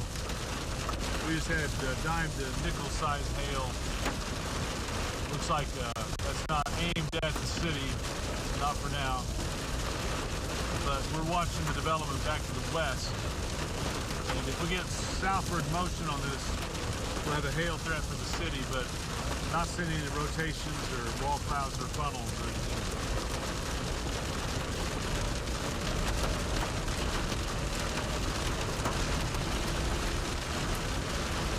Might want to delay any trip north on Highway 287 or 87 north of Dumas. See the wall cloud out here now. Off in the distance, we can see the wall cloud with Shelby storm out there at Channing. Coming across near Boys Ranch. That's a pretty heavy storm. Of course, that's going to join in complex on radar. The one you see right there on the radar on the left of our picture is moving a little faster than the rest of them. And it's going to be interesting to watch the boundary interactions to see if that develops new activity or if it tends to weaken it. Right now we just don't know, but we are headed south. We're getting close to north side of Amarillo. We'll be there in a few minutes. Be able to watch stuff coming towards Amarillo a little more closely. I will say that our friends down in Paducah, Cottle County, take it. Reminds me of the 91. How it's backlit. Yeah, it does. Same light. All right, Dave. Again, if you're in Paducah, yeah, big hail coming. Go ahead, Kevin. We're going to take it back from you and do a little radar tour. Thank you for that report. Once we get into change. Okay, we're going to do a little radar tour. We're continuing to watch several things. It is shifting, thankfully, less of a tornado threat for most of the region to a heavy rain threat. Still some pockets of hail here and there. But let's do the broad view tour here and let you know what's going on. We mentioned a little while ago that all of our New Mexico counties had been added to severe thunderstorm watch, and we'll get there on the radar tour in just a second. But we'll start in the southeast. We'd mentioned Paducah. That storm has moved through town, likely producing some extremely large hail. In fact, in Paducah, if you're getting hail still, give it 5 more minutes, and then the hail will let up. The rain should continue for another 10 to 15 minutes. That's a new image right there. You can see another hail core just northeast of town. Talking about the black northeast of town over Highway 70, but that one's going to continue southeastward and out of our region. But that is a monster hail producer, and we've seen some pictures of a monster shelf cloud on that as well. So that's the Paducah storm. We'll come back northward, go to our heavy rain areas that are now shifting to the south of Interstate 40 from Groom eastward through McLean into Shamrock. Your rain's going to pick up here, but travel along Interstate 40 east from Amarillo or west from Shamrock, obviously not encouraged. Eventually, that will move southward to 287. Claude will see, but eventually for Clarendon, Samnerwood, Wellington, still a ways from you, but I see some new cells trying to develop there. So your rain, the general trend on this is going to be southeast, so your rain will pick up as well, closer to and north of Amarillo. What's going to happen here, and let me get in and draw. There is going to be a new warning for south of Channing coming, ping pong and gusts of 60. Yeah, that thing is mean looking. I'll go there in just a second. But what's going to happen in this area that I'm drawing, which includes Amarillo and then east of town, your rain's going to pick up because you see the green line, that's the boundary that has gone southwestward, but it's creating the new updraft. So heavy rain north, northeast, east of Amarillo, that potential is going to increase, even though not immediately, within the next half hour, 45 minutes, something like that. So let me clear that, and then we'll talk about our, I guess what I would call our strongest storm right now is this one that is closing in on Boys Ranch. Next would be Valley d'Oro. It's definitely got, let me do a little analysis on the fly here. I was going to say, Kevin, if you want to do some more analysis, I can. I've got some things about the hail on the Channing storm and the Cottle County storm right now. If you want to bring up the weather wall. That's where I was heading, and we'll let Sheldon do that. Okay, so taking a look right here, this is that storm right there. As Kyle was saying right there just a second ago, it's currently rated for ping pong ball-sized hail. That's that storm. It's now working its way off towards the southeast right there. I mean, just getting close to Boys Ranch. So if we switch over to our hail tracker here, this is showing where the strongest part of that hail core is right now. So if we want to go ahead and take a look at an estimate of possibly the largest size of that hail right now, a little over an inch is what radar is estimating as of right now. But you'll see that hail core possibly there just to the northwest of Boys Ranch. But if you're in the Boys Ranch area, you're looking at still some pretty sizable hail coming your direction. This is that one we were talking about just a second ago down in Cottle County. This severe thunderstorm warning currently tracking straight south. Does look like in Paducah at least that stronger hail is over, but they're just to the southeast and they're just up 62. As you can see right there, that very dark color there on radar does indicate very large hail as well. So we'll take a look at the estimates there. We're going to pinpoint just that red bit right there, and you are going to notice we're probably going to be seeing right there close to 3-inch sized hail right there. I mean, we're talking baseball to softball sized hail with those storms right there. So we're looking at some very large hail. Does appear just to be to the east of Paducah right there. So currently keep an eye on those two storms, Kevin. There's that large severe thunderstorm warning. There's that hail core. They're just currently to the northwest of Boys Ranch right now. Stay on it, but I would Okay. right now north of Boys Ranch, there's a notch there. Okay. A clear notch. We could have something of an RFD, even though it's probably getting some cool air, but that is a clear notch. You can switch over to. See it on velocity. It's just not that bad. I'm sorry, no, that's the Boys Ranch one. Yeah. Yep, so we'll go ahead and pull that one down. We'll pull that velocity, take a look at it. So seeing that notch, so now the next thing that we do in that situation, if you do see those notches, you want to, of course, come in and look at velocity. But Okay, and looking ahead of that, Valley d'Oro would be next. Now it's hitting the outflow, which would be some cool air, but it will continue southeast. So going from right there at Boys Ranch southeastward, if that can spin and tighten, that would be the next area, Valley d'Oro.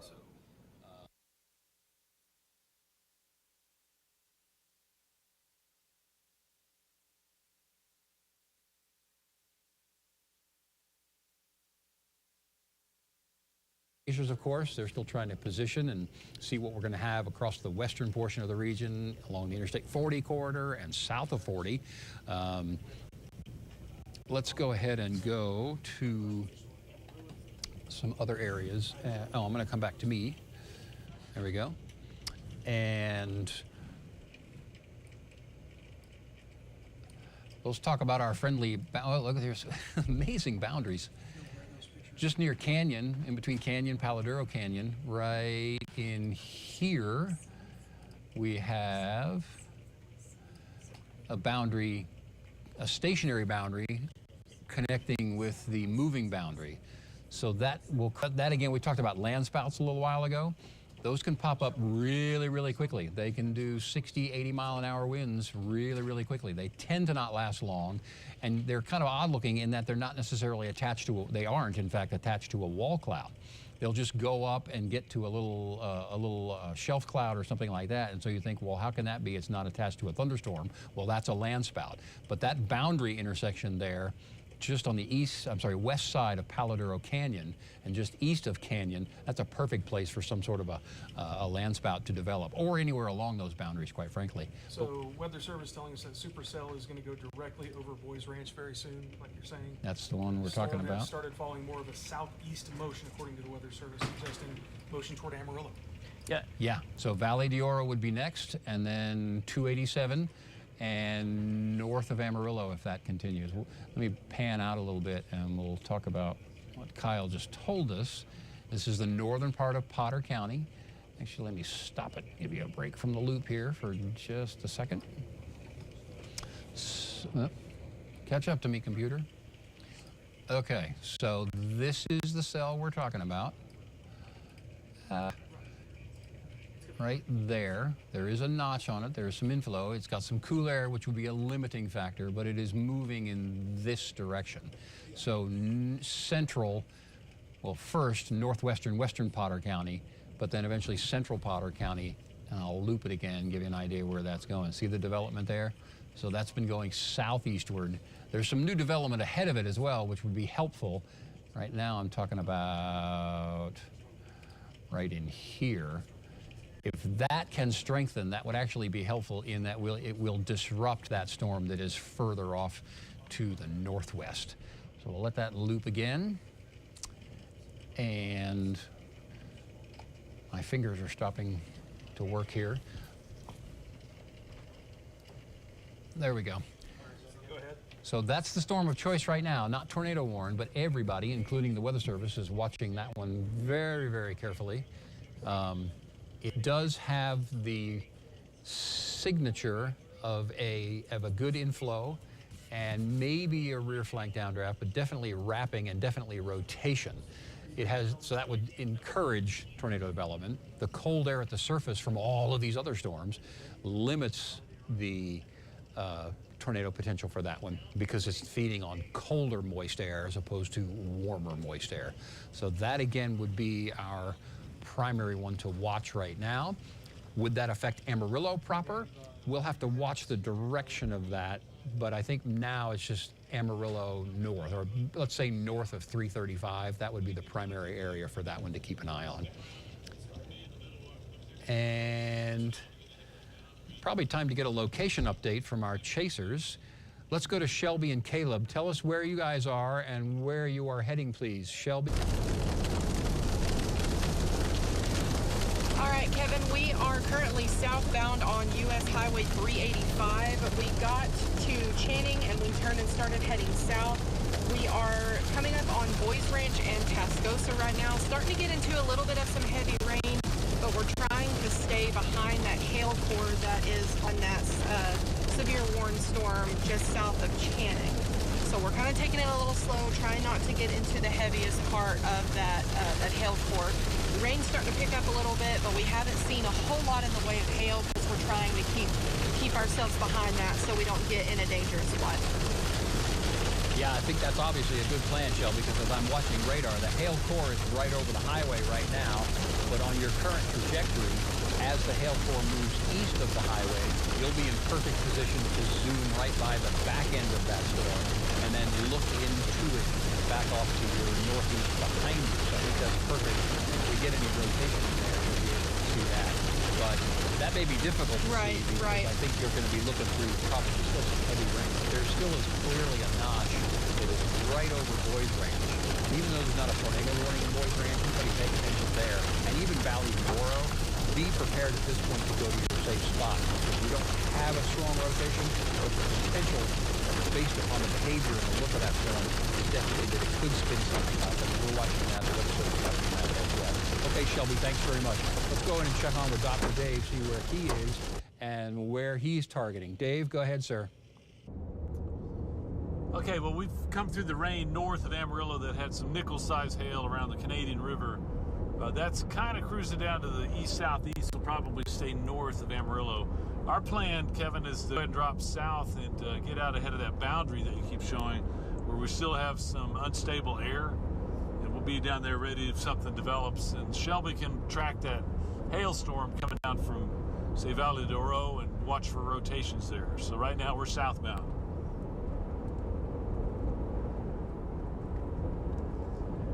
We do have what looks to be a few storms developing near Amarillo, a few updrafts going up. So Okay, Dave. we'll see if that fills in, see if that builds towards Amarillo. Yep, thanks very much, Dave. I'll come back to radar here, and Sheldon continuing to join me as well. I'll kibitz on this for a minute, and then I'll let you do it as well, Sheldon.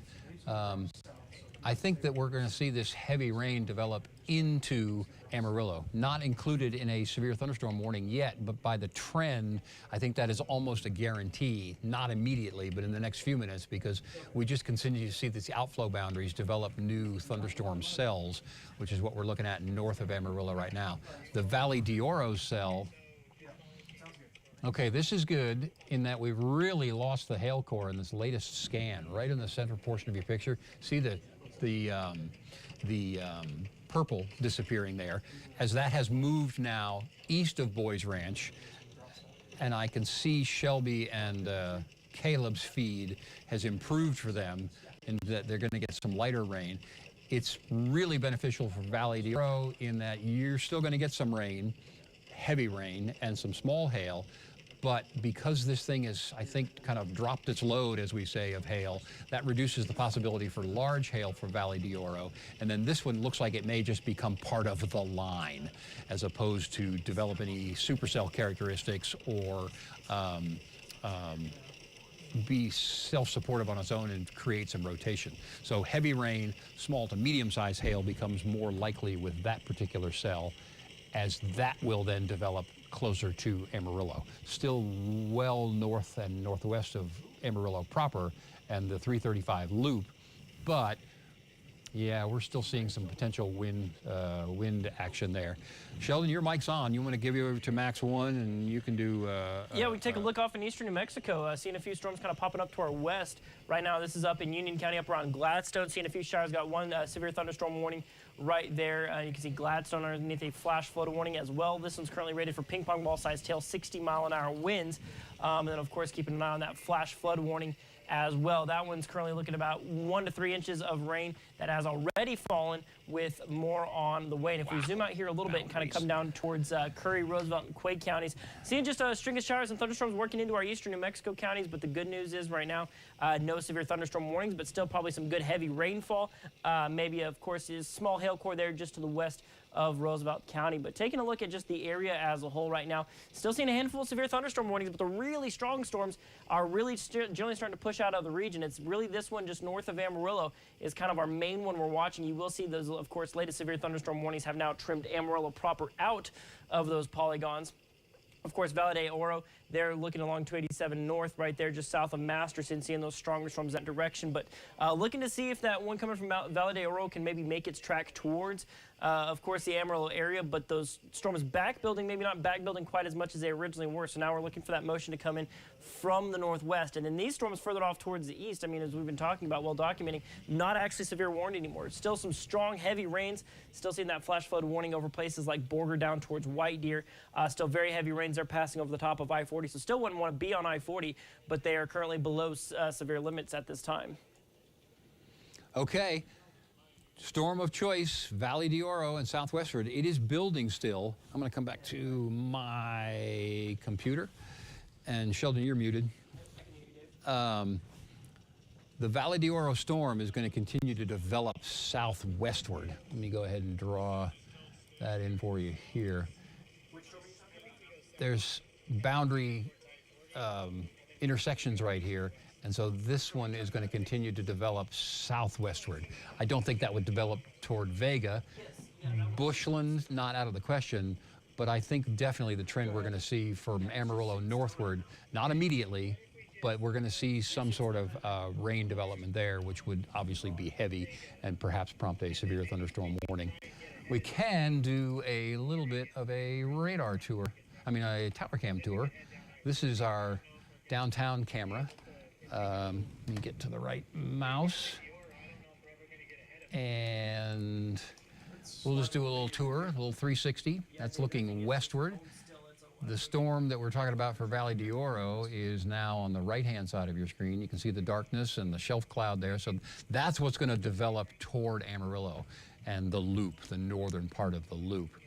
And there'll be heavy rain eventually behind that. So Amarillo definitely not out of definitely not out of the woods right now. But we'll pan around. There's in the lower part of your screen is Hodgetown. And in a minute I'll go to the Bushland Tower cam. I think we're even seeing nice pictures from Lake Meredith. But since we have no tornado warnings and a lot of heavy rain, gives us a chance to relax the coverage just a bit as we continue to sort of look at new things, wait on comments from the Weather Service. The news department is getting all kinds of news information. We'll have on 10 o'clock. Newsroom here.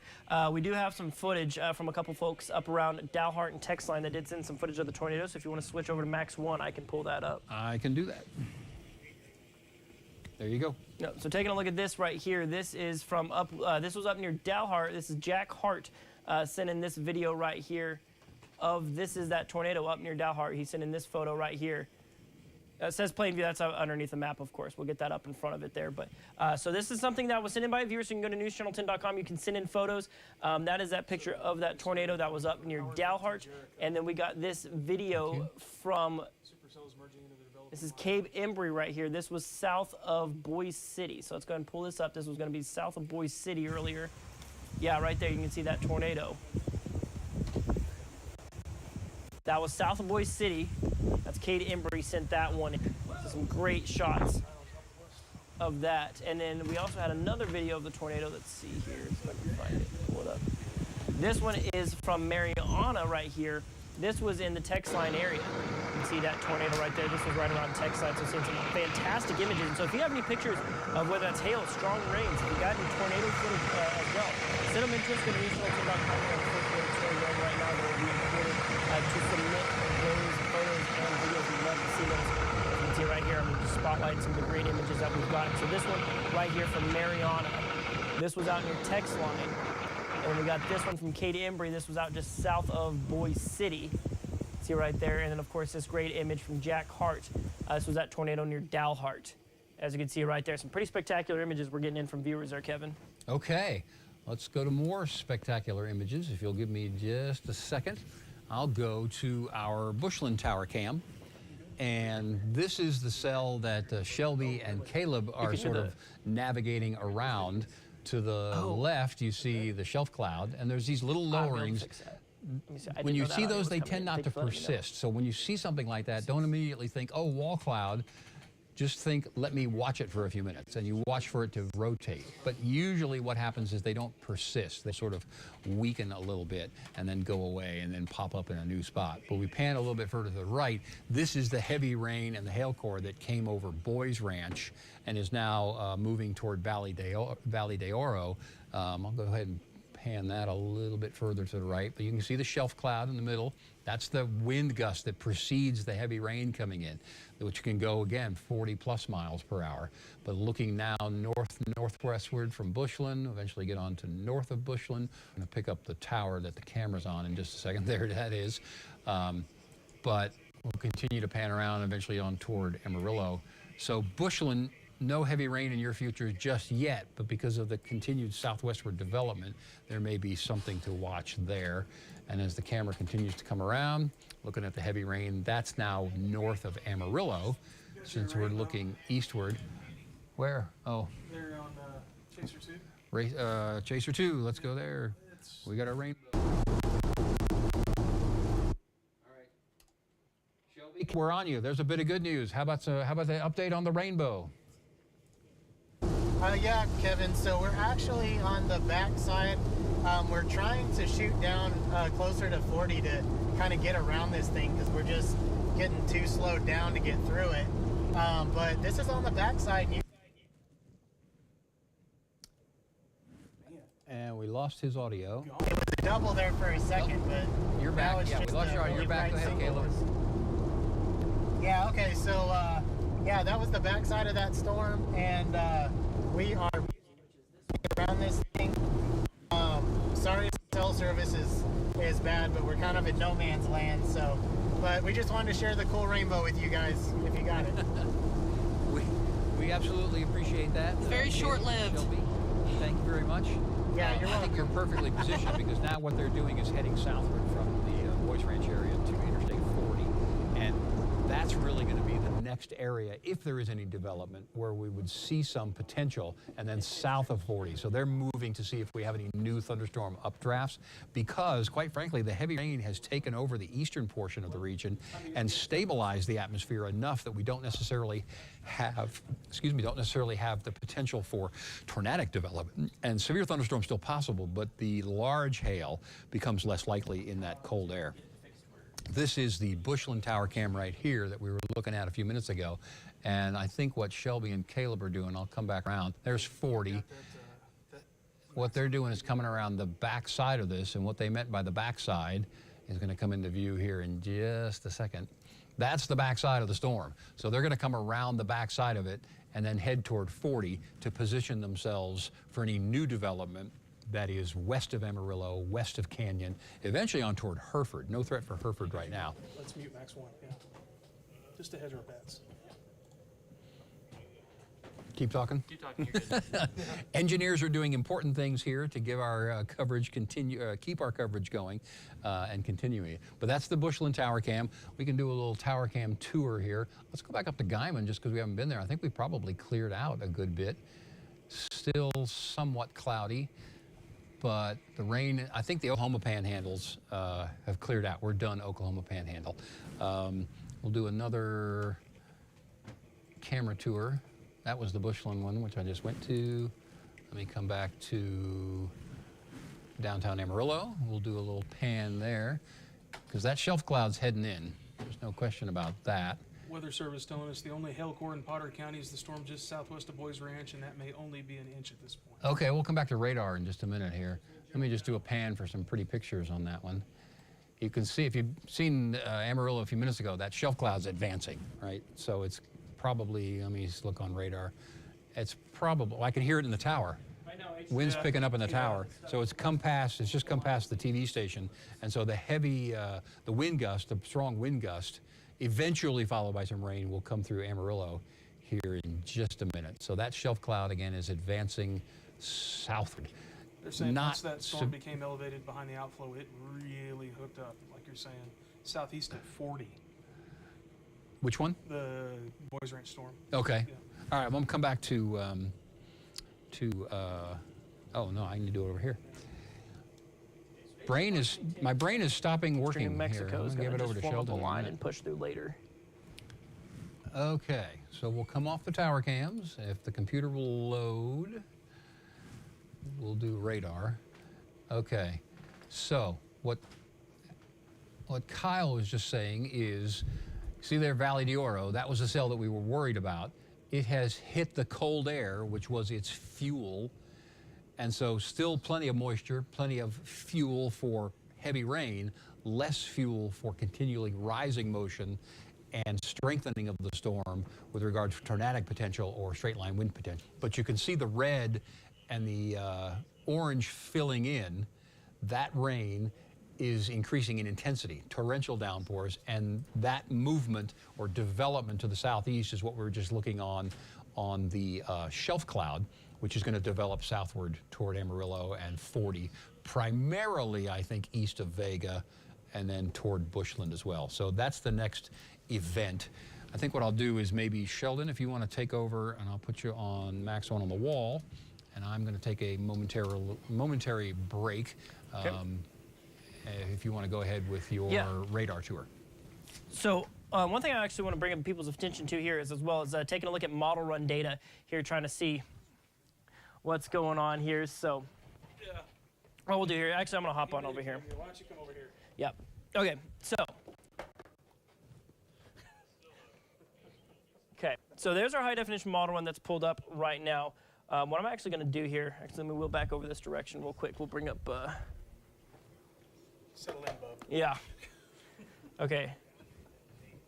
So we're going to. Panhandle is up to 2.8 inches of rain. True. That's the big thing, is the flooding risk that's really coming with this here right now. Okay, I'm gonna finish typing what I was typing over here just a second ago. But we're going to scroll through the model run. So here's that kind of cluster moving there.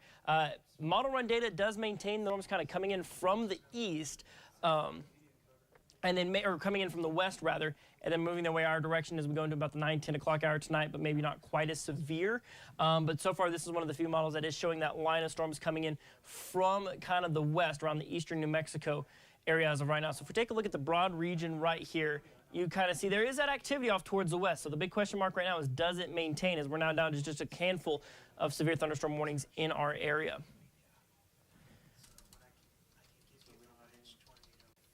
Okay.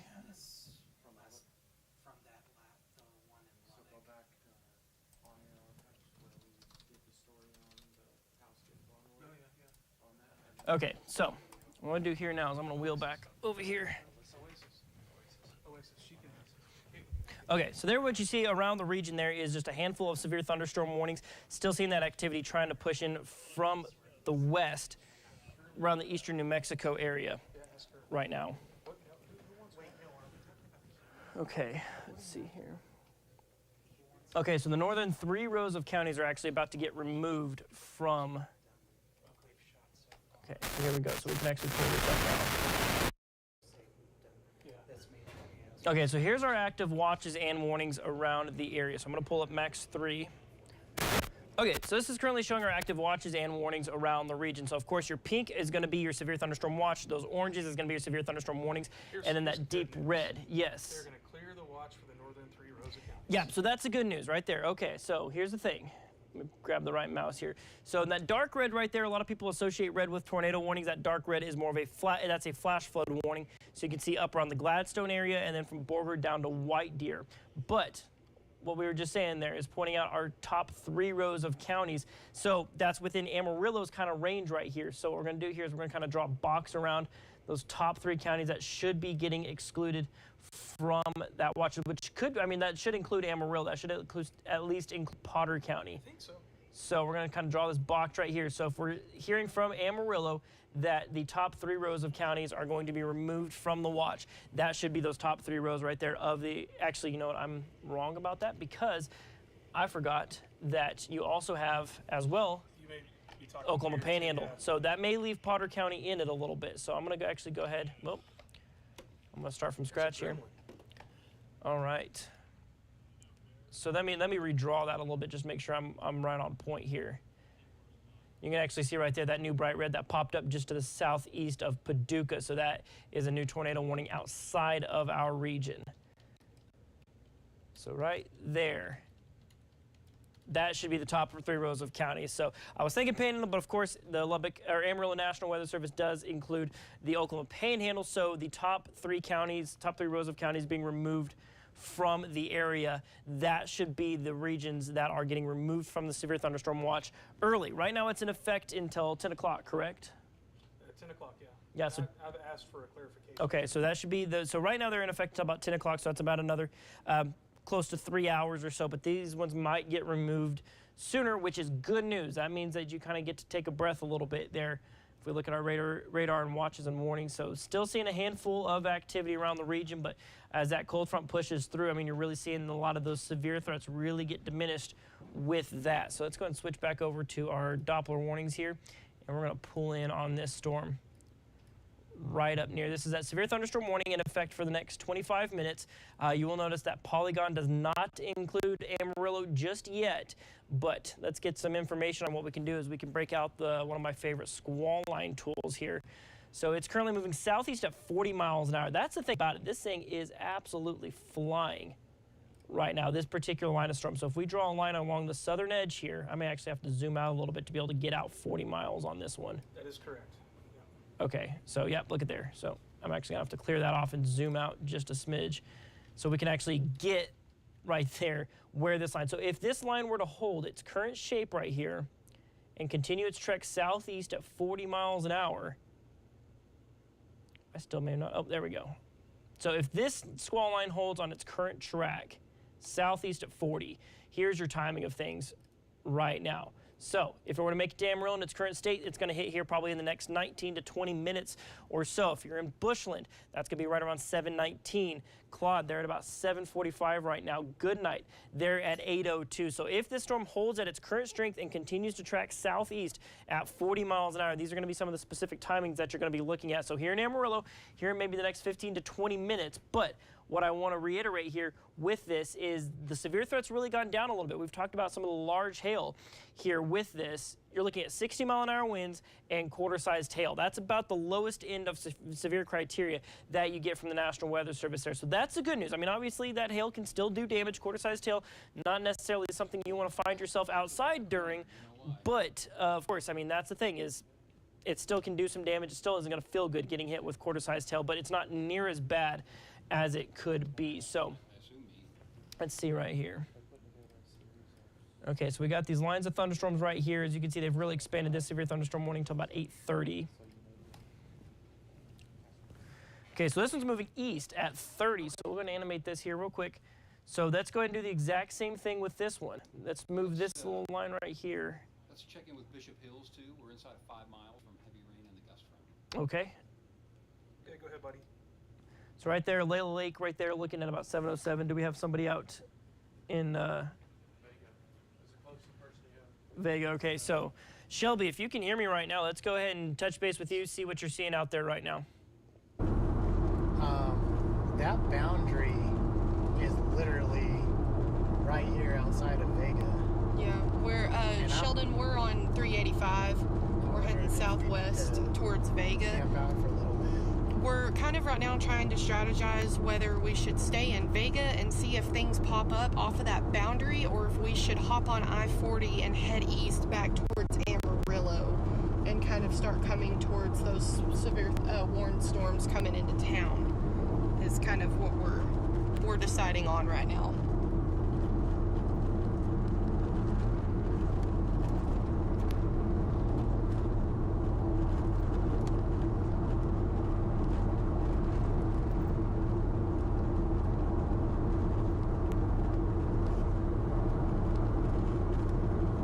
Okay, we're still on this. We can just chat. Chat it up. Yeah, right there. Y'all can see just on the side of our feed, there's a blue line going right through Canyon. That's that outflow boundary. We're kind of keeping an eye on that because sometimes those can cause some storms to pop off and kind of lift up a little bit, giving it the lift that it needs to fire some storms off. So we're seeing that that's kind of already moved through Vega. We're not seeing a lot of things pop up ahead of that. So we're contemplating either hopping on I-40 and kind of heading back towards Amarillo where those severe thunderstorms are, or staying in Vega and seeing. We are getting a little bit of activity just north of Adrian and seeing if that's going to continue or if we need to go ahead and head towards Amarillo. So that's the decision that we're working on right now, kind of figuring out which way to reroute if we need to.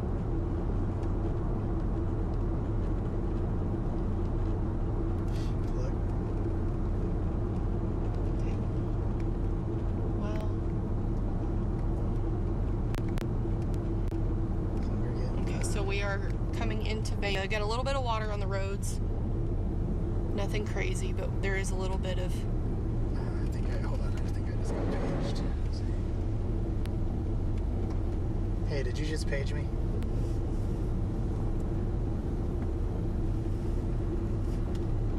Sad.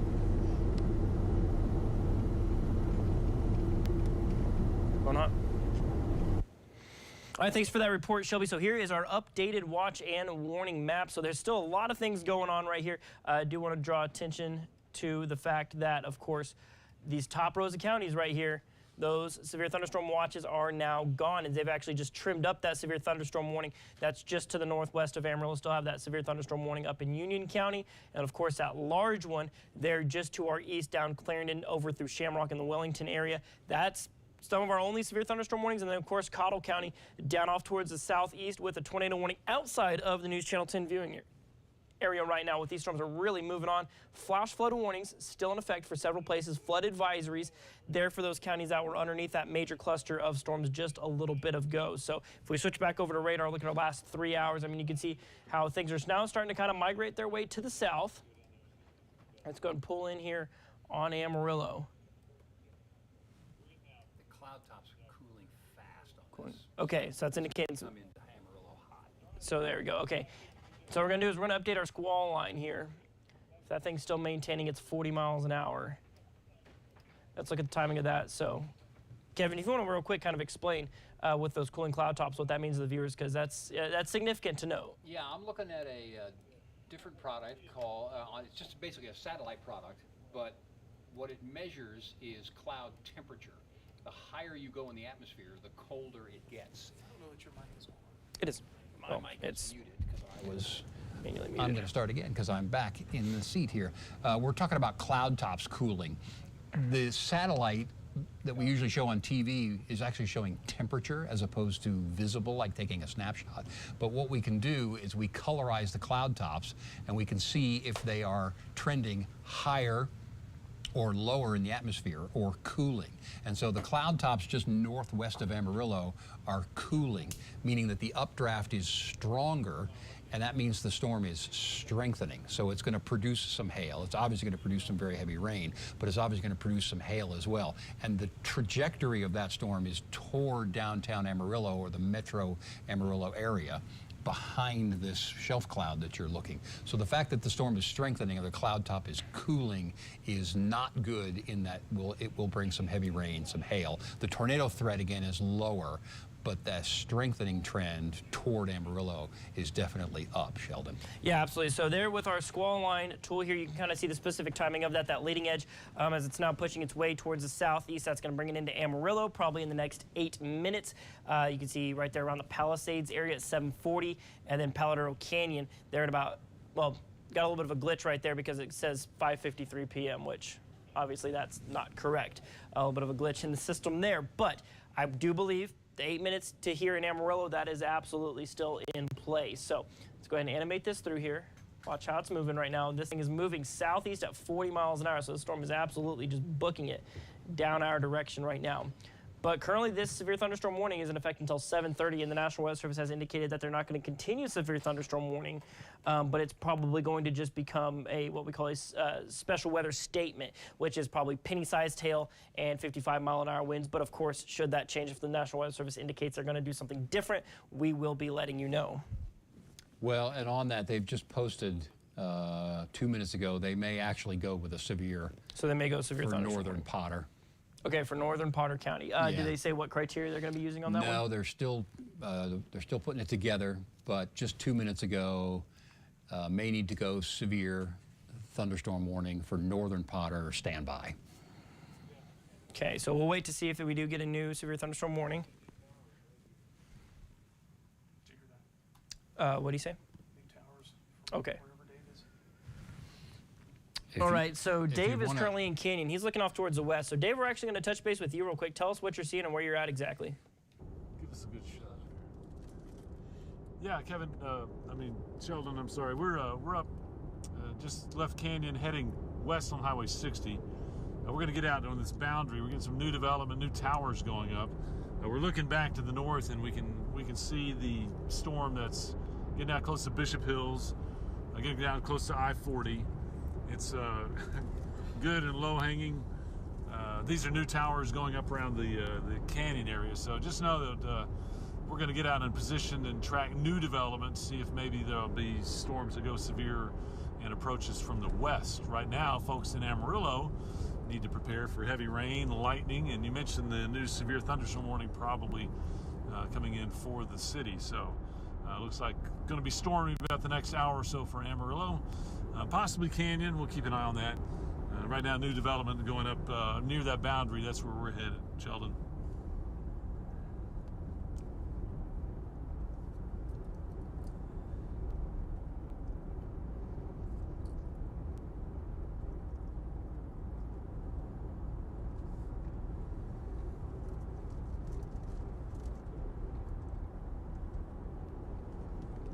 Okay, still on us here on the stream.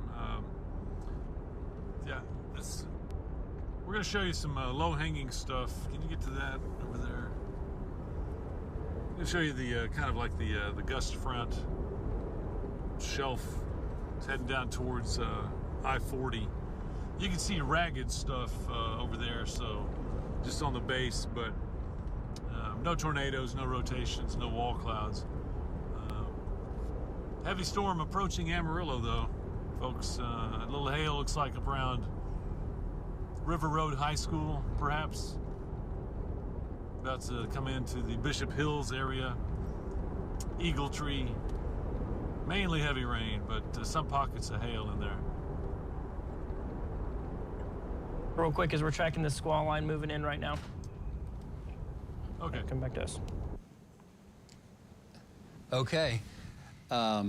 I just stuck my head out back and we could hear it coming in the tower, but this squall line is really going to bring a lot of things. It's going to bring blowing dust, it's going to bring blowing mist, and then the rain will pick up. But the wind is going to be sustained probably easily to 40 miles per hour or more. I've got tower cams in my show there, yeah, right there, if you want to punch that. But my point is that in downtown Amarillo, and then south of 40, this gust front's going to hit you in a couple of minutes, and the wind is going to stay sustained for several minutes. And we've had plenty of thunderstorms around, so any trees, branches that have been weakened, anything that has been weakened or not knocked over is going to get, pardon me, is going to become subject to this sustained wind that will weaken anything. Anything that's gotten heavy rain with the roots of trees and things like this is the kind of persistent wind that will take some weakened trees or saturated soil and knock some trees over. And if we sit on this shot, I mean, you can see the movement of those clouds. I mean, this is really getting going here. Yeah, In town, so less of a hail threat, more of just that heavy. And at the surface, again, there's plenty of dust with it. There's plenty of misty rain with it. It's not the kind of thing that you want to be out in, but let's say anywhere, the extreme southern portion of Potter County and now the northern half of Randall County, that rain's going to come in and that wind gust is going to come in here in the next couple of minutes and really, really get your attention. So the wind will shift around to a more northerly or north-northeasterly direction. So that part of your house that faces to the north, you don't want to be there looking for that, because things that will get picked up and blown around, again, this is the same thing with hail. We don't want you to be near the windows, because that wind gust is going to pick up some stuff and start blowing it around, Sheldon. Yeah, absolutely. I mean, that's the thing. So with this one right here, like I said, you know, it looks pretty ominous as it rolls in right here, but really not quite as worried about necessarily the tornadic threat with this. Of course, it can look ominous. People can think, oh, there's a tornado coming, things like that, but that's not really what we're seeing as much here. Like I said, it's going to be those straight line winds. It's going to be that really heavy driving rain as it does get here, because like I said, it's going to be this wall that kind of just hits the region. But I want to go ahead and bring up here, this is kind of showing the hail cores right here. So on the wind, while you're changing that, I'm going to say it's going to last for maybe up to 10 minutes, but here at the TV station, we can already hear in the tower that the tower sings to us basically when that thing comes through, and the singing has diminished. So you're going to get that brief gust of wind, but it's going to last for up to 10 minutes at 40 miles per hour sustained. Go ahead for the hail, Sheldon. Yeah, so the hail right there. So radar estimates right now have that stronger part of that hail core at 1.5 inch size hail. So maybe that hail core is picking up at least a little bit in very specific spots. So we're not looking at this big widespread hail core on it, but certainly going to see, you know, the possibility of 1.5 inch sized hail on that as that hail core. We can go ahead and look at the last, you know, hour loop of this. So you can see that hail core really forming up right now, and then how that looks, of course, compared to what we're seeing on Doppler radar. So you can see exactly where that hail core is. So that is expected to be kind of rolling into here in Amarillo. So currently severe warning until 7:30, but going to be seeing, of course, the possibility of that being continued, as this is a pretty strong storm. I mean, it's right there just rolling into the north into town. We'll kind of see just how close it is to Amarillo proper. Yeah, so if you're south of 40, if you are Bushland east, Groom west, south of 40, this is coming to you in the next 10 to 15 minutes, maybe 5 minutes closer to the highway. But that's coming, and it'll be that brief, strong gust of wind, and then that very heavy rain, and then pockets of hail. The rain's about to start here at the TV station, as Sheldon's showing, well, it's actually started, and it's coming across. Interesting comment on radar, this is sort of a generic comment, but We get one of these pictures every couple of minutes, sometimes every 2 minutes. But one thing to keep in mind when you're looking at these radar pictures, the last picture that you see in a loop, that has already happened. Right. And it might be 2 to 4, 6 minutes old. And so what you want to do is project outward. And so in this particular location, the rain you can see is north of Amarillo or right along 35. Well, it's already raining there. And so that's going to come to the 40 corridor maybe a minute or two than your eyes would suggest to you by looking at the radar picture, if that makes any sense. Yeah. Boy, let's pan left and right on that one too, because that's the shelf. That's it rolling in right here. Clearly that's the shelf coming into Amarillo. And then you can see the rain shield behind it. That gray below the shelf cloud, that's the torrentially heavy rain that's about to pick up here at the TV station. So now we're looking northeast. That's right over Hodgetown. And the rain has not hit there yet. Yeah. Hearing the rain here on the roof. Here comes the of our rain from the studios. roof, just as we said. So let's kind of speed up our spin around the south side right here. Yeah, So you can see that leading edge. That's kind of looking pushing southward. You said Dave's in Canyon? Dave right now is, looking to be in Canyon right now. Okay, You so can see he's, exactly that. and there's, now we're under this camera. This is the Excel building. And hey, let me give a shout out to all the Excel teams, because I was just west of Canyon in Randall County this morning, surveying a little bit of damage from the cell that came through in the middle of the night and caused an 84-mile-an-hour wind gust at the Canyon Mesonet and caused a lot of golf ball size hail damage. But there was some power line damage as well. And I just saw, and I mean this in the best way possible, a swarm of Excel power crews getting that power back up, because there were a number of poles that went down, and I actually watched them get those poles in the ground, and that was stunning. The speed and efficiency with which they do this.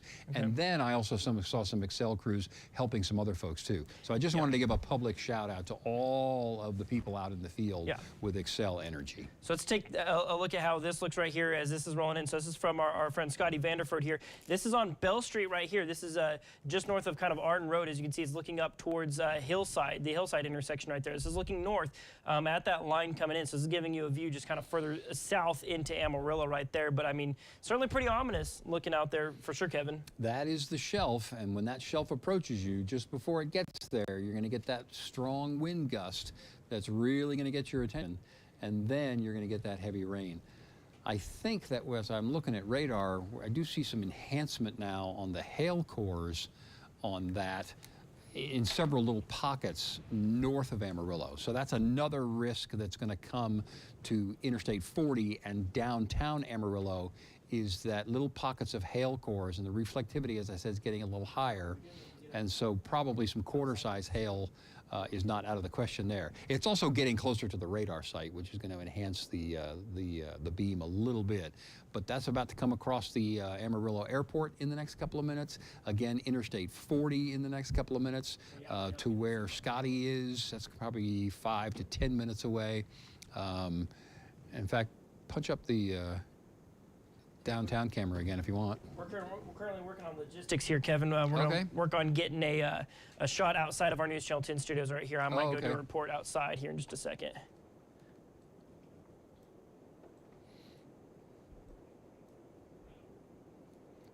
Okay, so I mean, you can see those lines. So there's the shelf that's rolling over. And then behind the buildings, that's that heavy rain that's picking up here at the TV station. Yeah. I think the hail core is going to be a little further to the right on that one. We're probably not going to be lit to see hail necessarily, but it'll get dark because that hail core is just to the east of the TV station, heading southeast, really toward the airport. And we'll see with our friends from the weather service. In fact, let me check on the chat while they're doing other things. Okay, I'm trying to pull up our tower camera right now, but okay. Cool. Here comes the hail. Yeah, we got some small hail falling up here at our News Channel 10 studios right now. Working on getting you guys a shot right now of what's happening here at our News Channel 10 studios right now. We're going to have that for you as soon as we can.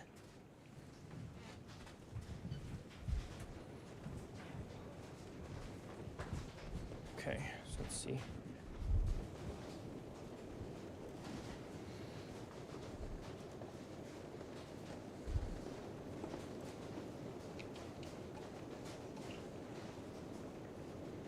Okay, working on getting you a shot right now. You can see those clouds really moving in. So let's switch back to radar here. Let's go.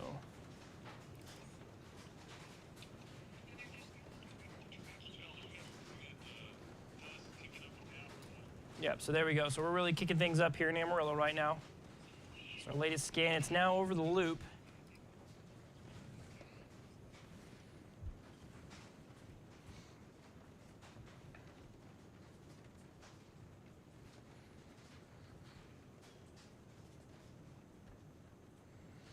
We could probably go down to Turkey, Kittiquay, and Memphis because we got some new updrafts there, and that would eventually affect Childress if you want to. Just coming off towards the southeast. Yeah, those are going up fast. Oh, and you know what? The outflows hit.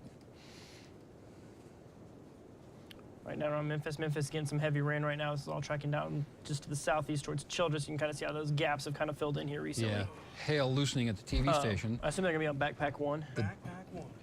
Okay. The downtown camera should have pretty good hail here in a minute. I mean, yeah, pretty good rain here in a minute. Since it's picked up here. He says wind is really picking up. I don't doubt it. There it is. That's the rain shield coming into downtown. Okay, so downtown camera right here. I'll watch for him to come up. I'll let you know when. Okay. Hail has stopped here at the television station, but torrential rain. Chase 2 info. Let me try to get you down. Okay, it's that last. Oh. The visibility on that picture of downtown is about to go down dramatically here in a minute or so. Okay. Good news, though, the tornadic activity, as we've been saying, is the likelihood of that is decreasing. It's all going to be straight line winds and some brief, maybe marble-sized hail, especially now just to the northeast side of town. I think the cores are going to be, let's basically say this, if you are in between Amarillo and Panhandle, you're about to get some rain and pockets of hail that will pick up in intensity, last maybe up to 10 minutes, and then weaken a little bit. And overall, I am hopeful that we will stabilize enough and that the shortwave has come along that we might be done even a little early with these storms. There's still some potential. We'll have to go in and do some analysis here, but there's still some potential, I think, later for some redevelopment. We'll check on the models for that. Lovely plugins. Yeah, that's it. You get that rain cooled air, and I mean, that really stabilizes things. It does, but we have seen that in the last couple of events, stuff has popped up afterwards in what we assume to be stabilized air that we're just completely surprised with as far as its intensity and its potential. I gotta say, if Shelby can hear me right now, I think her gauge is doing some significant catching up. Look at that. Wow, okay, so let's see. Can we pull that up here? Sure. Just pull up one of the Pantex ones. Yeah, go ahead. Okay. You drive, I'll drive. Okay. It's per transmitter. Okay. Let's see here.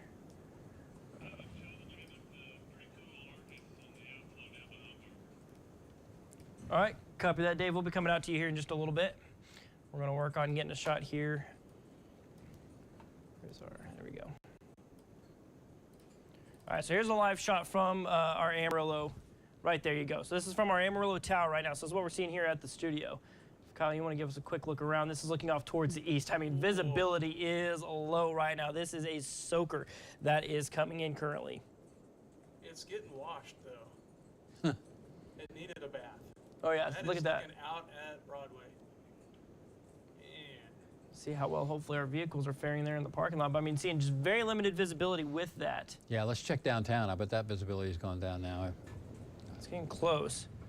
If we can get another shot kind of on the leading edge of this here real quick. Dave, we're going to send it out to you real quick. Tell us what you're seeing on that, and we're going to come back and do some more updates from here in studio. Okay, this is the that actual boundary that you're talking about, pushing south through Amarillo and approaching Canyon. Just a little Arcus cloud, but we've noticed underneath you'll see quite a bit of dust kicking up. So it's mainly an outflow boundary. No rotations or anything. We haven't seen any gustnados, but a lot of wind, some dirt kicking back up. This is just a good blast, temporary, quick little blast of wind just south of the storms there. Let's see.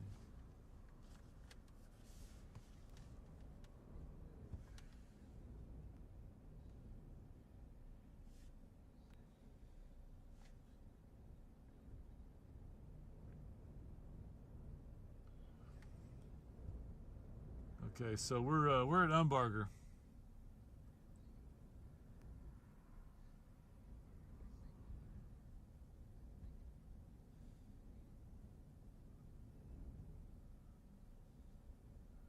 Okay, so we're just kind of tracking this shelf cloud. It's kind of cool looking. We're at Umbarger. There's the. There's some turbulence on that edge. Let me back up. Or pull forward. Yeah, I'd pull. Well, hard to know.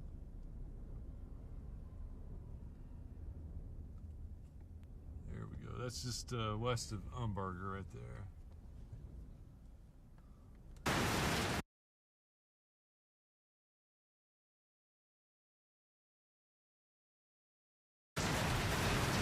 All right, so this is a live from our News Channel 10 studios. It's looking just right out our back door right there. As you can see some of that heavy, heavy rain fall right there. I mean, it's just a deluge right now is what we're seeing there. This is looking off towards the east. So had a brief period of hail out here, Kevin, but it looks like just predominantly very, very heavy rains right now. I think Brent, Shelby's did you rain look gauge is outside? What catching up. size did we have?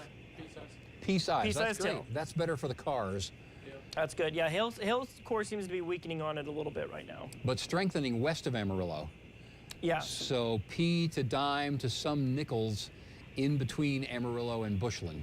Yeah, so if we look at where we're currently at with radar. Is Shelby going south? Yes, she's going to reposition towards Yeah, Hereford. I think if she goes that direction, if they can cut over, but that's going to be the next. Yeah, so your and, hail and core look is backwards. generally right there right now. Okay, so we can pull this. Okay, so we're going to zoom in right here. Gonna take a look at where those hail cores are at right now with our hail tracker. Yeah, hail core's not too bad. That's good Down. news. And it'll pick up west because the DBZ increase is updraft, new updraft. Right. So it's forming. So the good news is that line that's moving into Amarillo right now, you're looking at some strong winds and very, very heavy rains here. Good old-fashioned soaker with this one. So we called it back in the day a frog Look at strangler. that. Frog string. Okay, so let's take a look up at Bushland real quick. So that's looking eastward. Yes. So the heavy rain is panning into it. That's the heavy rain on the left side.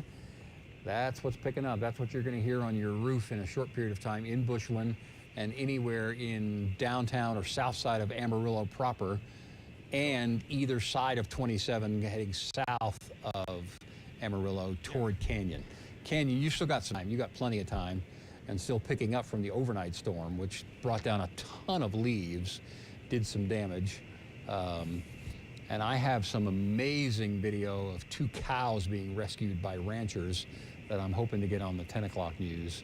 But that was an amazing, amazing effort by those folks. And so here's downtown. That's live right now. Thankfully, visibility is not lowering too much. That's the good news. It's gonna in a minute. It's coming. Look at there, and there's, we're looking westward. So that's the rain shield that's approaching Bushland.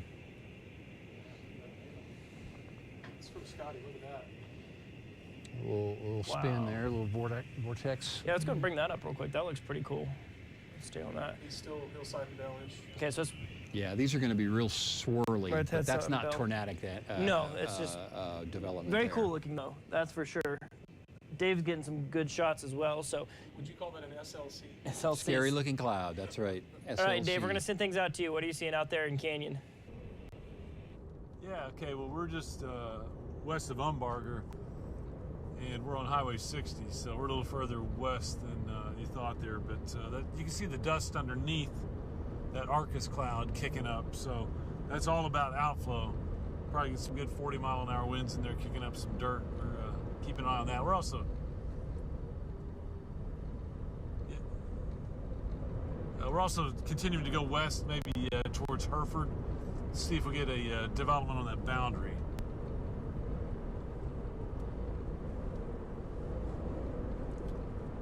So again, we're kind of out ahead of the outflow boundary, or nearing the outflow boundary, where it's about to encounter some other storms that are strengthening out there north of Clovis around Grady.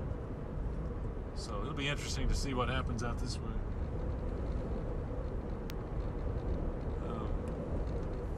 Yeah, it looks like Shelby's having a good night on the rain gauge. However, there's rain coming on down into the rest of the city, and no reason I can't get in on some of that good stuff myself. It looks like hail might have picked up just north of Vega a little bit on I-40. No tornado warnings anywhere in the area right now. Down to really a couple of severe storms in the southeast. It's going to include Collingsworth, Hall, and Childress counties, especially off to the east of Turkey. Dust getting kicked out right there. Oh yeah, plenty of outflow. That's what we're tracking here. Just that leading edge gust front, kicking up dirt and outflow. Just straight winds, straight line winds.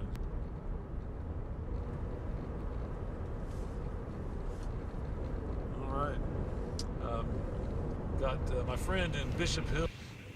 All right, so taking a look at that. Okay, so there on the bottom left-hand side, that's a shot from up, of course, here at News Channel 10. And then up on the top, you see, of course, Dave's shot. But looking at radar here, I mean, you can see when that boundary moved through.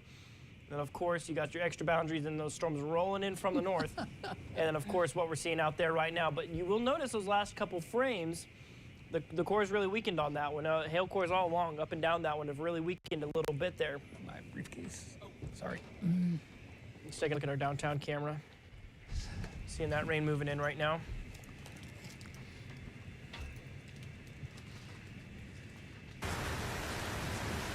So there you go. Good old heavy rain. Shelby, if you're hearing me right now, you might be doing a little bit of catching up. We'll see what it does once it gets a little bit closer to us. You know, maybe I'll get as much of my rain gauge, but Shelby is certainly filling up her rain gauge quite a bit right now, I'd say. Hang on, let's get a shot of it.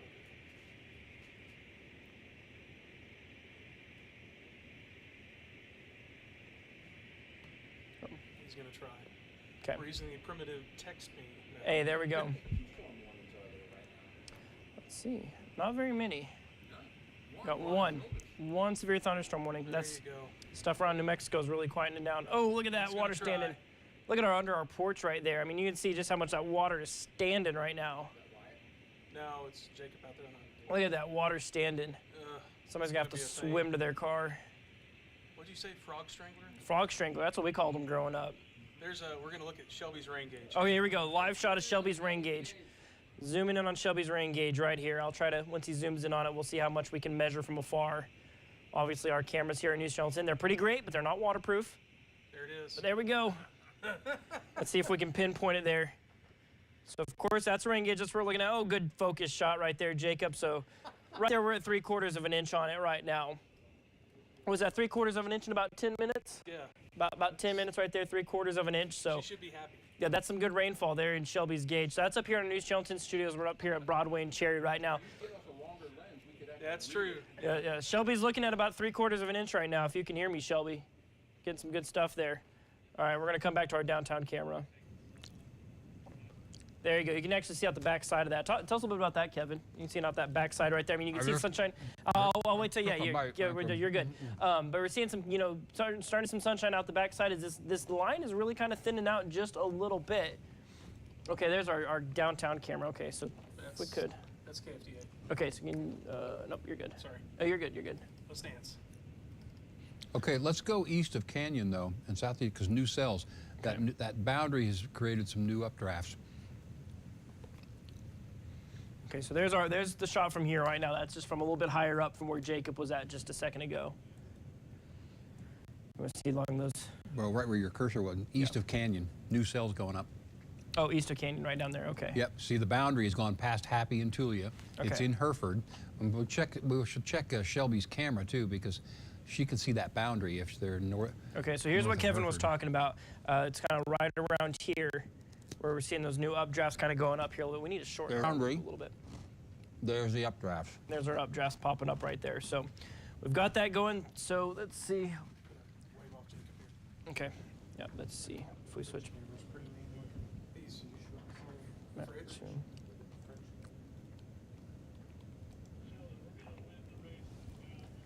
That one? Yeah. This one Mattis. Look at that Mattis hat. Oh, yeah. Okay, so I need to go. Okay, so that one is, okay, so Shelby's out near Hereford. Okay, so take our fridge camera here real quick. Got some beautiful mimotis right here. Of course, you know, it's about 7:41 right now, seeing some beautiful shots of the sun going down right there. Got some mimotis. I mean, beautiful shots right there from right around Lake Meredith. That's just phenomenal. That's pretty. Let's go up. Go look at some more of that mimotis right there. Oh, yeah. Phenomenal shots. Which camera is that? Fridge. Lake Where? Meredith. Oh, Fridge. I'm also noticing, too, when you're ready to go back to radar, for Interstate 40 corridor, the DBZs are coming down fast, which Yes. means the intensity of the rain will decrease. Okay, so let's focus in on that then. Okay, so we don't have any warnings. We can just focus in on with lightning as well. Hear you, Alex? Okay, so let's go to, we got, okay, so here we go. So Kevin, tell us what you were seeing there with those DBZs going down as this is rolling out into southwestern Amarillo. Well, when you start to see the amount of darker red and a little bit of purple decrease and the amount of orange start to decrease, what that's telling you is that the rain is decreasing. The rain intensity is decreasing, which is great. That's less of a chance for hail. And so what has happened is one of those boundaries earlier, and this is the cell that came through Channing and Boys Ranch, but it created its own outflow boundary. It also hit the other outflow boundary from the stuff in the eastern portion of the region, enhanced the updraft and the rain and the hail, but now it's got nothing to feed on but colder air. And so the updrafts begin to weaken, and so the rain intensity continues to come back down, or is starting to come back down. That said, if you go a little further south, Sheldon, the new cells that are east of 27 and east of Canyon, those are the new ones that are going up. So those are going to be brief heavy rain, and then they will have only the cold air to feed on, and then they'll come back down. So those are less likely to be severe warned, but the unstable air, if we go westward and look at the boundary again, that's about to plow through, I don't know if you want to turn up the sensitivity on that, but you can see the boundary. When you can really see those storms kind of firing up around the state line right now. Let me go ahead and fire up that sensitivity. Yeah, but my point there was that that's what's left of the unstable air, the really unstable air. And of course, the Clovis radar is down in moments like this. So those would be briefly strong, but as they move toward Bovina or Friona or Bootleg, and that one's going up fast. Look at that. Yeah, that one's really picked up. Bootleg, heavy rain, some hail for you. I don't know that that would reach severe criteria, but it's going to get a boost of strengthening from the boundary that's coming through Hereford. Okay, and before we go check in with Dave here real quick, one thing I just want to bring up here real quick right now is we still just have this one severe thunderstorm warning in the region. We're going to keep a close eye on that. But in the meantime, Dave, tell us what you're seeing, what you got out there right now. Well, we're coming into Hereford. We're just right on the boundary. The outflow boundary has just come into Hereford. And we got a major uptick in blowing dust. Visibility going down. A lot of, small debris, tumbleweeds, stuff coming in off the fields. But see that dirt kicking up? Man, it's going to be a little dust storm here in Hereford. Just let folks know that we're not tracking tornadoes. I know it looks ugly. We got dust being lofted pretty high into the sky. But it's just a straight line wind blast. That's all we've got right here. But just wanted folks in Hereford to know we're tracking that. There's going to be a windy, dusty period here about the next 30 minutes or so.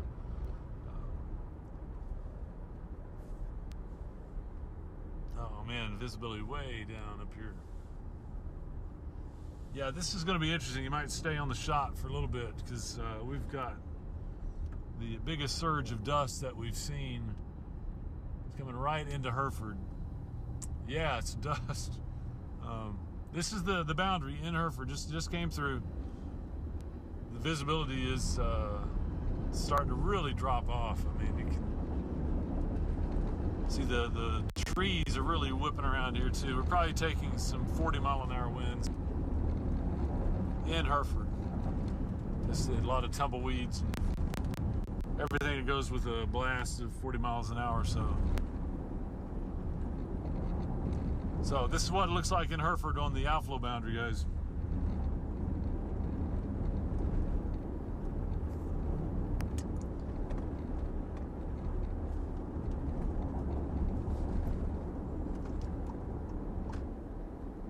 So we're gonna probably we're gonna kick out west on 1058. Catch this stuff. You know how to do that, Alex? 1058. Go. So take the Vega Highway, just a couple blocks up, and then we'll go west on 1058. Hey, Man, that thing exploded it did, yeah. east of Grady. Yeah, and it's going to interact with this boundary. Okay. It's pretty crazy wind and dust. Check out east of Grady. All right, dust.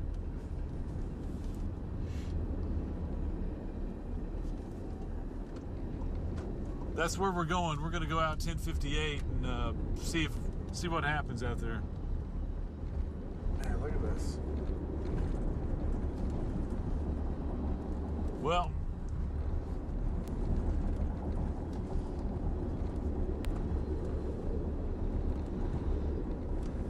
looks like I'm doing pretty well actually on this storm too, so I don't think they're hearing us. Oh, Unless they take us. look at this. Yeah. Pretty cool shot in Hereford with the dust. Yeah, I just commenting that. So what you're seeing right here, so Dave, so what I want to point out here, I'm going to reposition our radar here on the right-hand side of your screen. Look at that line. See how it's moving through? It's not necessarily rain or anything like that, but that's that boundary hitting Hereford right now, and that's what's kicking up all that dust that Dave is seeing. So Dave, just keep giving us those good shots. Yeah, well, just folks in Hereford just need to know all it is a blast of air. This is not even, we don't even have thunder or lightning right here. It's just coming off the storms that are to the north. A straight push of wind, straight line winds. But even though it apparently rained not too long ago, we're stirring up all kinds of dirt across the area. So we're going to go on out to the west and see what happens when this boundary interacts with that storm out closer to Bootleg, I guess, or Westway. Yeah, you want to go north here. Yeah, the lane Okay. is closed.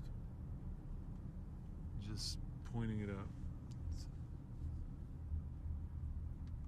And we're going west. We're going to be turning west from Hereford.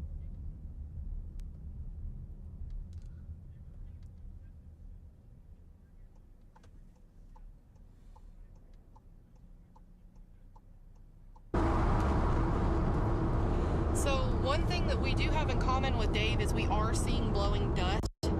It's not as visible as his was per se, but it almost looks hazy out here. But it's not rain or fog, it's just dust from this outflow boundary moving through here and just kind of kicking up that wind and stirring everything up a little bit. So we are currently heading towards Hereford. We're probably going to see Dave and them here soon, most likely. Not seeing as much wind as they saw where that big dust cloud was kind of getting stirred up, but we are seeing some dust out in this area too.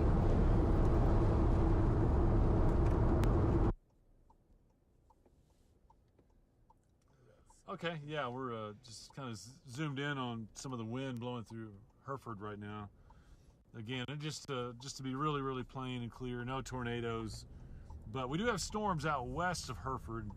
We're going out that way. We're going to go out Highway 1058 and see what happens when those cells interact with this boundary. If there's any kind of rotation, we want to be on that. So that's where we're headed now. Probably going to get a pretty good mud bath, I would think, when we get a little rain and all this dust combining. So we'll keep you posted. That we're about to turn west, but right now just kind of a dusty, windy event taking place here in Hereford. I think the light is your West highway. Park. I was just seeing what. Yeah, I just out from memory.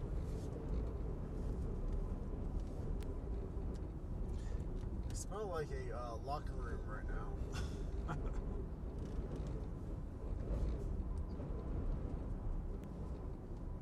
All right, yep. No, that's 211 Junction. Yeah, 1058. Right here. Yep.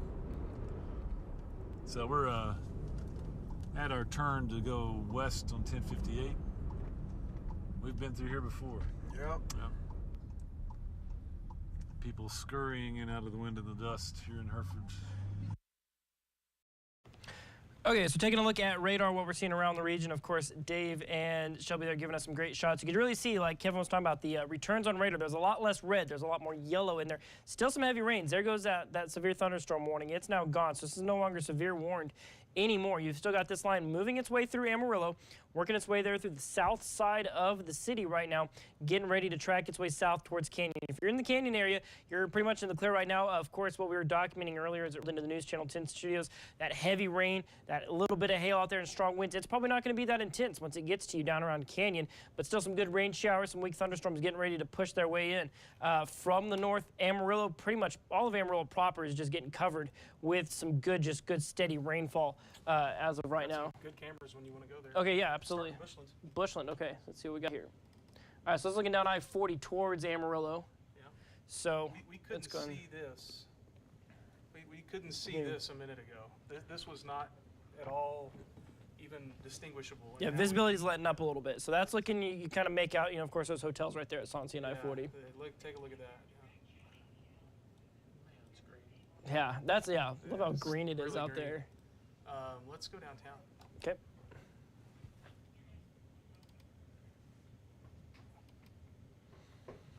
Go. Looks like the interchange is a little bit wet right now.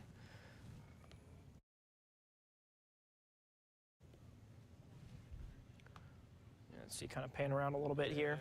Take a look. I mean, just about everywhere within the loop right now is being covered with rain. Yeah. It's really getting after it here currently.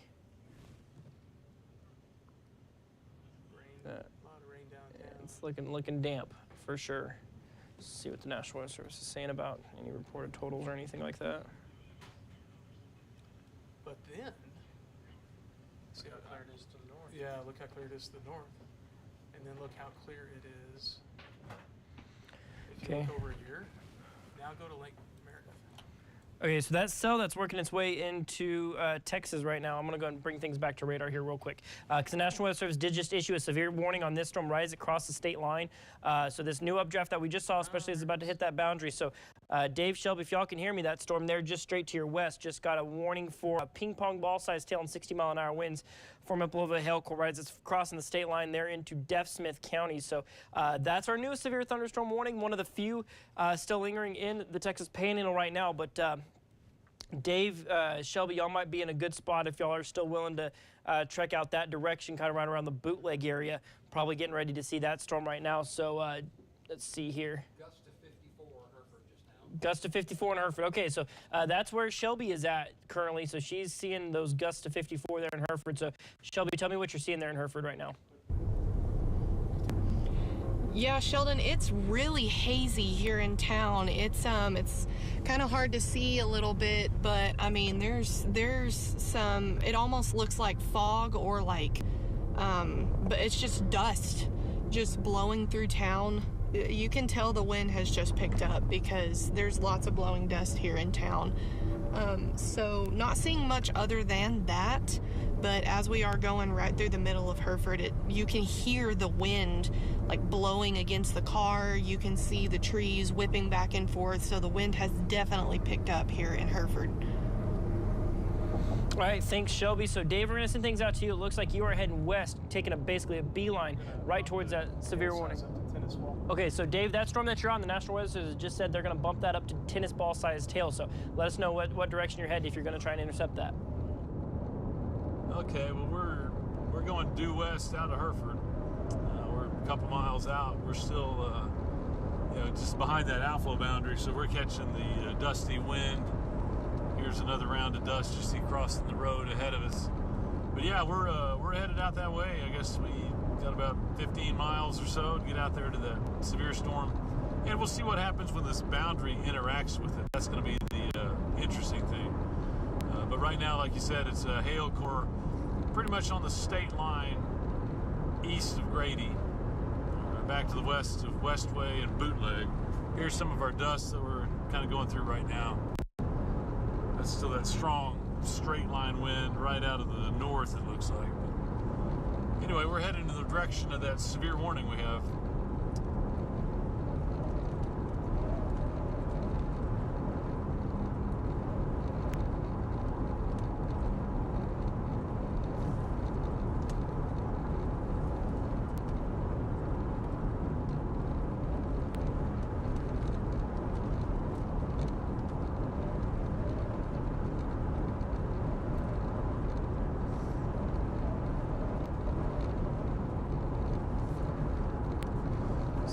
looks like on velocity.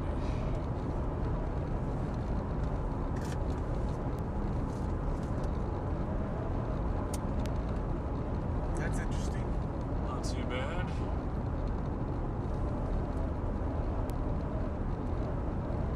Alright, so we're checking our own radar and looking at the storm west of Hereford. It's a big one. Just got a new image there. Probably some golf ball hail. There is some rotation in that, I will point out, right back towards the state line, which is where we're headed.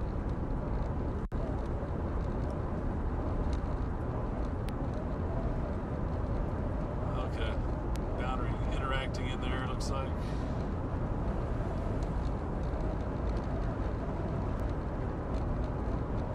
And weird looking sky.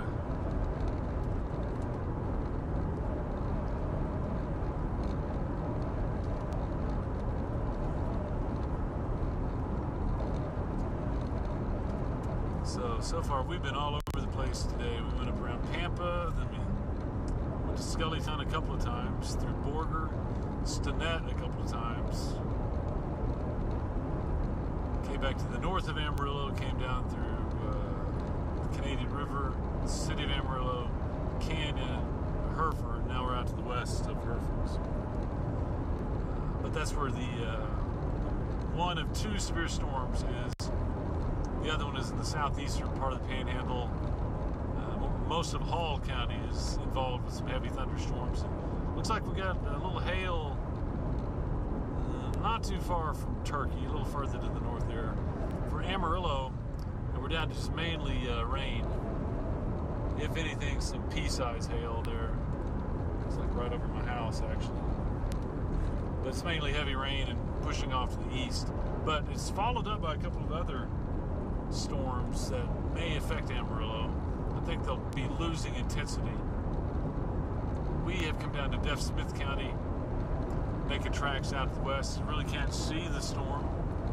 A lot of dust between us and it.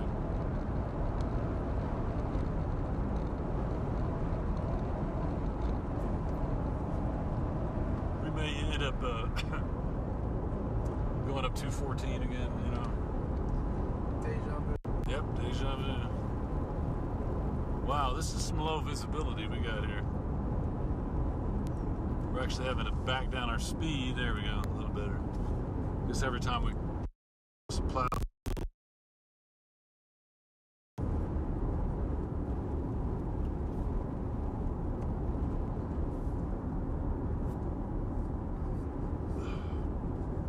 So see Caleb at Shelby on the map in Hereford.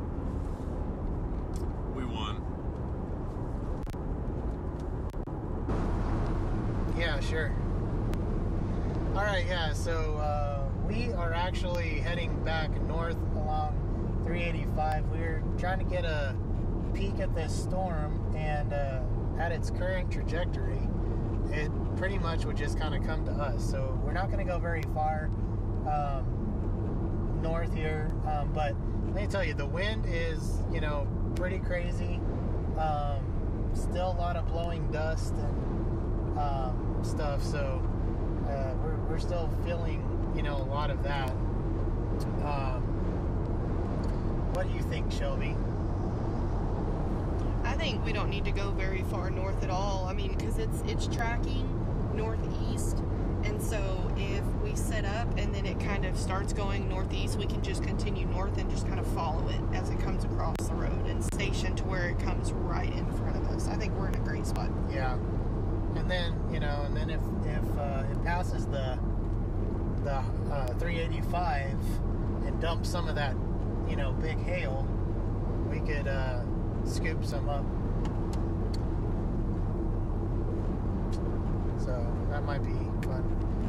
Have to. I always think we need to get a cooler. You know, Alex says all the time we need to get a cooler To keep the snow. Gotcha. All right, welcome back. Well, we're looking at a pretty cool shot here. This is neat. We got a lot of dust and then a thunderstorm over it, which is really cool. We're waiting to see what happens with this interaction outflow boundary and severe thunderstorm. It's Deaf Smith County under a severe thunderstorm warning. We're at it. You know, we're about 12 miles west of Hereford. So we're, let's see, where is it at? There's what looks to be some pockets of hail, a little bit of rotating updraft, and okay, now we got the scud. That's right on that's the interaction of the cell and this boundary. Kind of cool looking. So we're getting the rain, but as we mentioned, it's going to start off as probably a mud bath.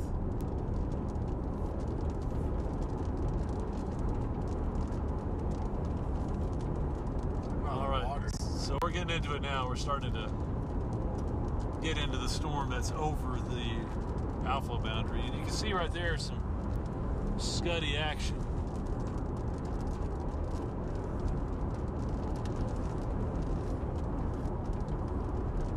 Okay, well, we're gonna be watching for that. We're probably about 4 miles outside of the first hail core.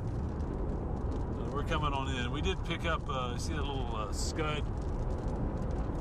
Almost like a little wall. They're not seeing any rotation. Lightning? All right, lightning picking up. Yep, I see it there. So it looks like that hail core is right over Highway 214, just north of 1058.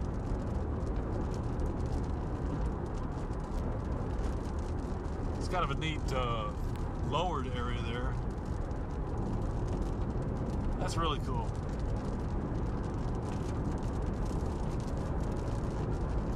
That's attached. That's not just a loose scud. That's actually a wall cloud.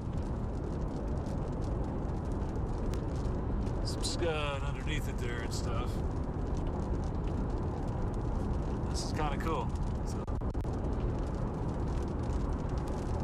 Look at this. All right. Oh, man, so we've had the boundary collide with the storm, and like you guys have been talking, every now and then you get like a land spout tornado. That would be where it would happen, right there. That's pretty neat. So this is out well west of Hereford, about 15 miles now.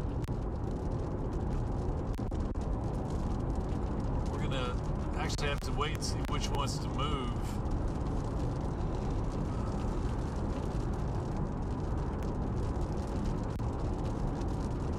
Certainly in position to see anything that it wants to do there.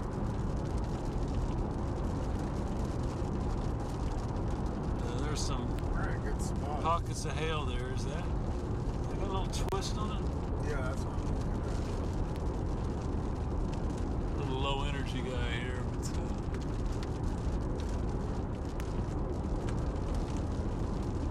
yeah, a little wall cloud area.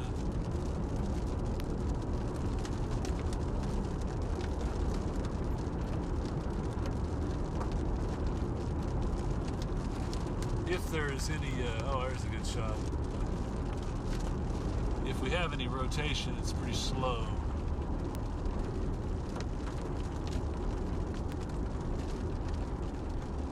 Definitely the first core, though, of this interaction. Wow, that's really neat. Looks like we're just a few miles away from a hail core, too. We'll watch for that. Deaf Smith County, out close to 1058 and 214. That little intersection.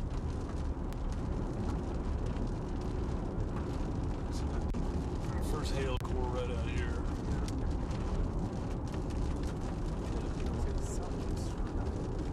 Yeah.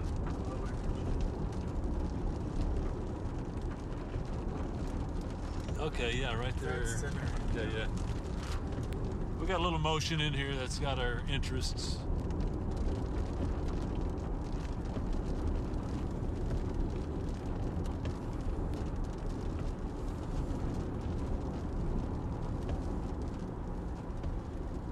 So this is the Deaf Smith County severe thunderstorm warning that we're on.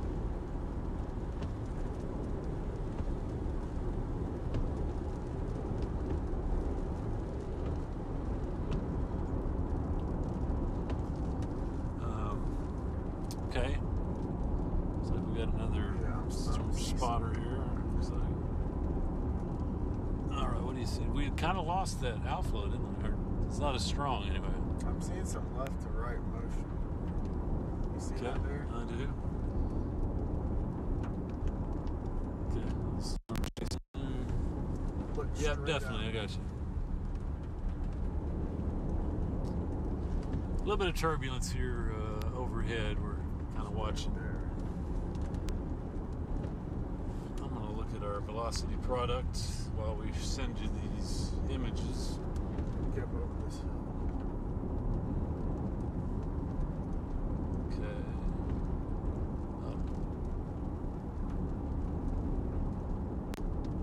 Oh. Artists.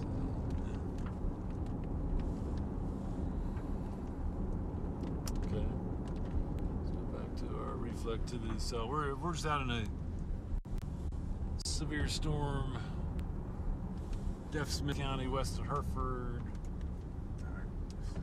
Yeah, that's our hail core up here.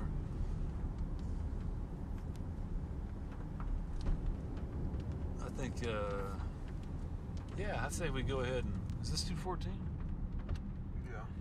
I'm actually very interested in Okay. this right here. No, that's County Road Q. We got a little ways to go. We'll go north, but That's pretty messy, but yeah, it's messy.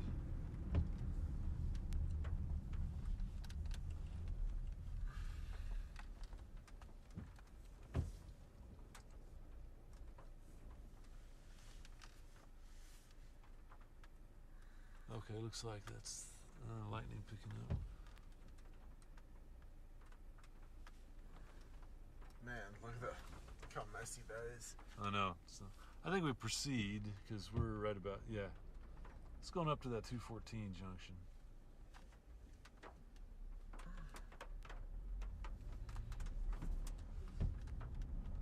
All right. Let's see what we got.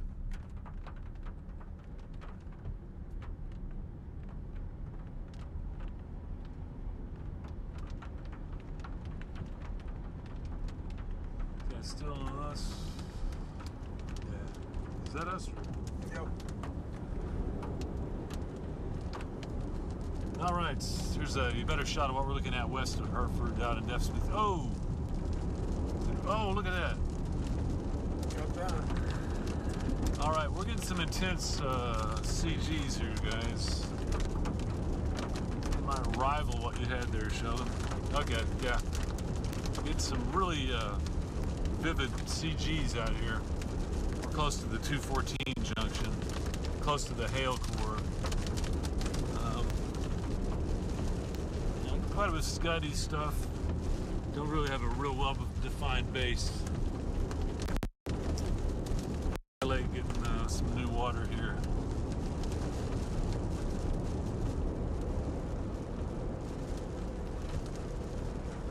Okay, wow, yeah, look at the lightning.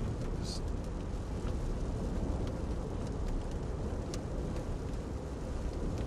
also getting some flashes down towards Friona, which is interesting.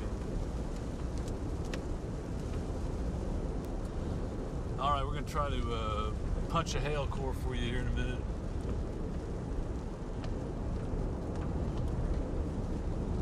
Yeah, so this storm is actually, looks like it is spread out along that boundary. It's grown in size and really the intensity near this hail core. Lightning really picking up. So north. A couple of new pop-ups down around Friona, we'll note. We're gonna go north. Yeah, I think so. Yeah, let's go to First thing. 214. We'll at least get up into that hail. Keep an eye on Friona to see if it does anything. Alright, there's the heavier rain.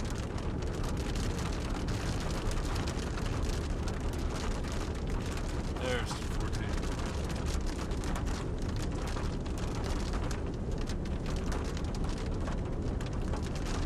Sized storm. Occupies a good chunk of Smith County. All right, here we're at Bootleg.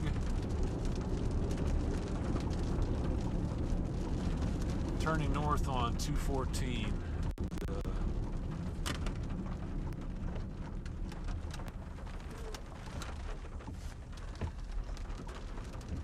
Shouldn't have to go too far to find some hailstones.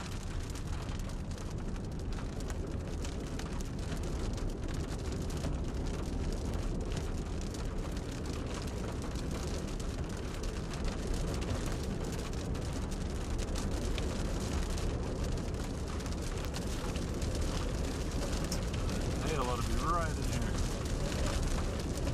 See the visibility dropping there. Those hailstones.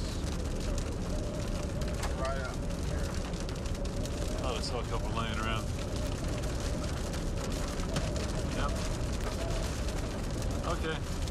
Standing by for some hail.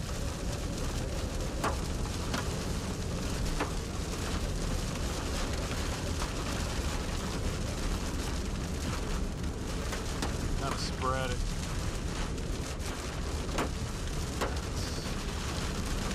Sound a little better.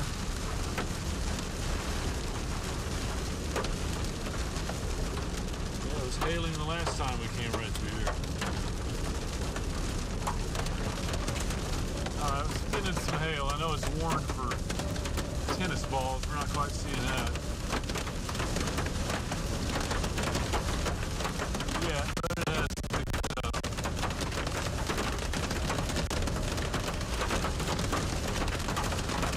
Size is still kind of small, but the amount is big enough.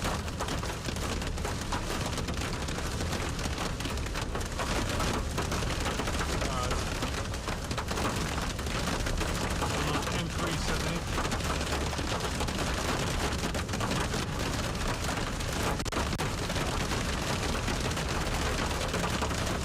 All right, so we're north on 214, about 4 miles north of Bootleg.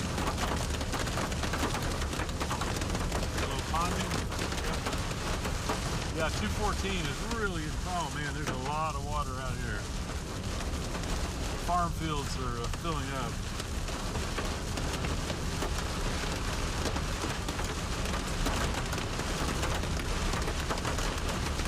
Yeah. Three bodies spiked. Oh, yeah, we have to watch out for flooding. Lightning overhead.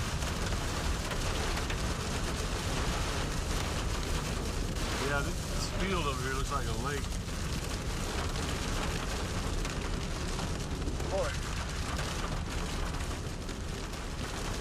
So wherever that's, oh, see, this may be hail on the ground. Looks like fog. Yeah, I think we got hail fog. A lot of water.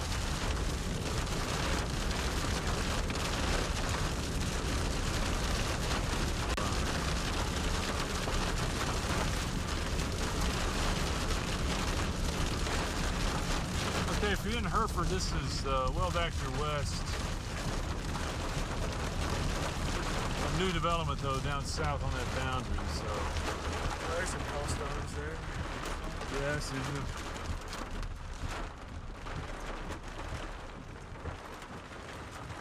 Size.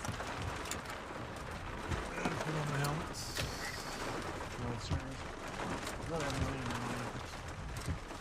All right, we're gonna pop out and get a couple of hailstones. Oh. My turn to it.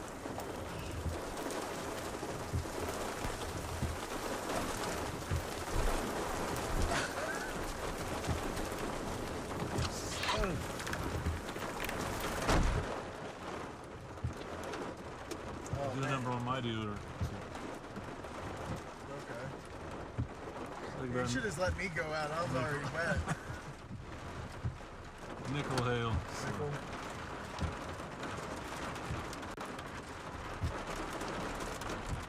A couple of quarters in there.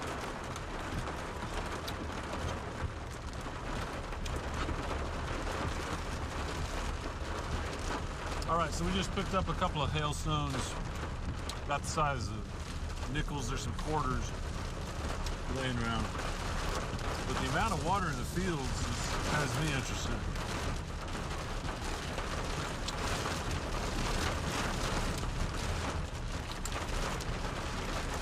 What do you think, Alex?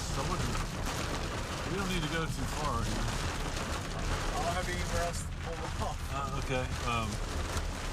I'm just thinking, Let me find a road. if something blows up down here, we want to be on it. Oh yeah, I want to come around. I'm gonna find a spot. So we can take 214 down and well. Or to the gate. Take a 3.9. Just watch our mud, right? Yeah, that's why I was like looking for.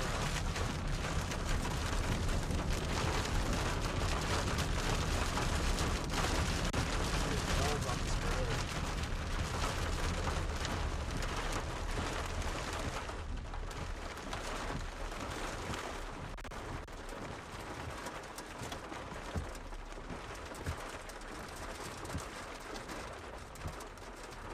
Austin Powers, this.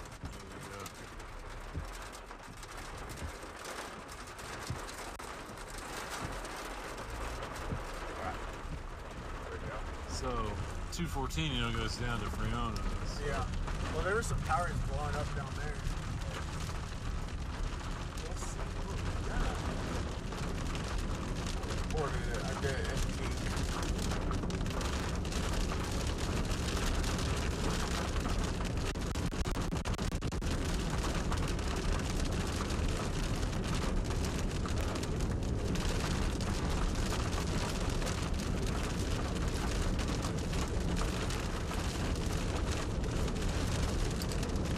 That's a significant amount of water out there in the field. Carries interesting. Yeah, okay. It's kind of got a turn to it.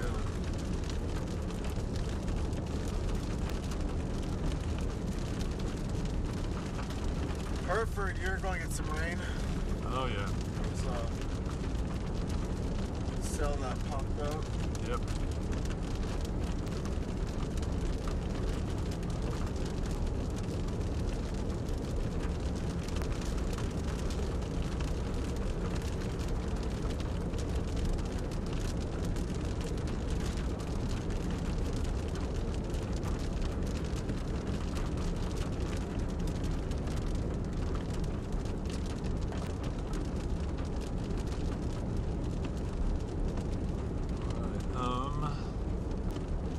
It's 14. Just stay on it. I don't know. Drop south to You know, go back to Hereford. weird. Might do that. That'll put us in line. Go back to Hereford. Yeah. Yeah, let's do that. Oh, look at that. Boom. What? Last frame is. Yeah, that's what I was Lit saying. up, yeah. Hereford's going to get Yeah. some rain. So, Yeah. look at that right there. That's neat.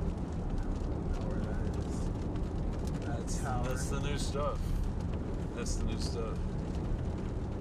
South of Hereford. Alright. There's a Farmers Market Road. A north-south option, maybe. I think it's the 60. Okay, so we. Oh, that'll take me to Freedom.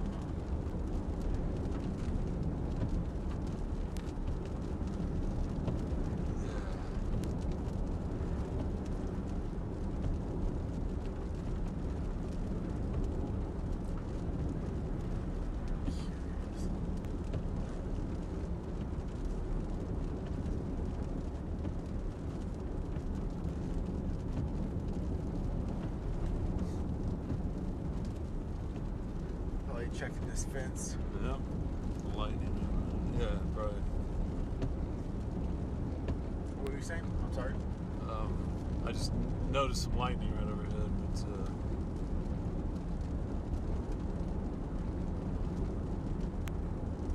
new like line right here. What's that? It's the same alpha boundary. Oh, it is. Okay. Yep.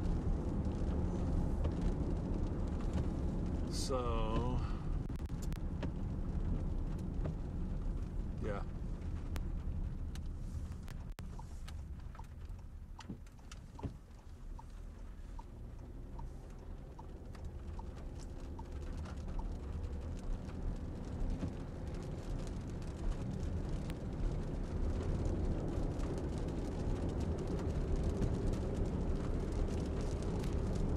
Lots of rain across the area. We're severe up in Union County. That's weird. Look at GR. It showed a rotation marker, but nothing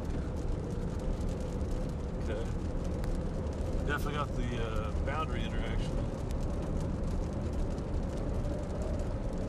All right, we're back on 1058. We're heading back towards Hereford. We're going to the east here. Still got a lot of hail back to the west of Hereford. North of Bootleg. So we're just gonna kind of see what happens here as we Look punch at it. that line that went through Amarillo. It just like Wow, it's got surging. apart and then just formed. Surging. It's gonna be out of our area pretty soon. So Yeah, almost like a wooded canyon. well, good for them. Yeah, it's like They deserve a break. give me a break, you know. But now you got this right here. Heading east. Right. Yeah. Yeah, that's right. It's spreading up there. It's hanging in there better than I thought behind that line. So I think we go back to Hereford. We see what happens here.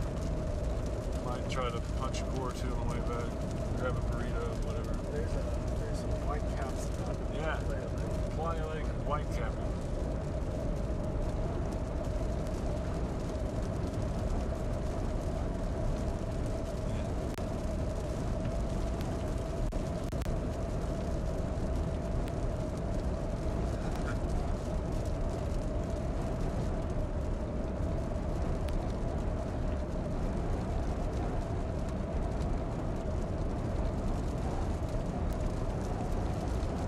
Well, we found a few severe storms to get into today, anyway.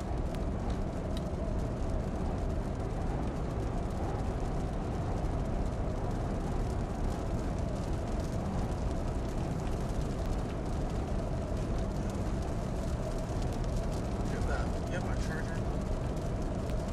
I just, For your phone. Perfect. between the two of us, we brought a lot of water in this. Yeah. Man, it was bad when I got out the top of that guy. I know. I felt for you.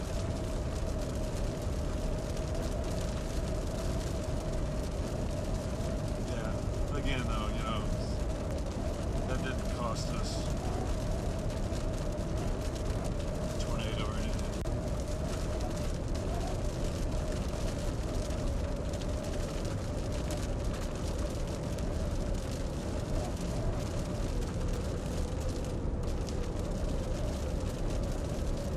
All right, it's got us a little severe thunderstorm out here in Smith County. Most of the hail is back to the west of Hereford. Looks like it might be decreasing, picking up though, better say, down towards Summerfield, Black, lifting up towards Hereford. So Hereford, you still might get some small hail and quite a bit of rain. That's interesting, a little blip. Kind of snuck in. I thought it was the wind farm clutter, but that's another little cell aimed at Bishop Hills. No tornado warnings in our area right now. We have a severe thunderstorm warning for Hall and Childress counties, and then down towards Paducah that has already taken some hail today. Looks Pretty like a close. clip's popping up just north of Earth. North of, yep.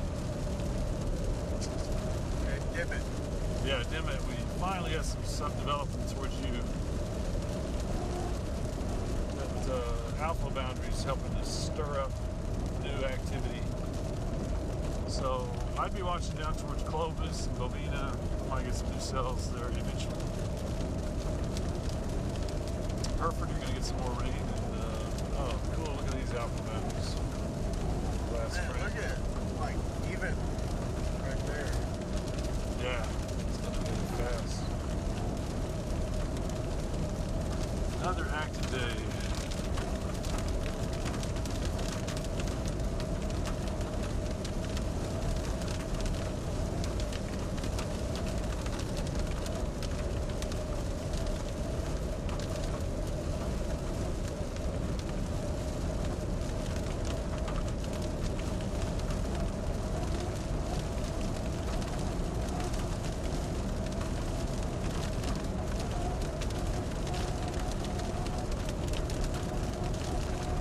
that road right here would take like 3 of them.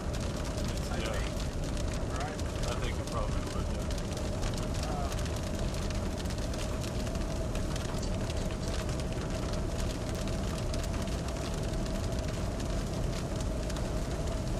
Weird system.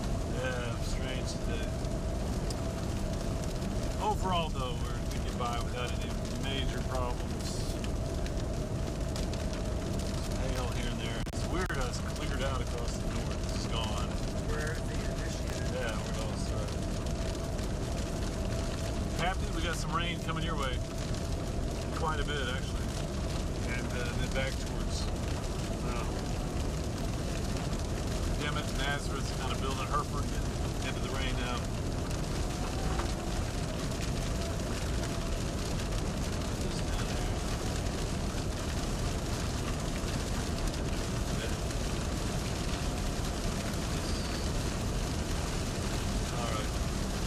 Shelby are north of Hereford. If you wait there, they might see some of the hail come towards them. I'd probably go a little north, Caleb, Shelby, if you're listening.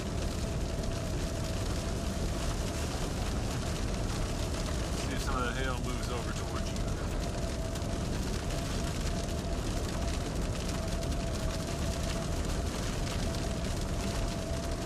Getting all this rain that will hopefully settle the dust in Hereford.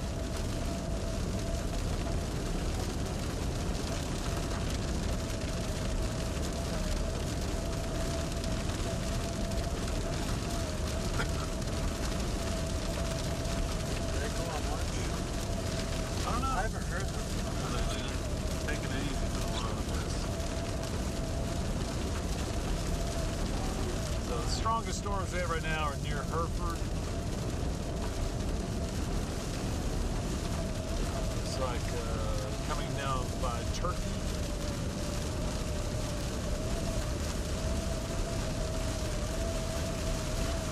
And then another on I-40 near San Juan, fairly strong. And then we have a severe storm way up northwest corner of Union County, Folsom to Des Moines. Probably got some hail in that. Amarillo, most of the rain is pushed away. We got a little leftover blip approaching Bishop Hills. Looks like it's diminishing. Look at this. Wow. Back into the heavy stuff. Okay. Hail just to our north there.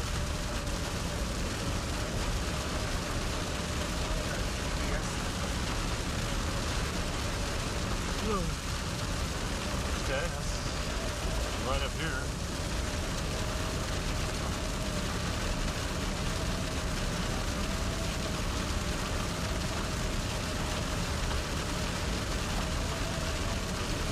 Has a lot of wind to it. Yeah. We'll keep our eye open.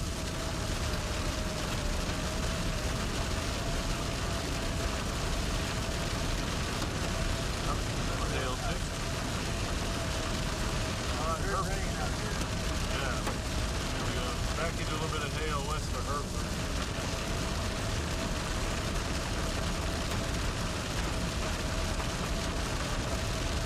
There'll be some quarters just to our north.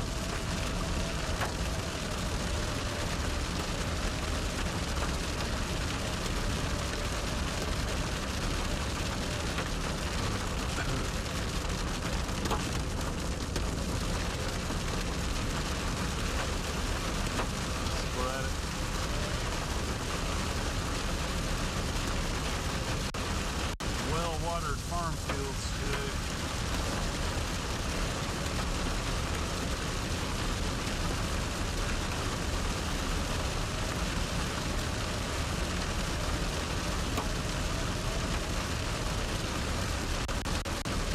Alright, Hereford, some heavy rain just now coming in. Some small hail with it, I imagine.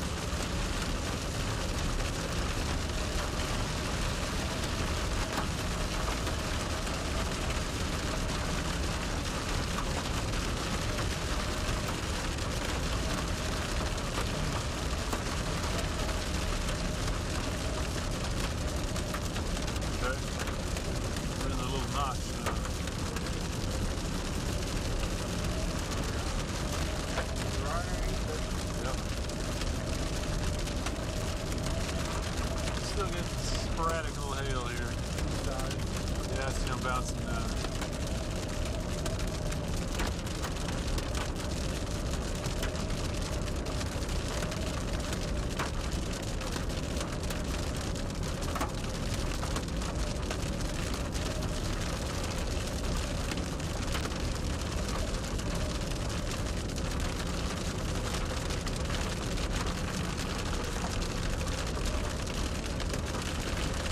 People don't like when they see the Atlas coming to town.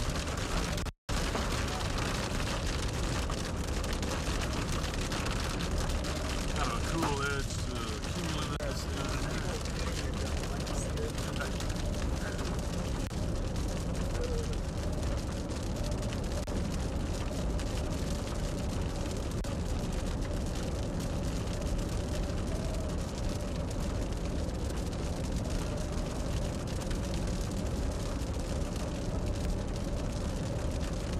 Okay, got a little low in our rain right now.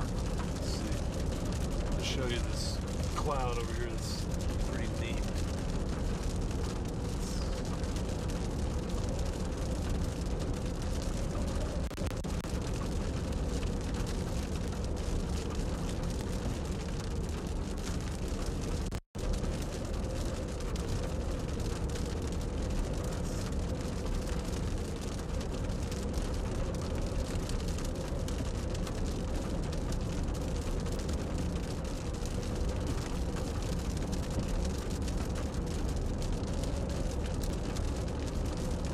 Billowing pretty good over there.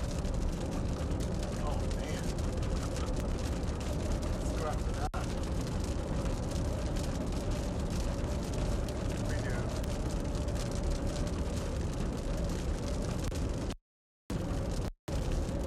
There we go. Have to close it up. Good. There you go. There we go, nice shot. Cumulonimbus thunderstorm cloud, what we call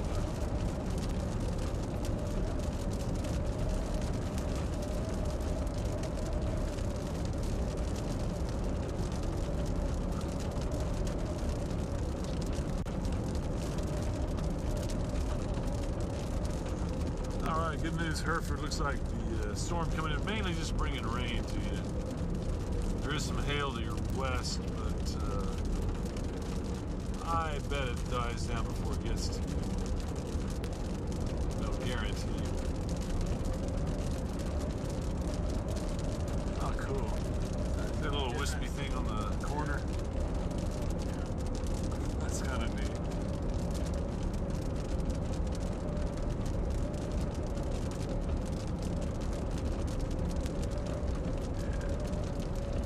Yeah. Starting to get some pretty cool lighting.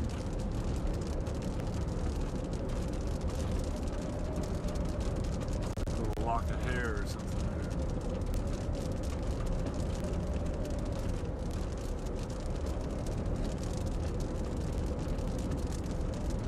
Yeah, we're coming back through Hereford. We'll follow this stuff. I think it's probably time to call off the dogs on the intercept.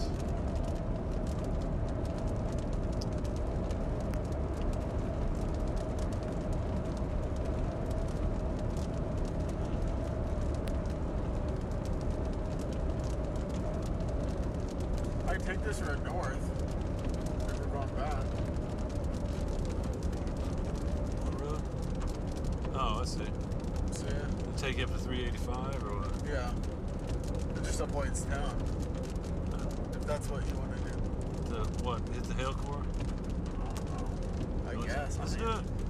Yeah, okay. Tell you what, Sheldon, we're going to jog north on this farm to market. We're going to hit that hail core one more time. And then we'll head home. Yeah, why not? Okay. So we're looking at a real cool cumulonimbus. Real pretty cloud. It's this is actually down, let's say, between Hereford and Dimmitt. Some of the newest development there. We got kind of a line. That's going to be moving to Nazareth, by the way. Happy's good. Heavy rain and a little bit of hail. Happy catching some hail, you say? Yeah. Probably not too big, but probably got your attention. It's looking good for the city of Canyon. However, some of this rain might make it to you, might not.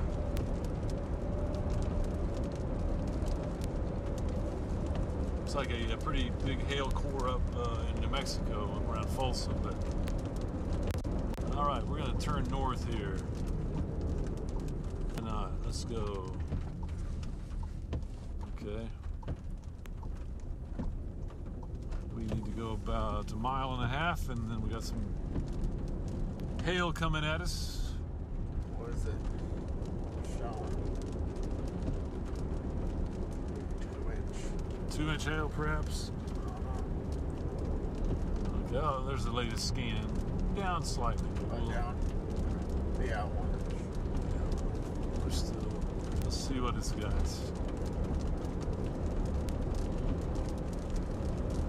So Shelby and Caleb, if you hear us, we're going to be swinging due west of you, just the next road over that goes north-south. You're on 385. We're on the next farm to market. We're going to kind of parallel you. So we'll get the hail first. Let you know. Yeah, let you know what's in it. It should be right up there.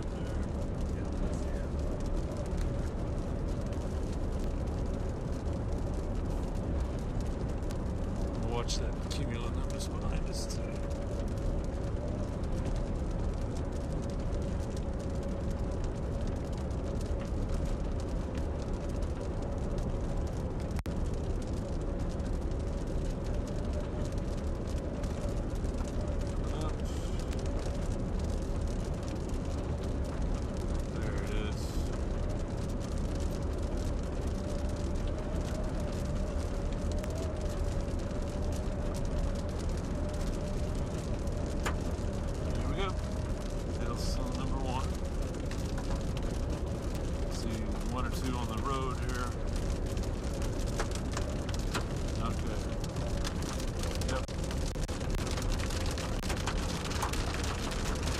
Magic sound of hail once again.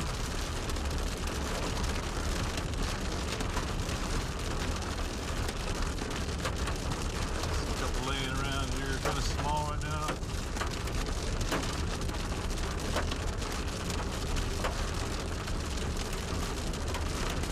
But definitely frozen.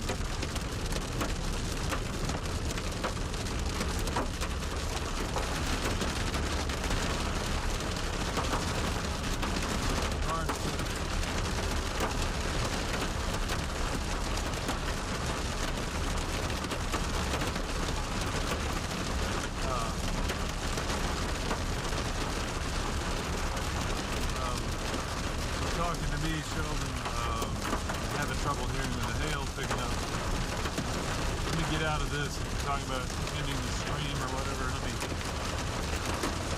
get to where I can hear you better. I think he's talking so much this video. Oh, okay. All right. Yeah, I say we right here. It's going up. Yeah, I say this. Right here. Okay, let that come through. Yeah. Okay.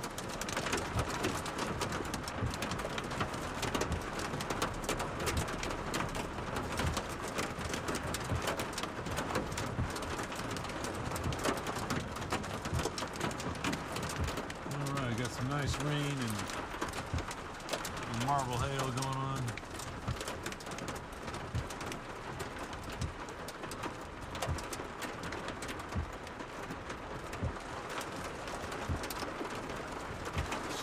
Last of the hail, at least for this round. We might hit it again when we head over to 385.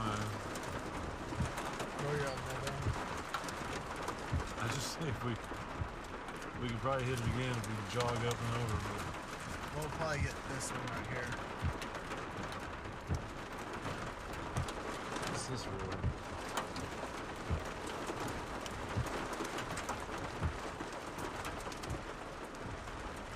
Let's see.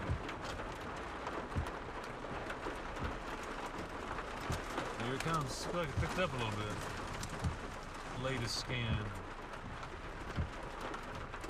Let's see if we can get a ping pong ball. Should be right on us.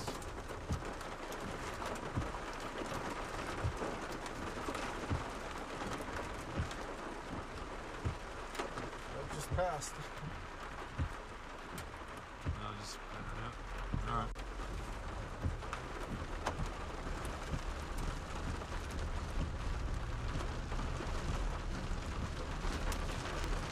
We can go north 1062, takes in the canyon.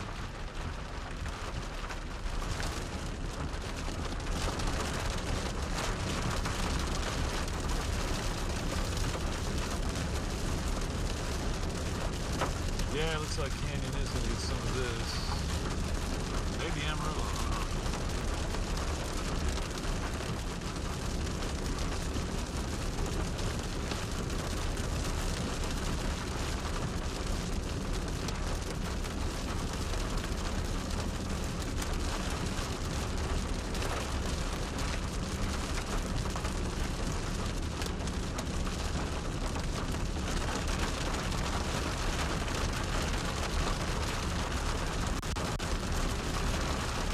Definitely tracking some generous rains across the area today.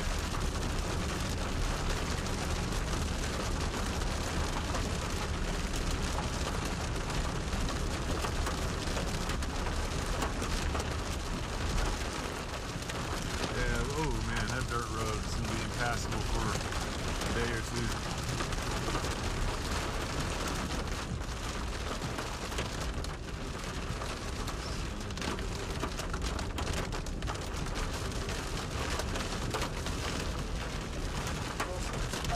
Yeah, a couple small hills still mixing in.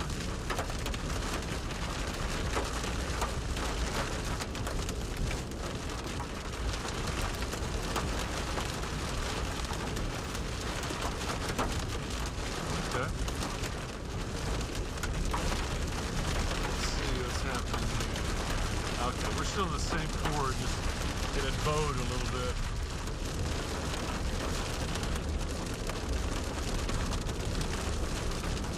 Thunderstorm out in Duff Smith County. Man, look how low the visibility is that way. Very lights are coming on. It's like 3/4 right here.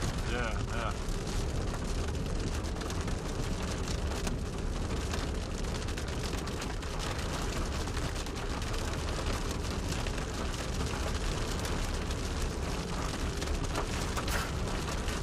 Thank you.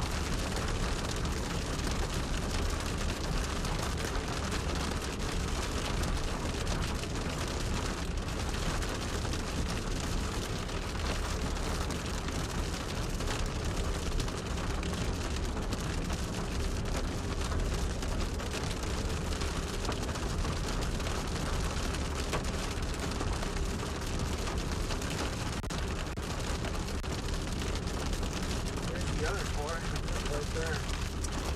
Yep.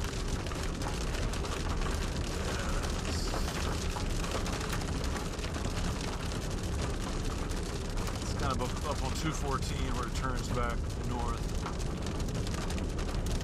All right, looks like a little hail core popping up down between Dimmitt and Hart. If you're in Dimmitt and Nazareth, probably just picking up some heavy rainfall there.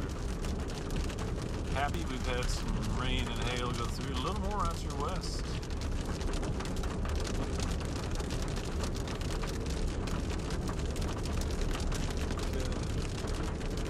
Be interested if any of this makes it back north to Amarillo Canyon. Northern part of the area looking a lot better. Storms are gone. Until we get out in New Mexico, we still have one or two heavy ones.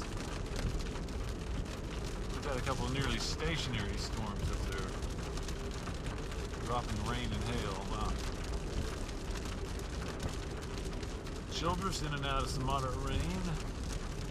Turkey caught a little rain and hail there. Probably some brief nickel to quarter size. Kittiquay, got a pretty heavy shower coming in. Some small hail.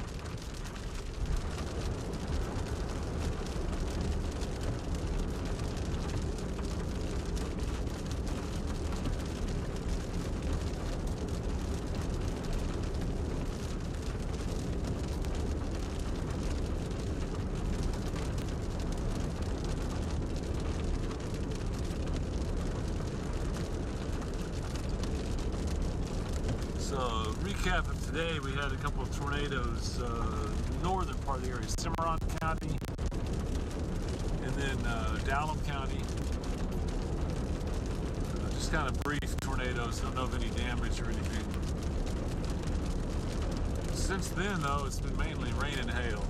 We don't have any tornado warnings. We still have a severe thunderstorm watch in effect. Still have a lot of rain going on with pockets of small hail. Not really tracking rotating supercells or anything. Uh-oh, it says please check right tail light. What that means. Huh. Right tail light. Probably has water in it. Right. From when Sheldon and Kayla Oh, okay. up in Perryton, Yeah. they busted out the back tail lights in Okay. that hail. Yeah. Well, the woes of storm chasing vehicles.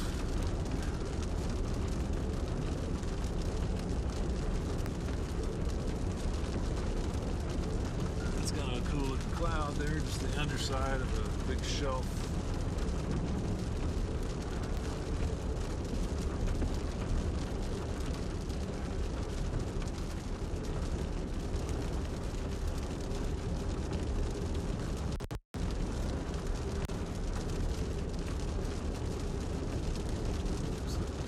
Farm equipment.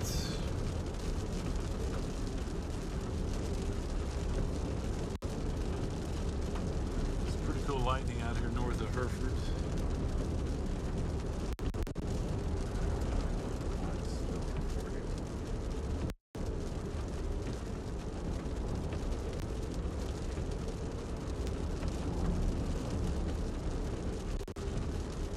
Okay, we got a dairy farm over here.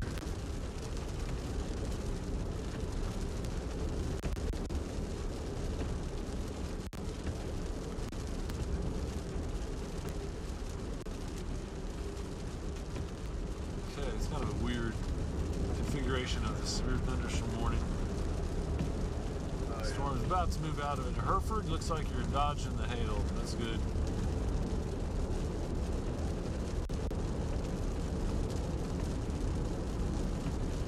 Oh yeah, good lightning show. We're about to turn east on 1062.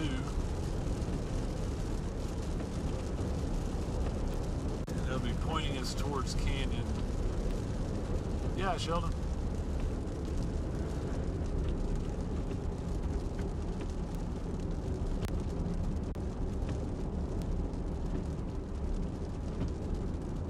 Oh, I think that's legit. You know, little pockets of hail, but you know, without chasers there giving you a video ever, pretty brief. You're just going to be doing radar a lot, which I mean, leave that up to you. But I would be fine with that. Skipping up there.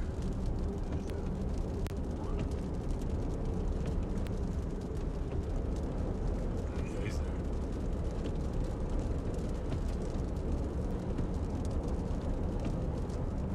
Looks like we'll have some lightning for you here for a while.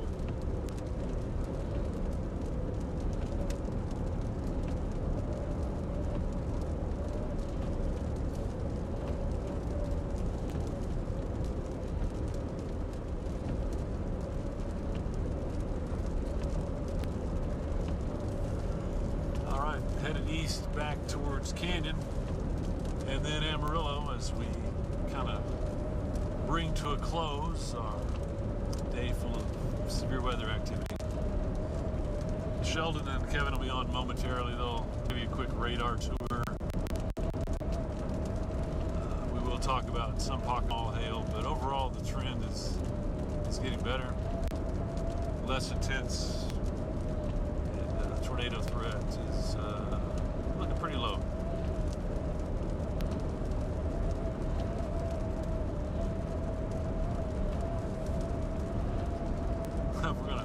Our old friend the Hail Corps, we're gonna hit one more time. Oh, really? Again? This is coming up right here.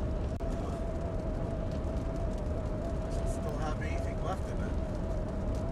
One little patch in there.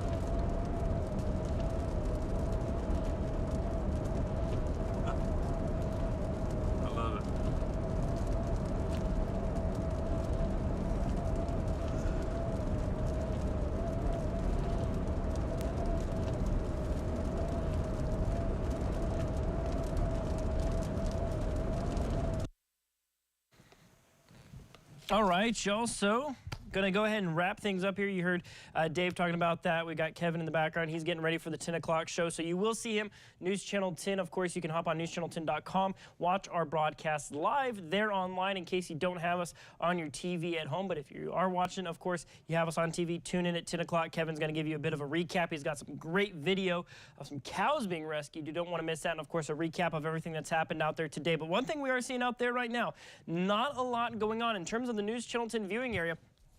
Right now, what you're seeing there is up in the northwestern part of Union County. We have one severe thunderstorm warning up that direction, but it's currently looking at about 60-mile-an-hour wind gusts and quarter-sized hail. That is in effect for the next 6 minutes. Same for this severe thunderstorm warning down around Hereford. It's currently rated for 60-mile-an-hour wind gusts and nickel-sized hail. Outside of that, you'll see there are no more severe thunderstorm warnings. We do have a flash flood warning down around, as you can see right there, the Turkey area, and then up around Pampa and Borger. Still seeing that activity going on. Still some good organized thunderstorms. You might be seeing some small hail out of some of these storms right now. Good heavy rainfall, maybe some brief strong winds, but overall with that cooler air now pushing through the region, we're really seeing that severe threat really drop off, and that's some very good news. So, of course, should there be any rogue tornado warnings that do pop up, we'll be on top of it here at News Channel 10. But right now, the atmosphere is just simply not conducive to that sort of thing. So right now, you might see some weak thunderstorms start to roll through, but outside of that, we're looking at a pretty quiet night. I do want to bring your attention to this here real quick as we're wrapping things up here.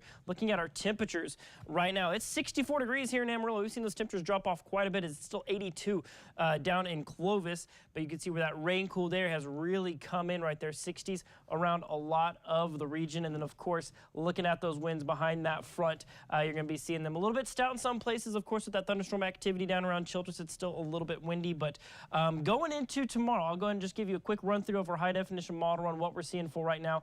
And, of course, you will see me live on News Channel 10's early show first thing tomorrow morning, so make sure to join us for the latest on that. But let's go ahead and pull up our high-definition model run right here. So let's see how well it's initializing. So it's got those little scattered storms maybe underperforming a little bit, but things should kind of trail off as we go on into tonight.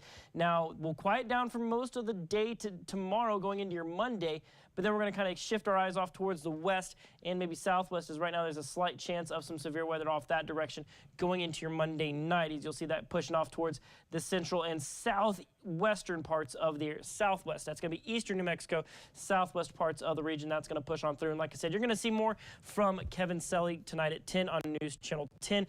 And then, of course, myself will be on early mornings tomorrow. Make sure to tune in with us. We'll be on air from 5 to 7, and, of course, Second Cup from 9 to 10. But we want to thank you all for tagging along with us here on this stream today. Of course, we had a lot of things going on here today. Of course, we had a few confirmed tornadoes up around the text line area. We had, of course, the flash flooding. We had the strong, gusts of wind and the heavy rain that pushed through here in Amarillo, but you saw it all live right here on News Channel 10. And, of course, this is what we do as we go throughout these severe weather events. We do streams like this. We have storm chasers out in the field. You got meteorologists here in studio giving you a look at what's happening on radar, let you know what's happening, where it's happening, and how it can affect you. So, of course, this is what we strive to do, and that's what we have been focused on doing today. But like I said, that severe threat's really dying down. But as you can see right over here behind me, Kevin's getting ready for the 10 o'clock show, so he's going to be getting ready for that. Of course, giving you a little bit of a recap of what's going on. But, of course, follow us, Facebook, YouTube, of course, all of our social media sites. You can go find us there. And, of course,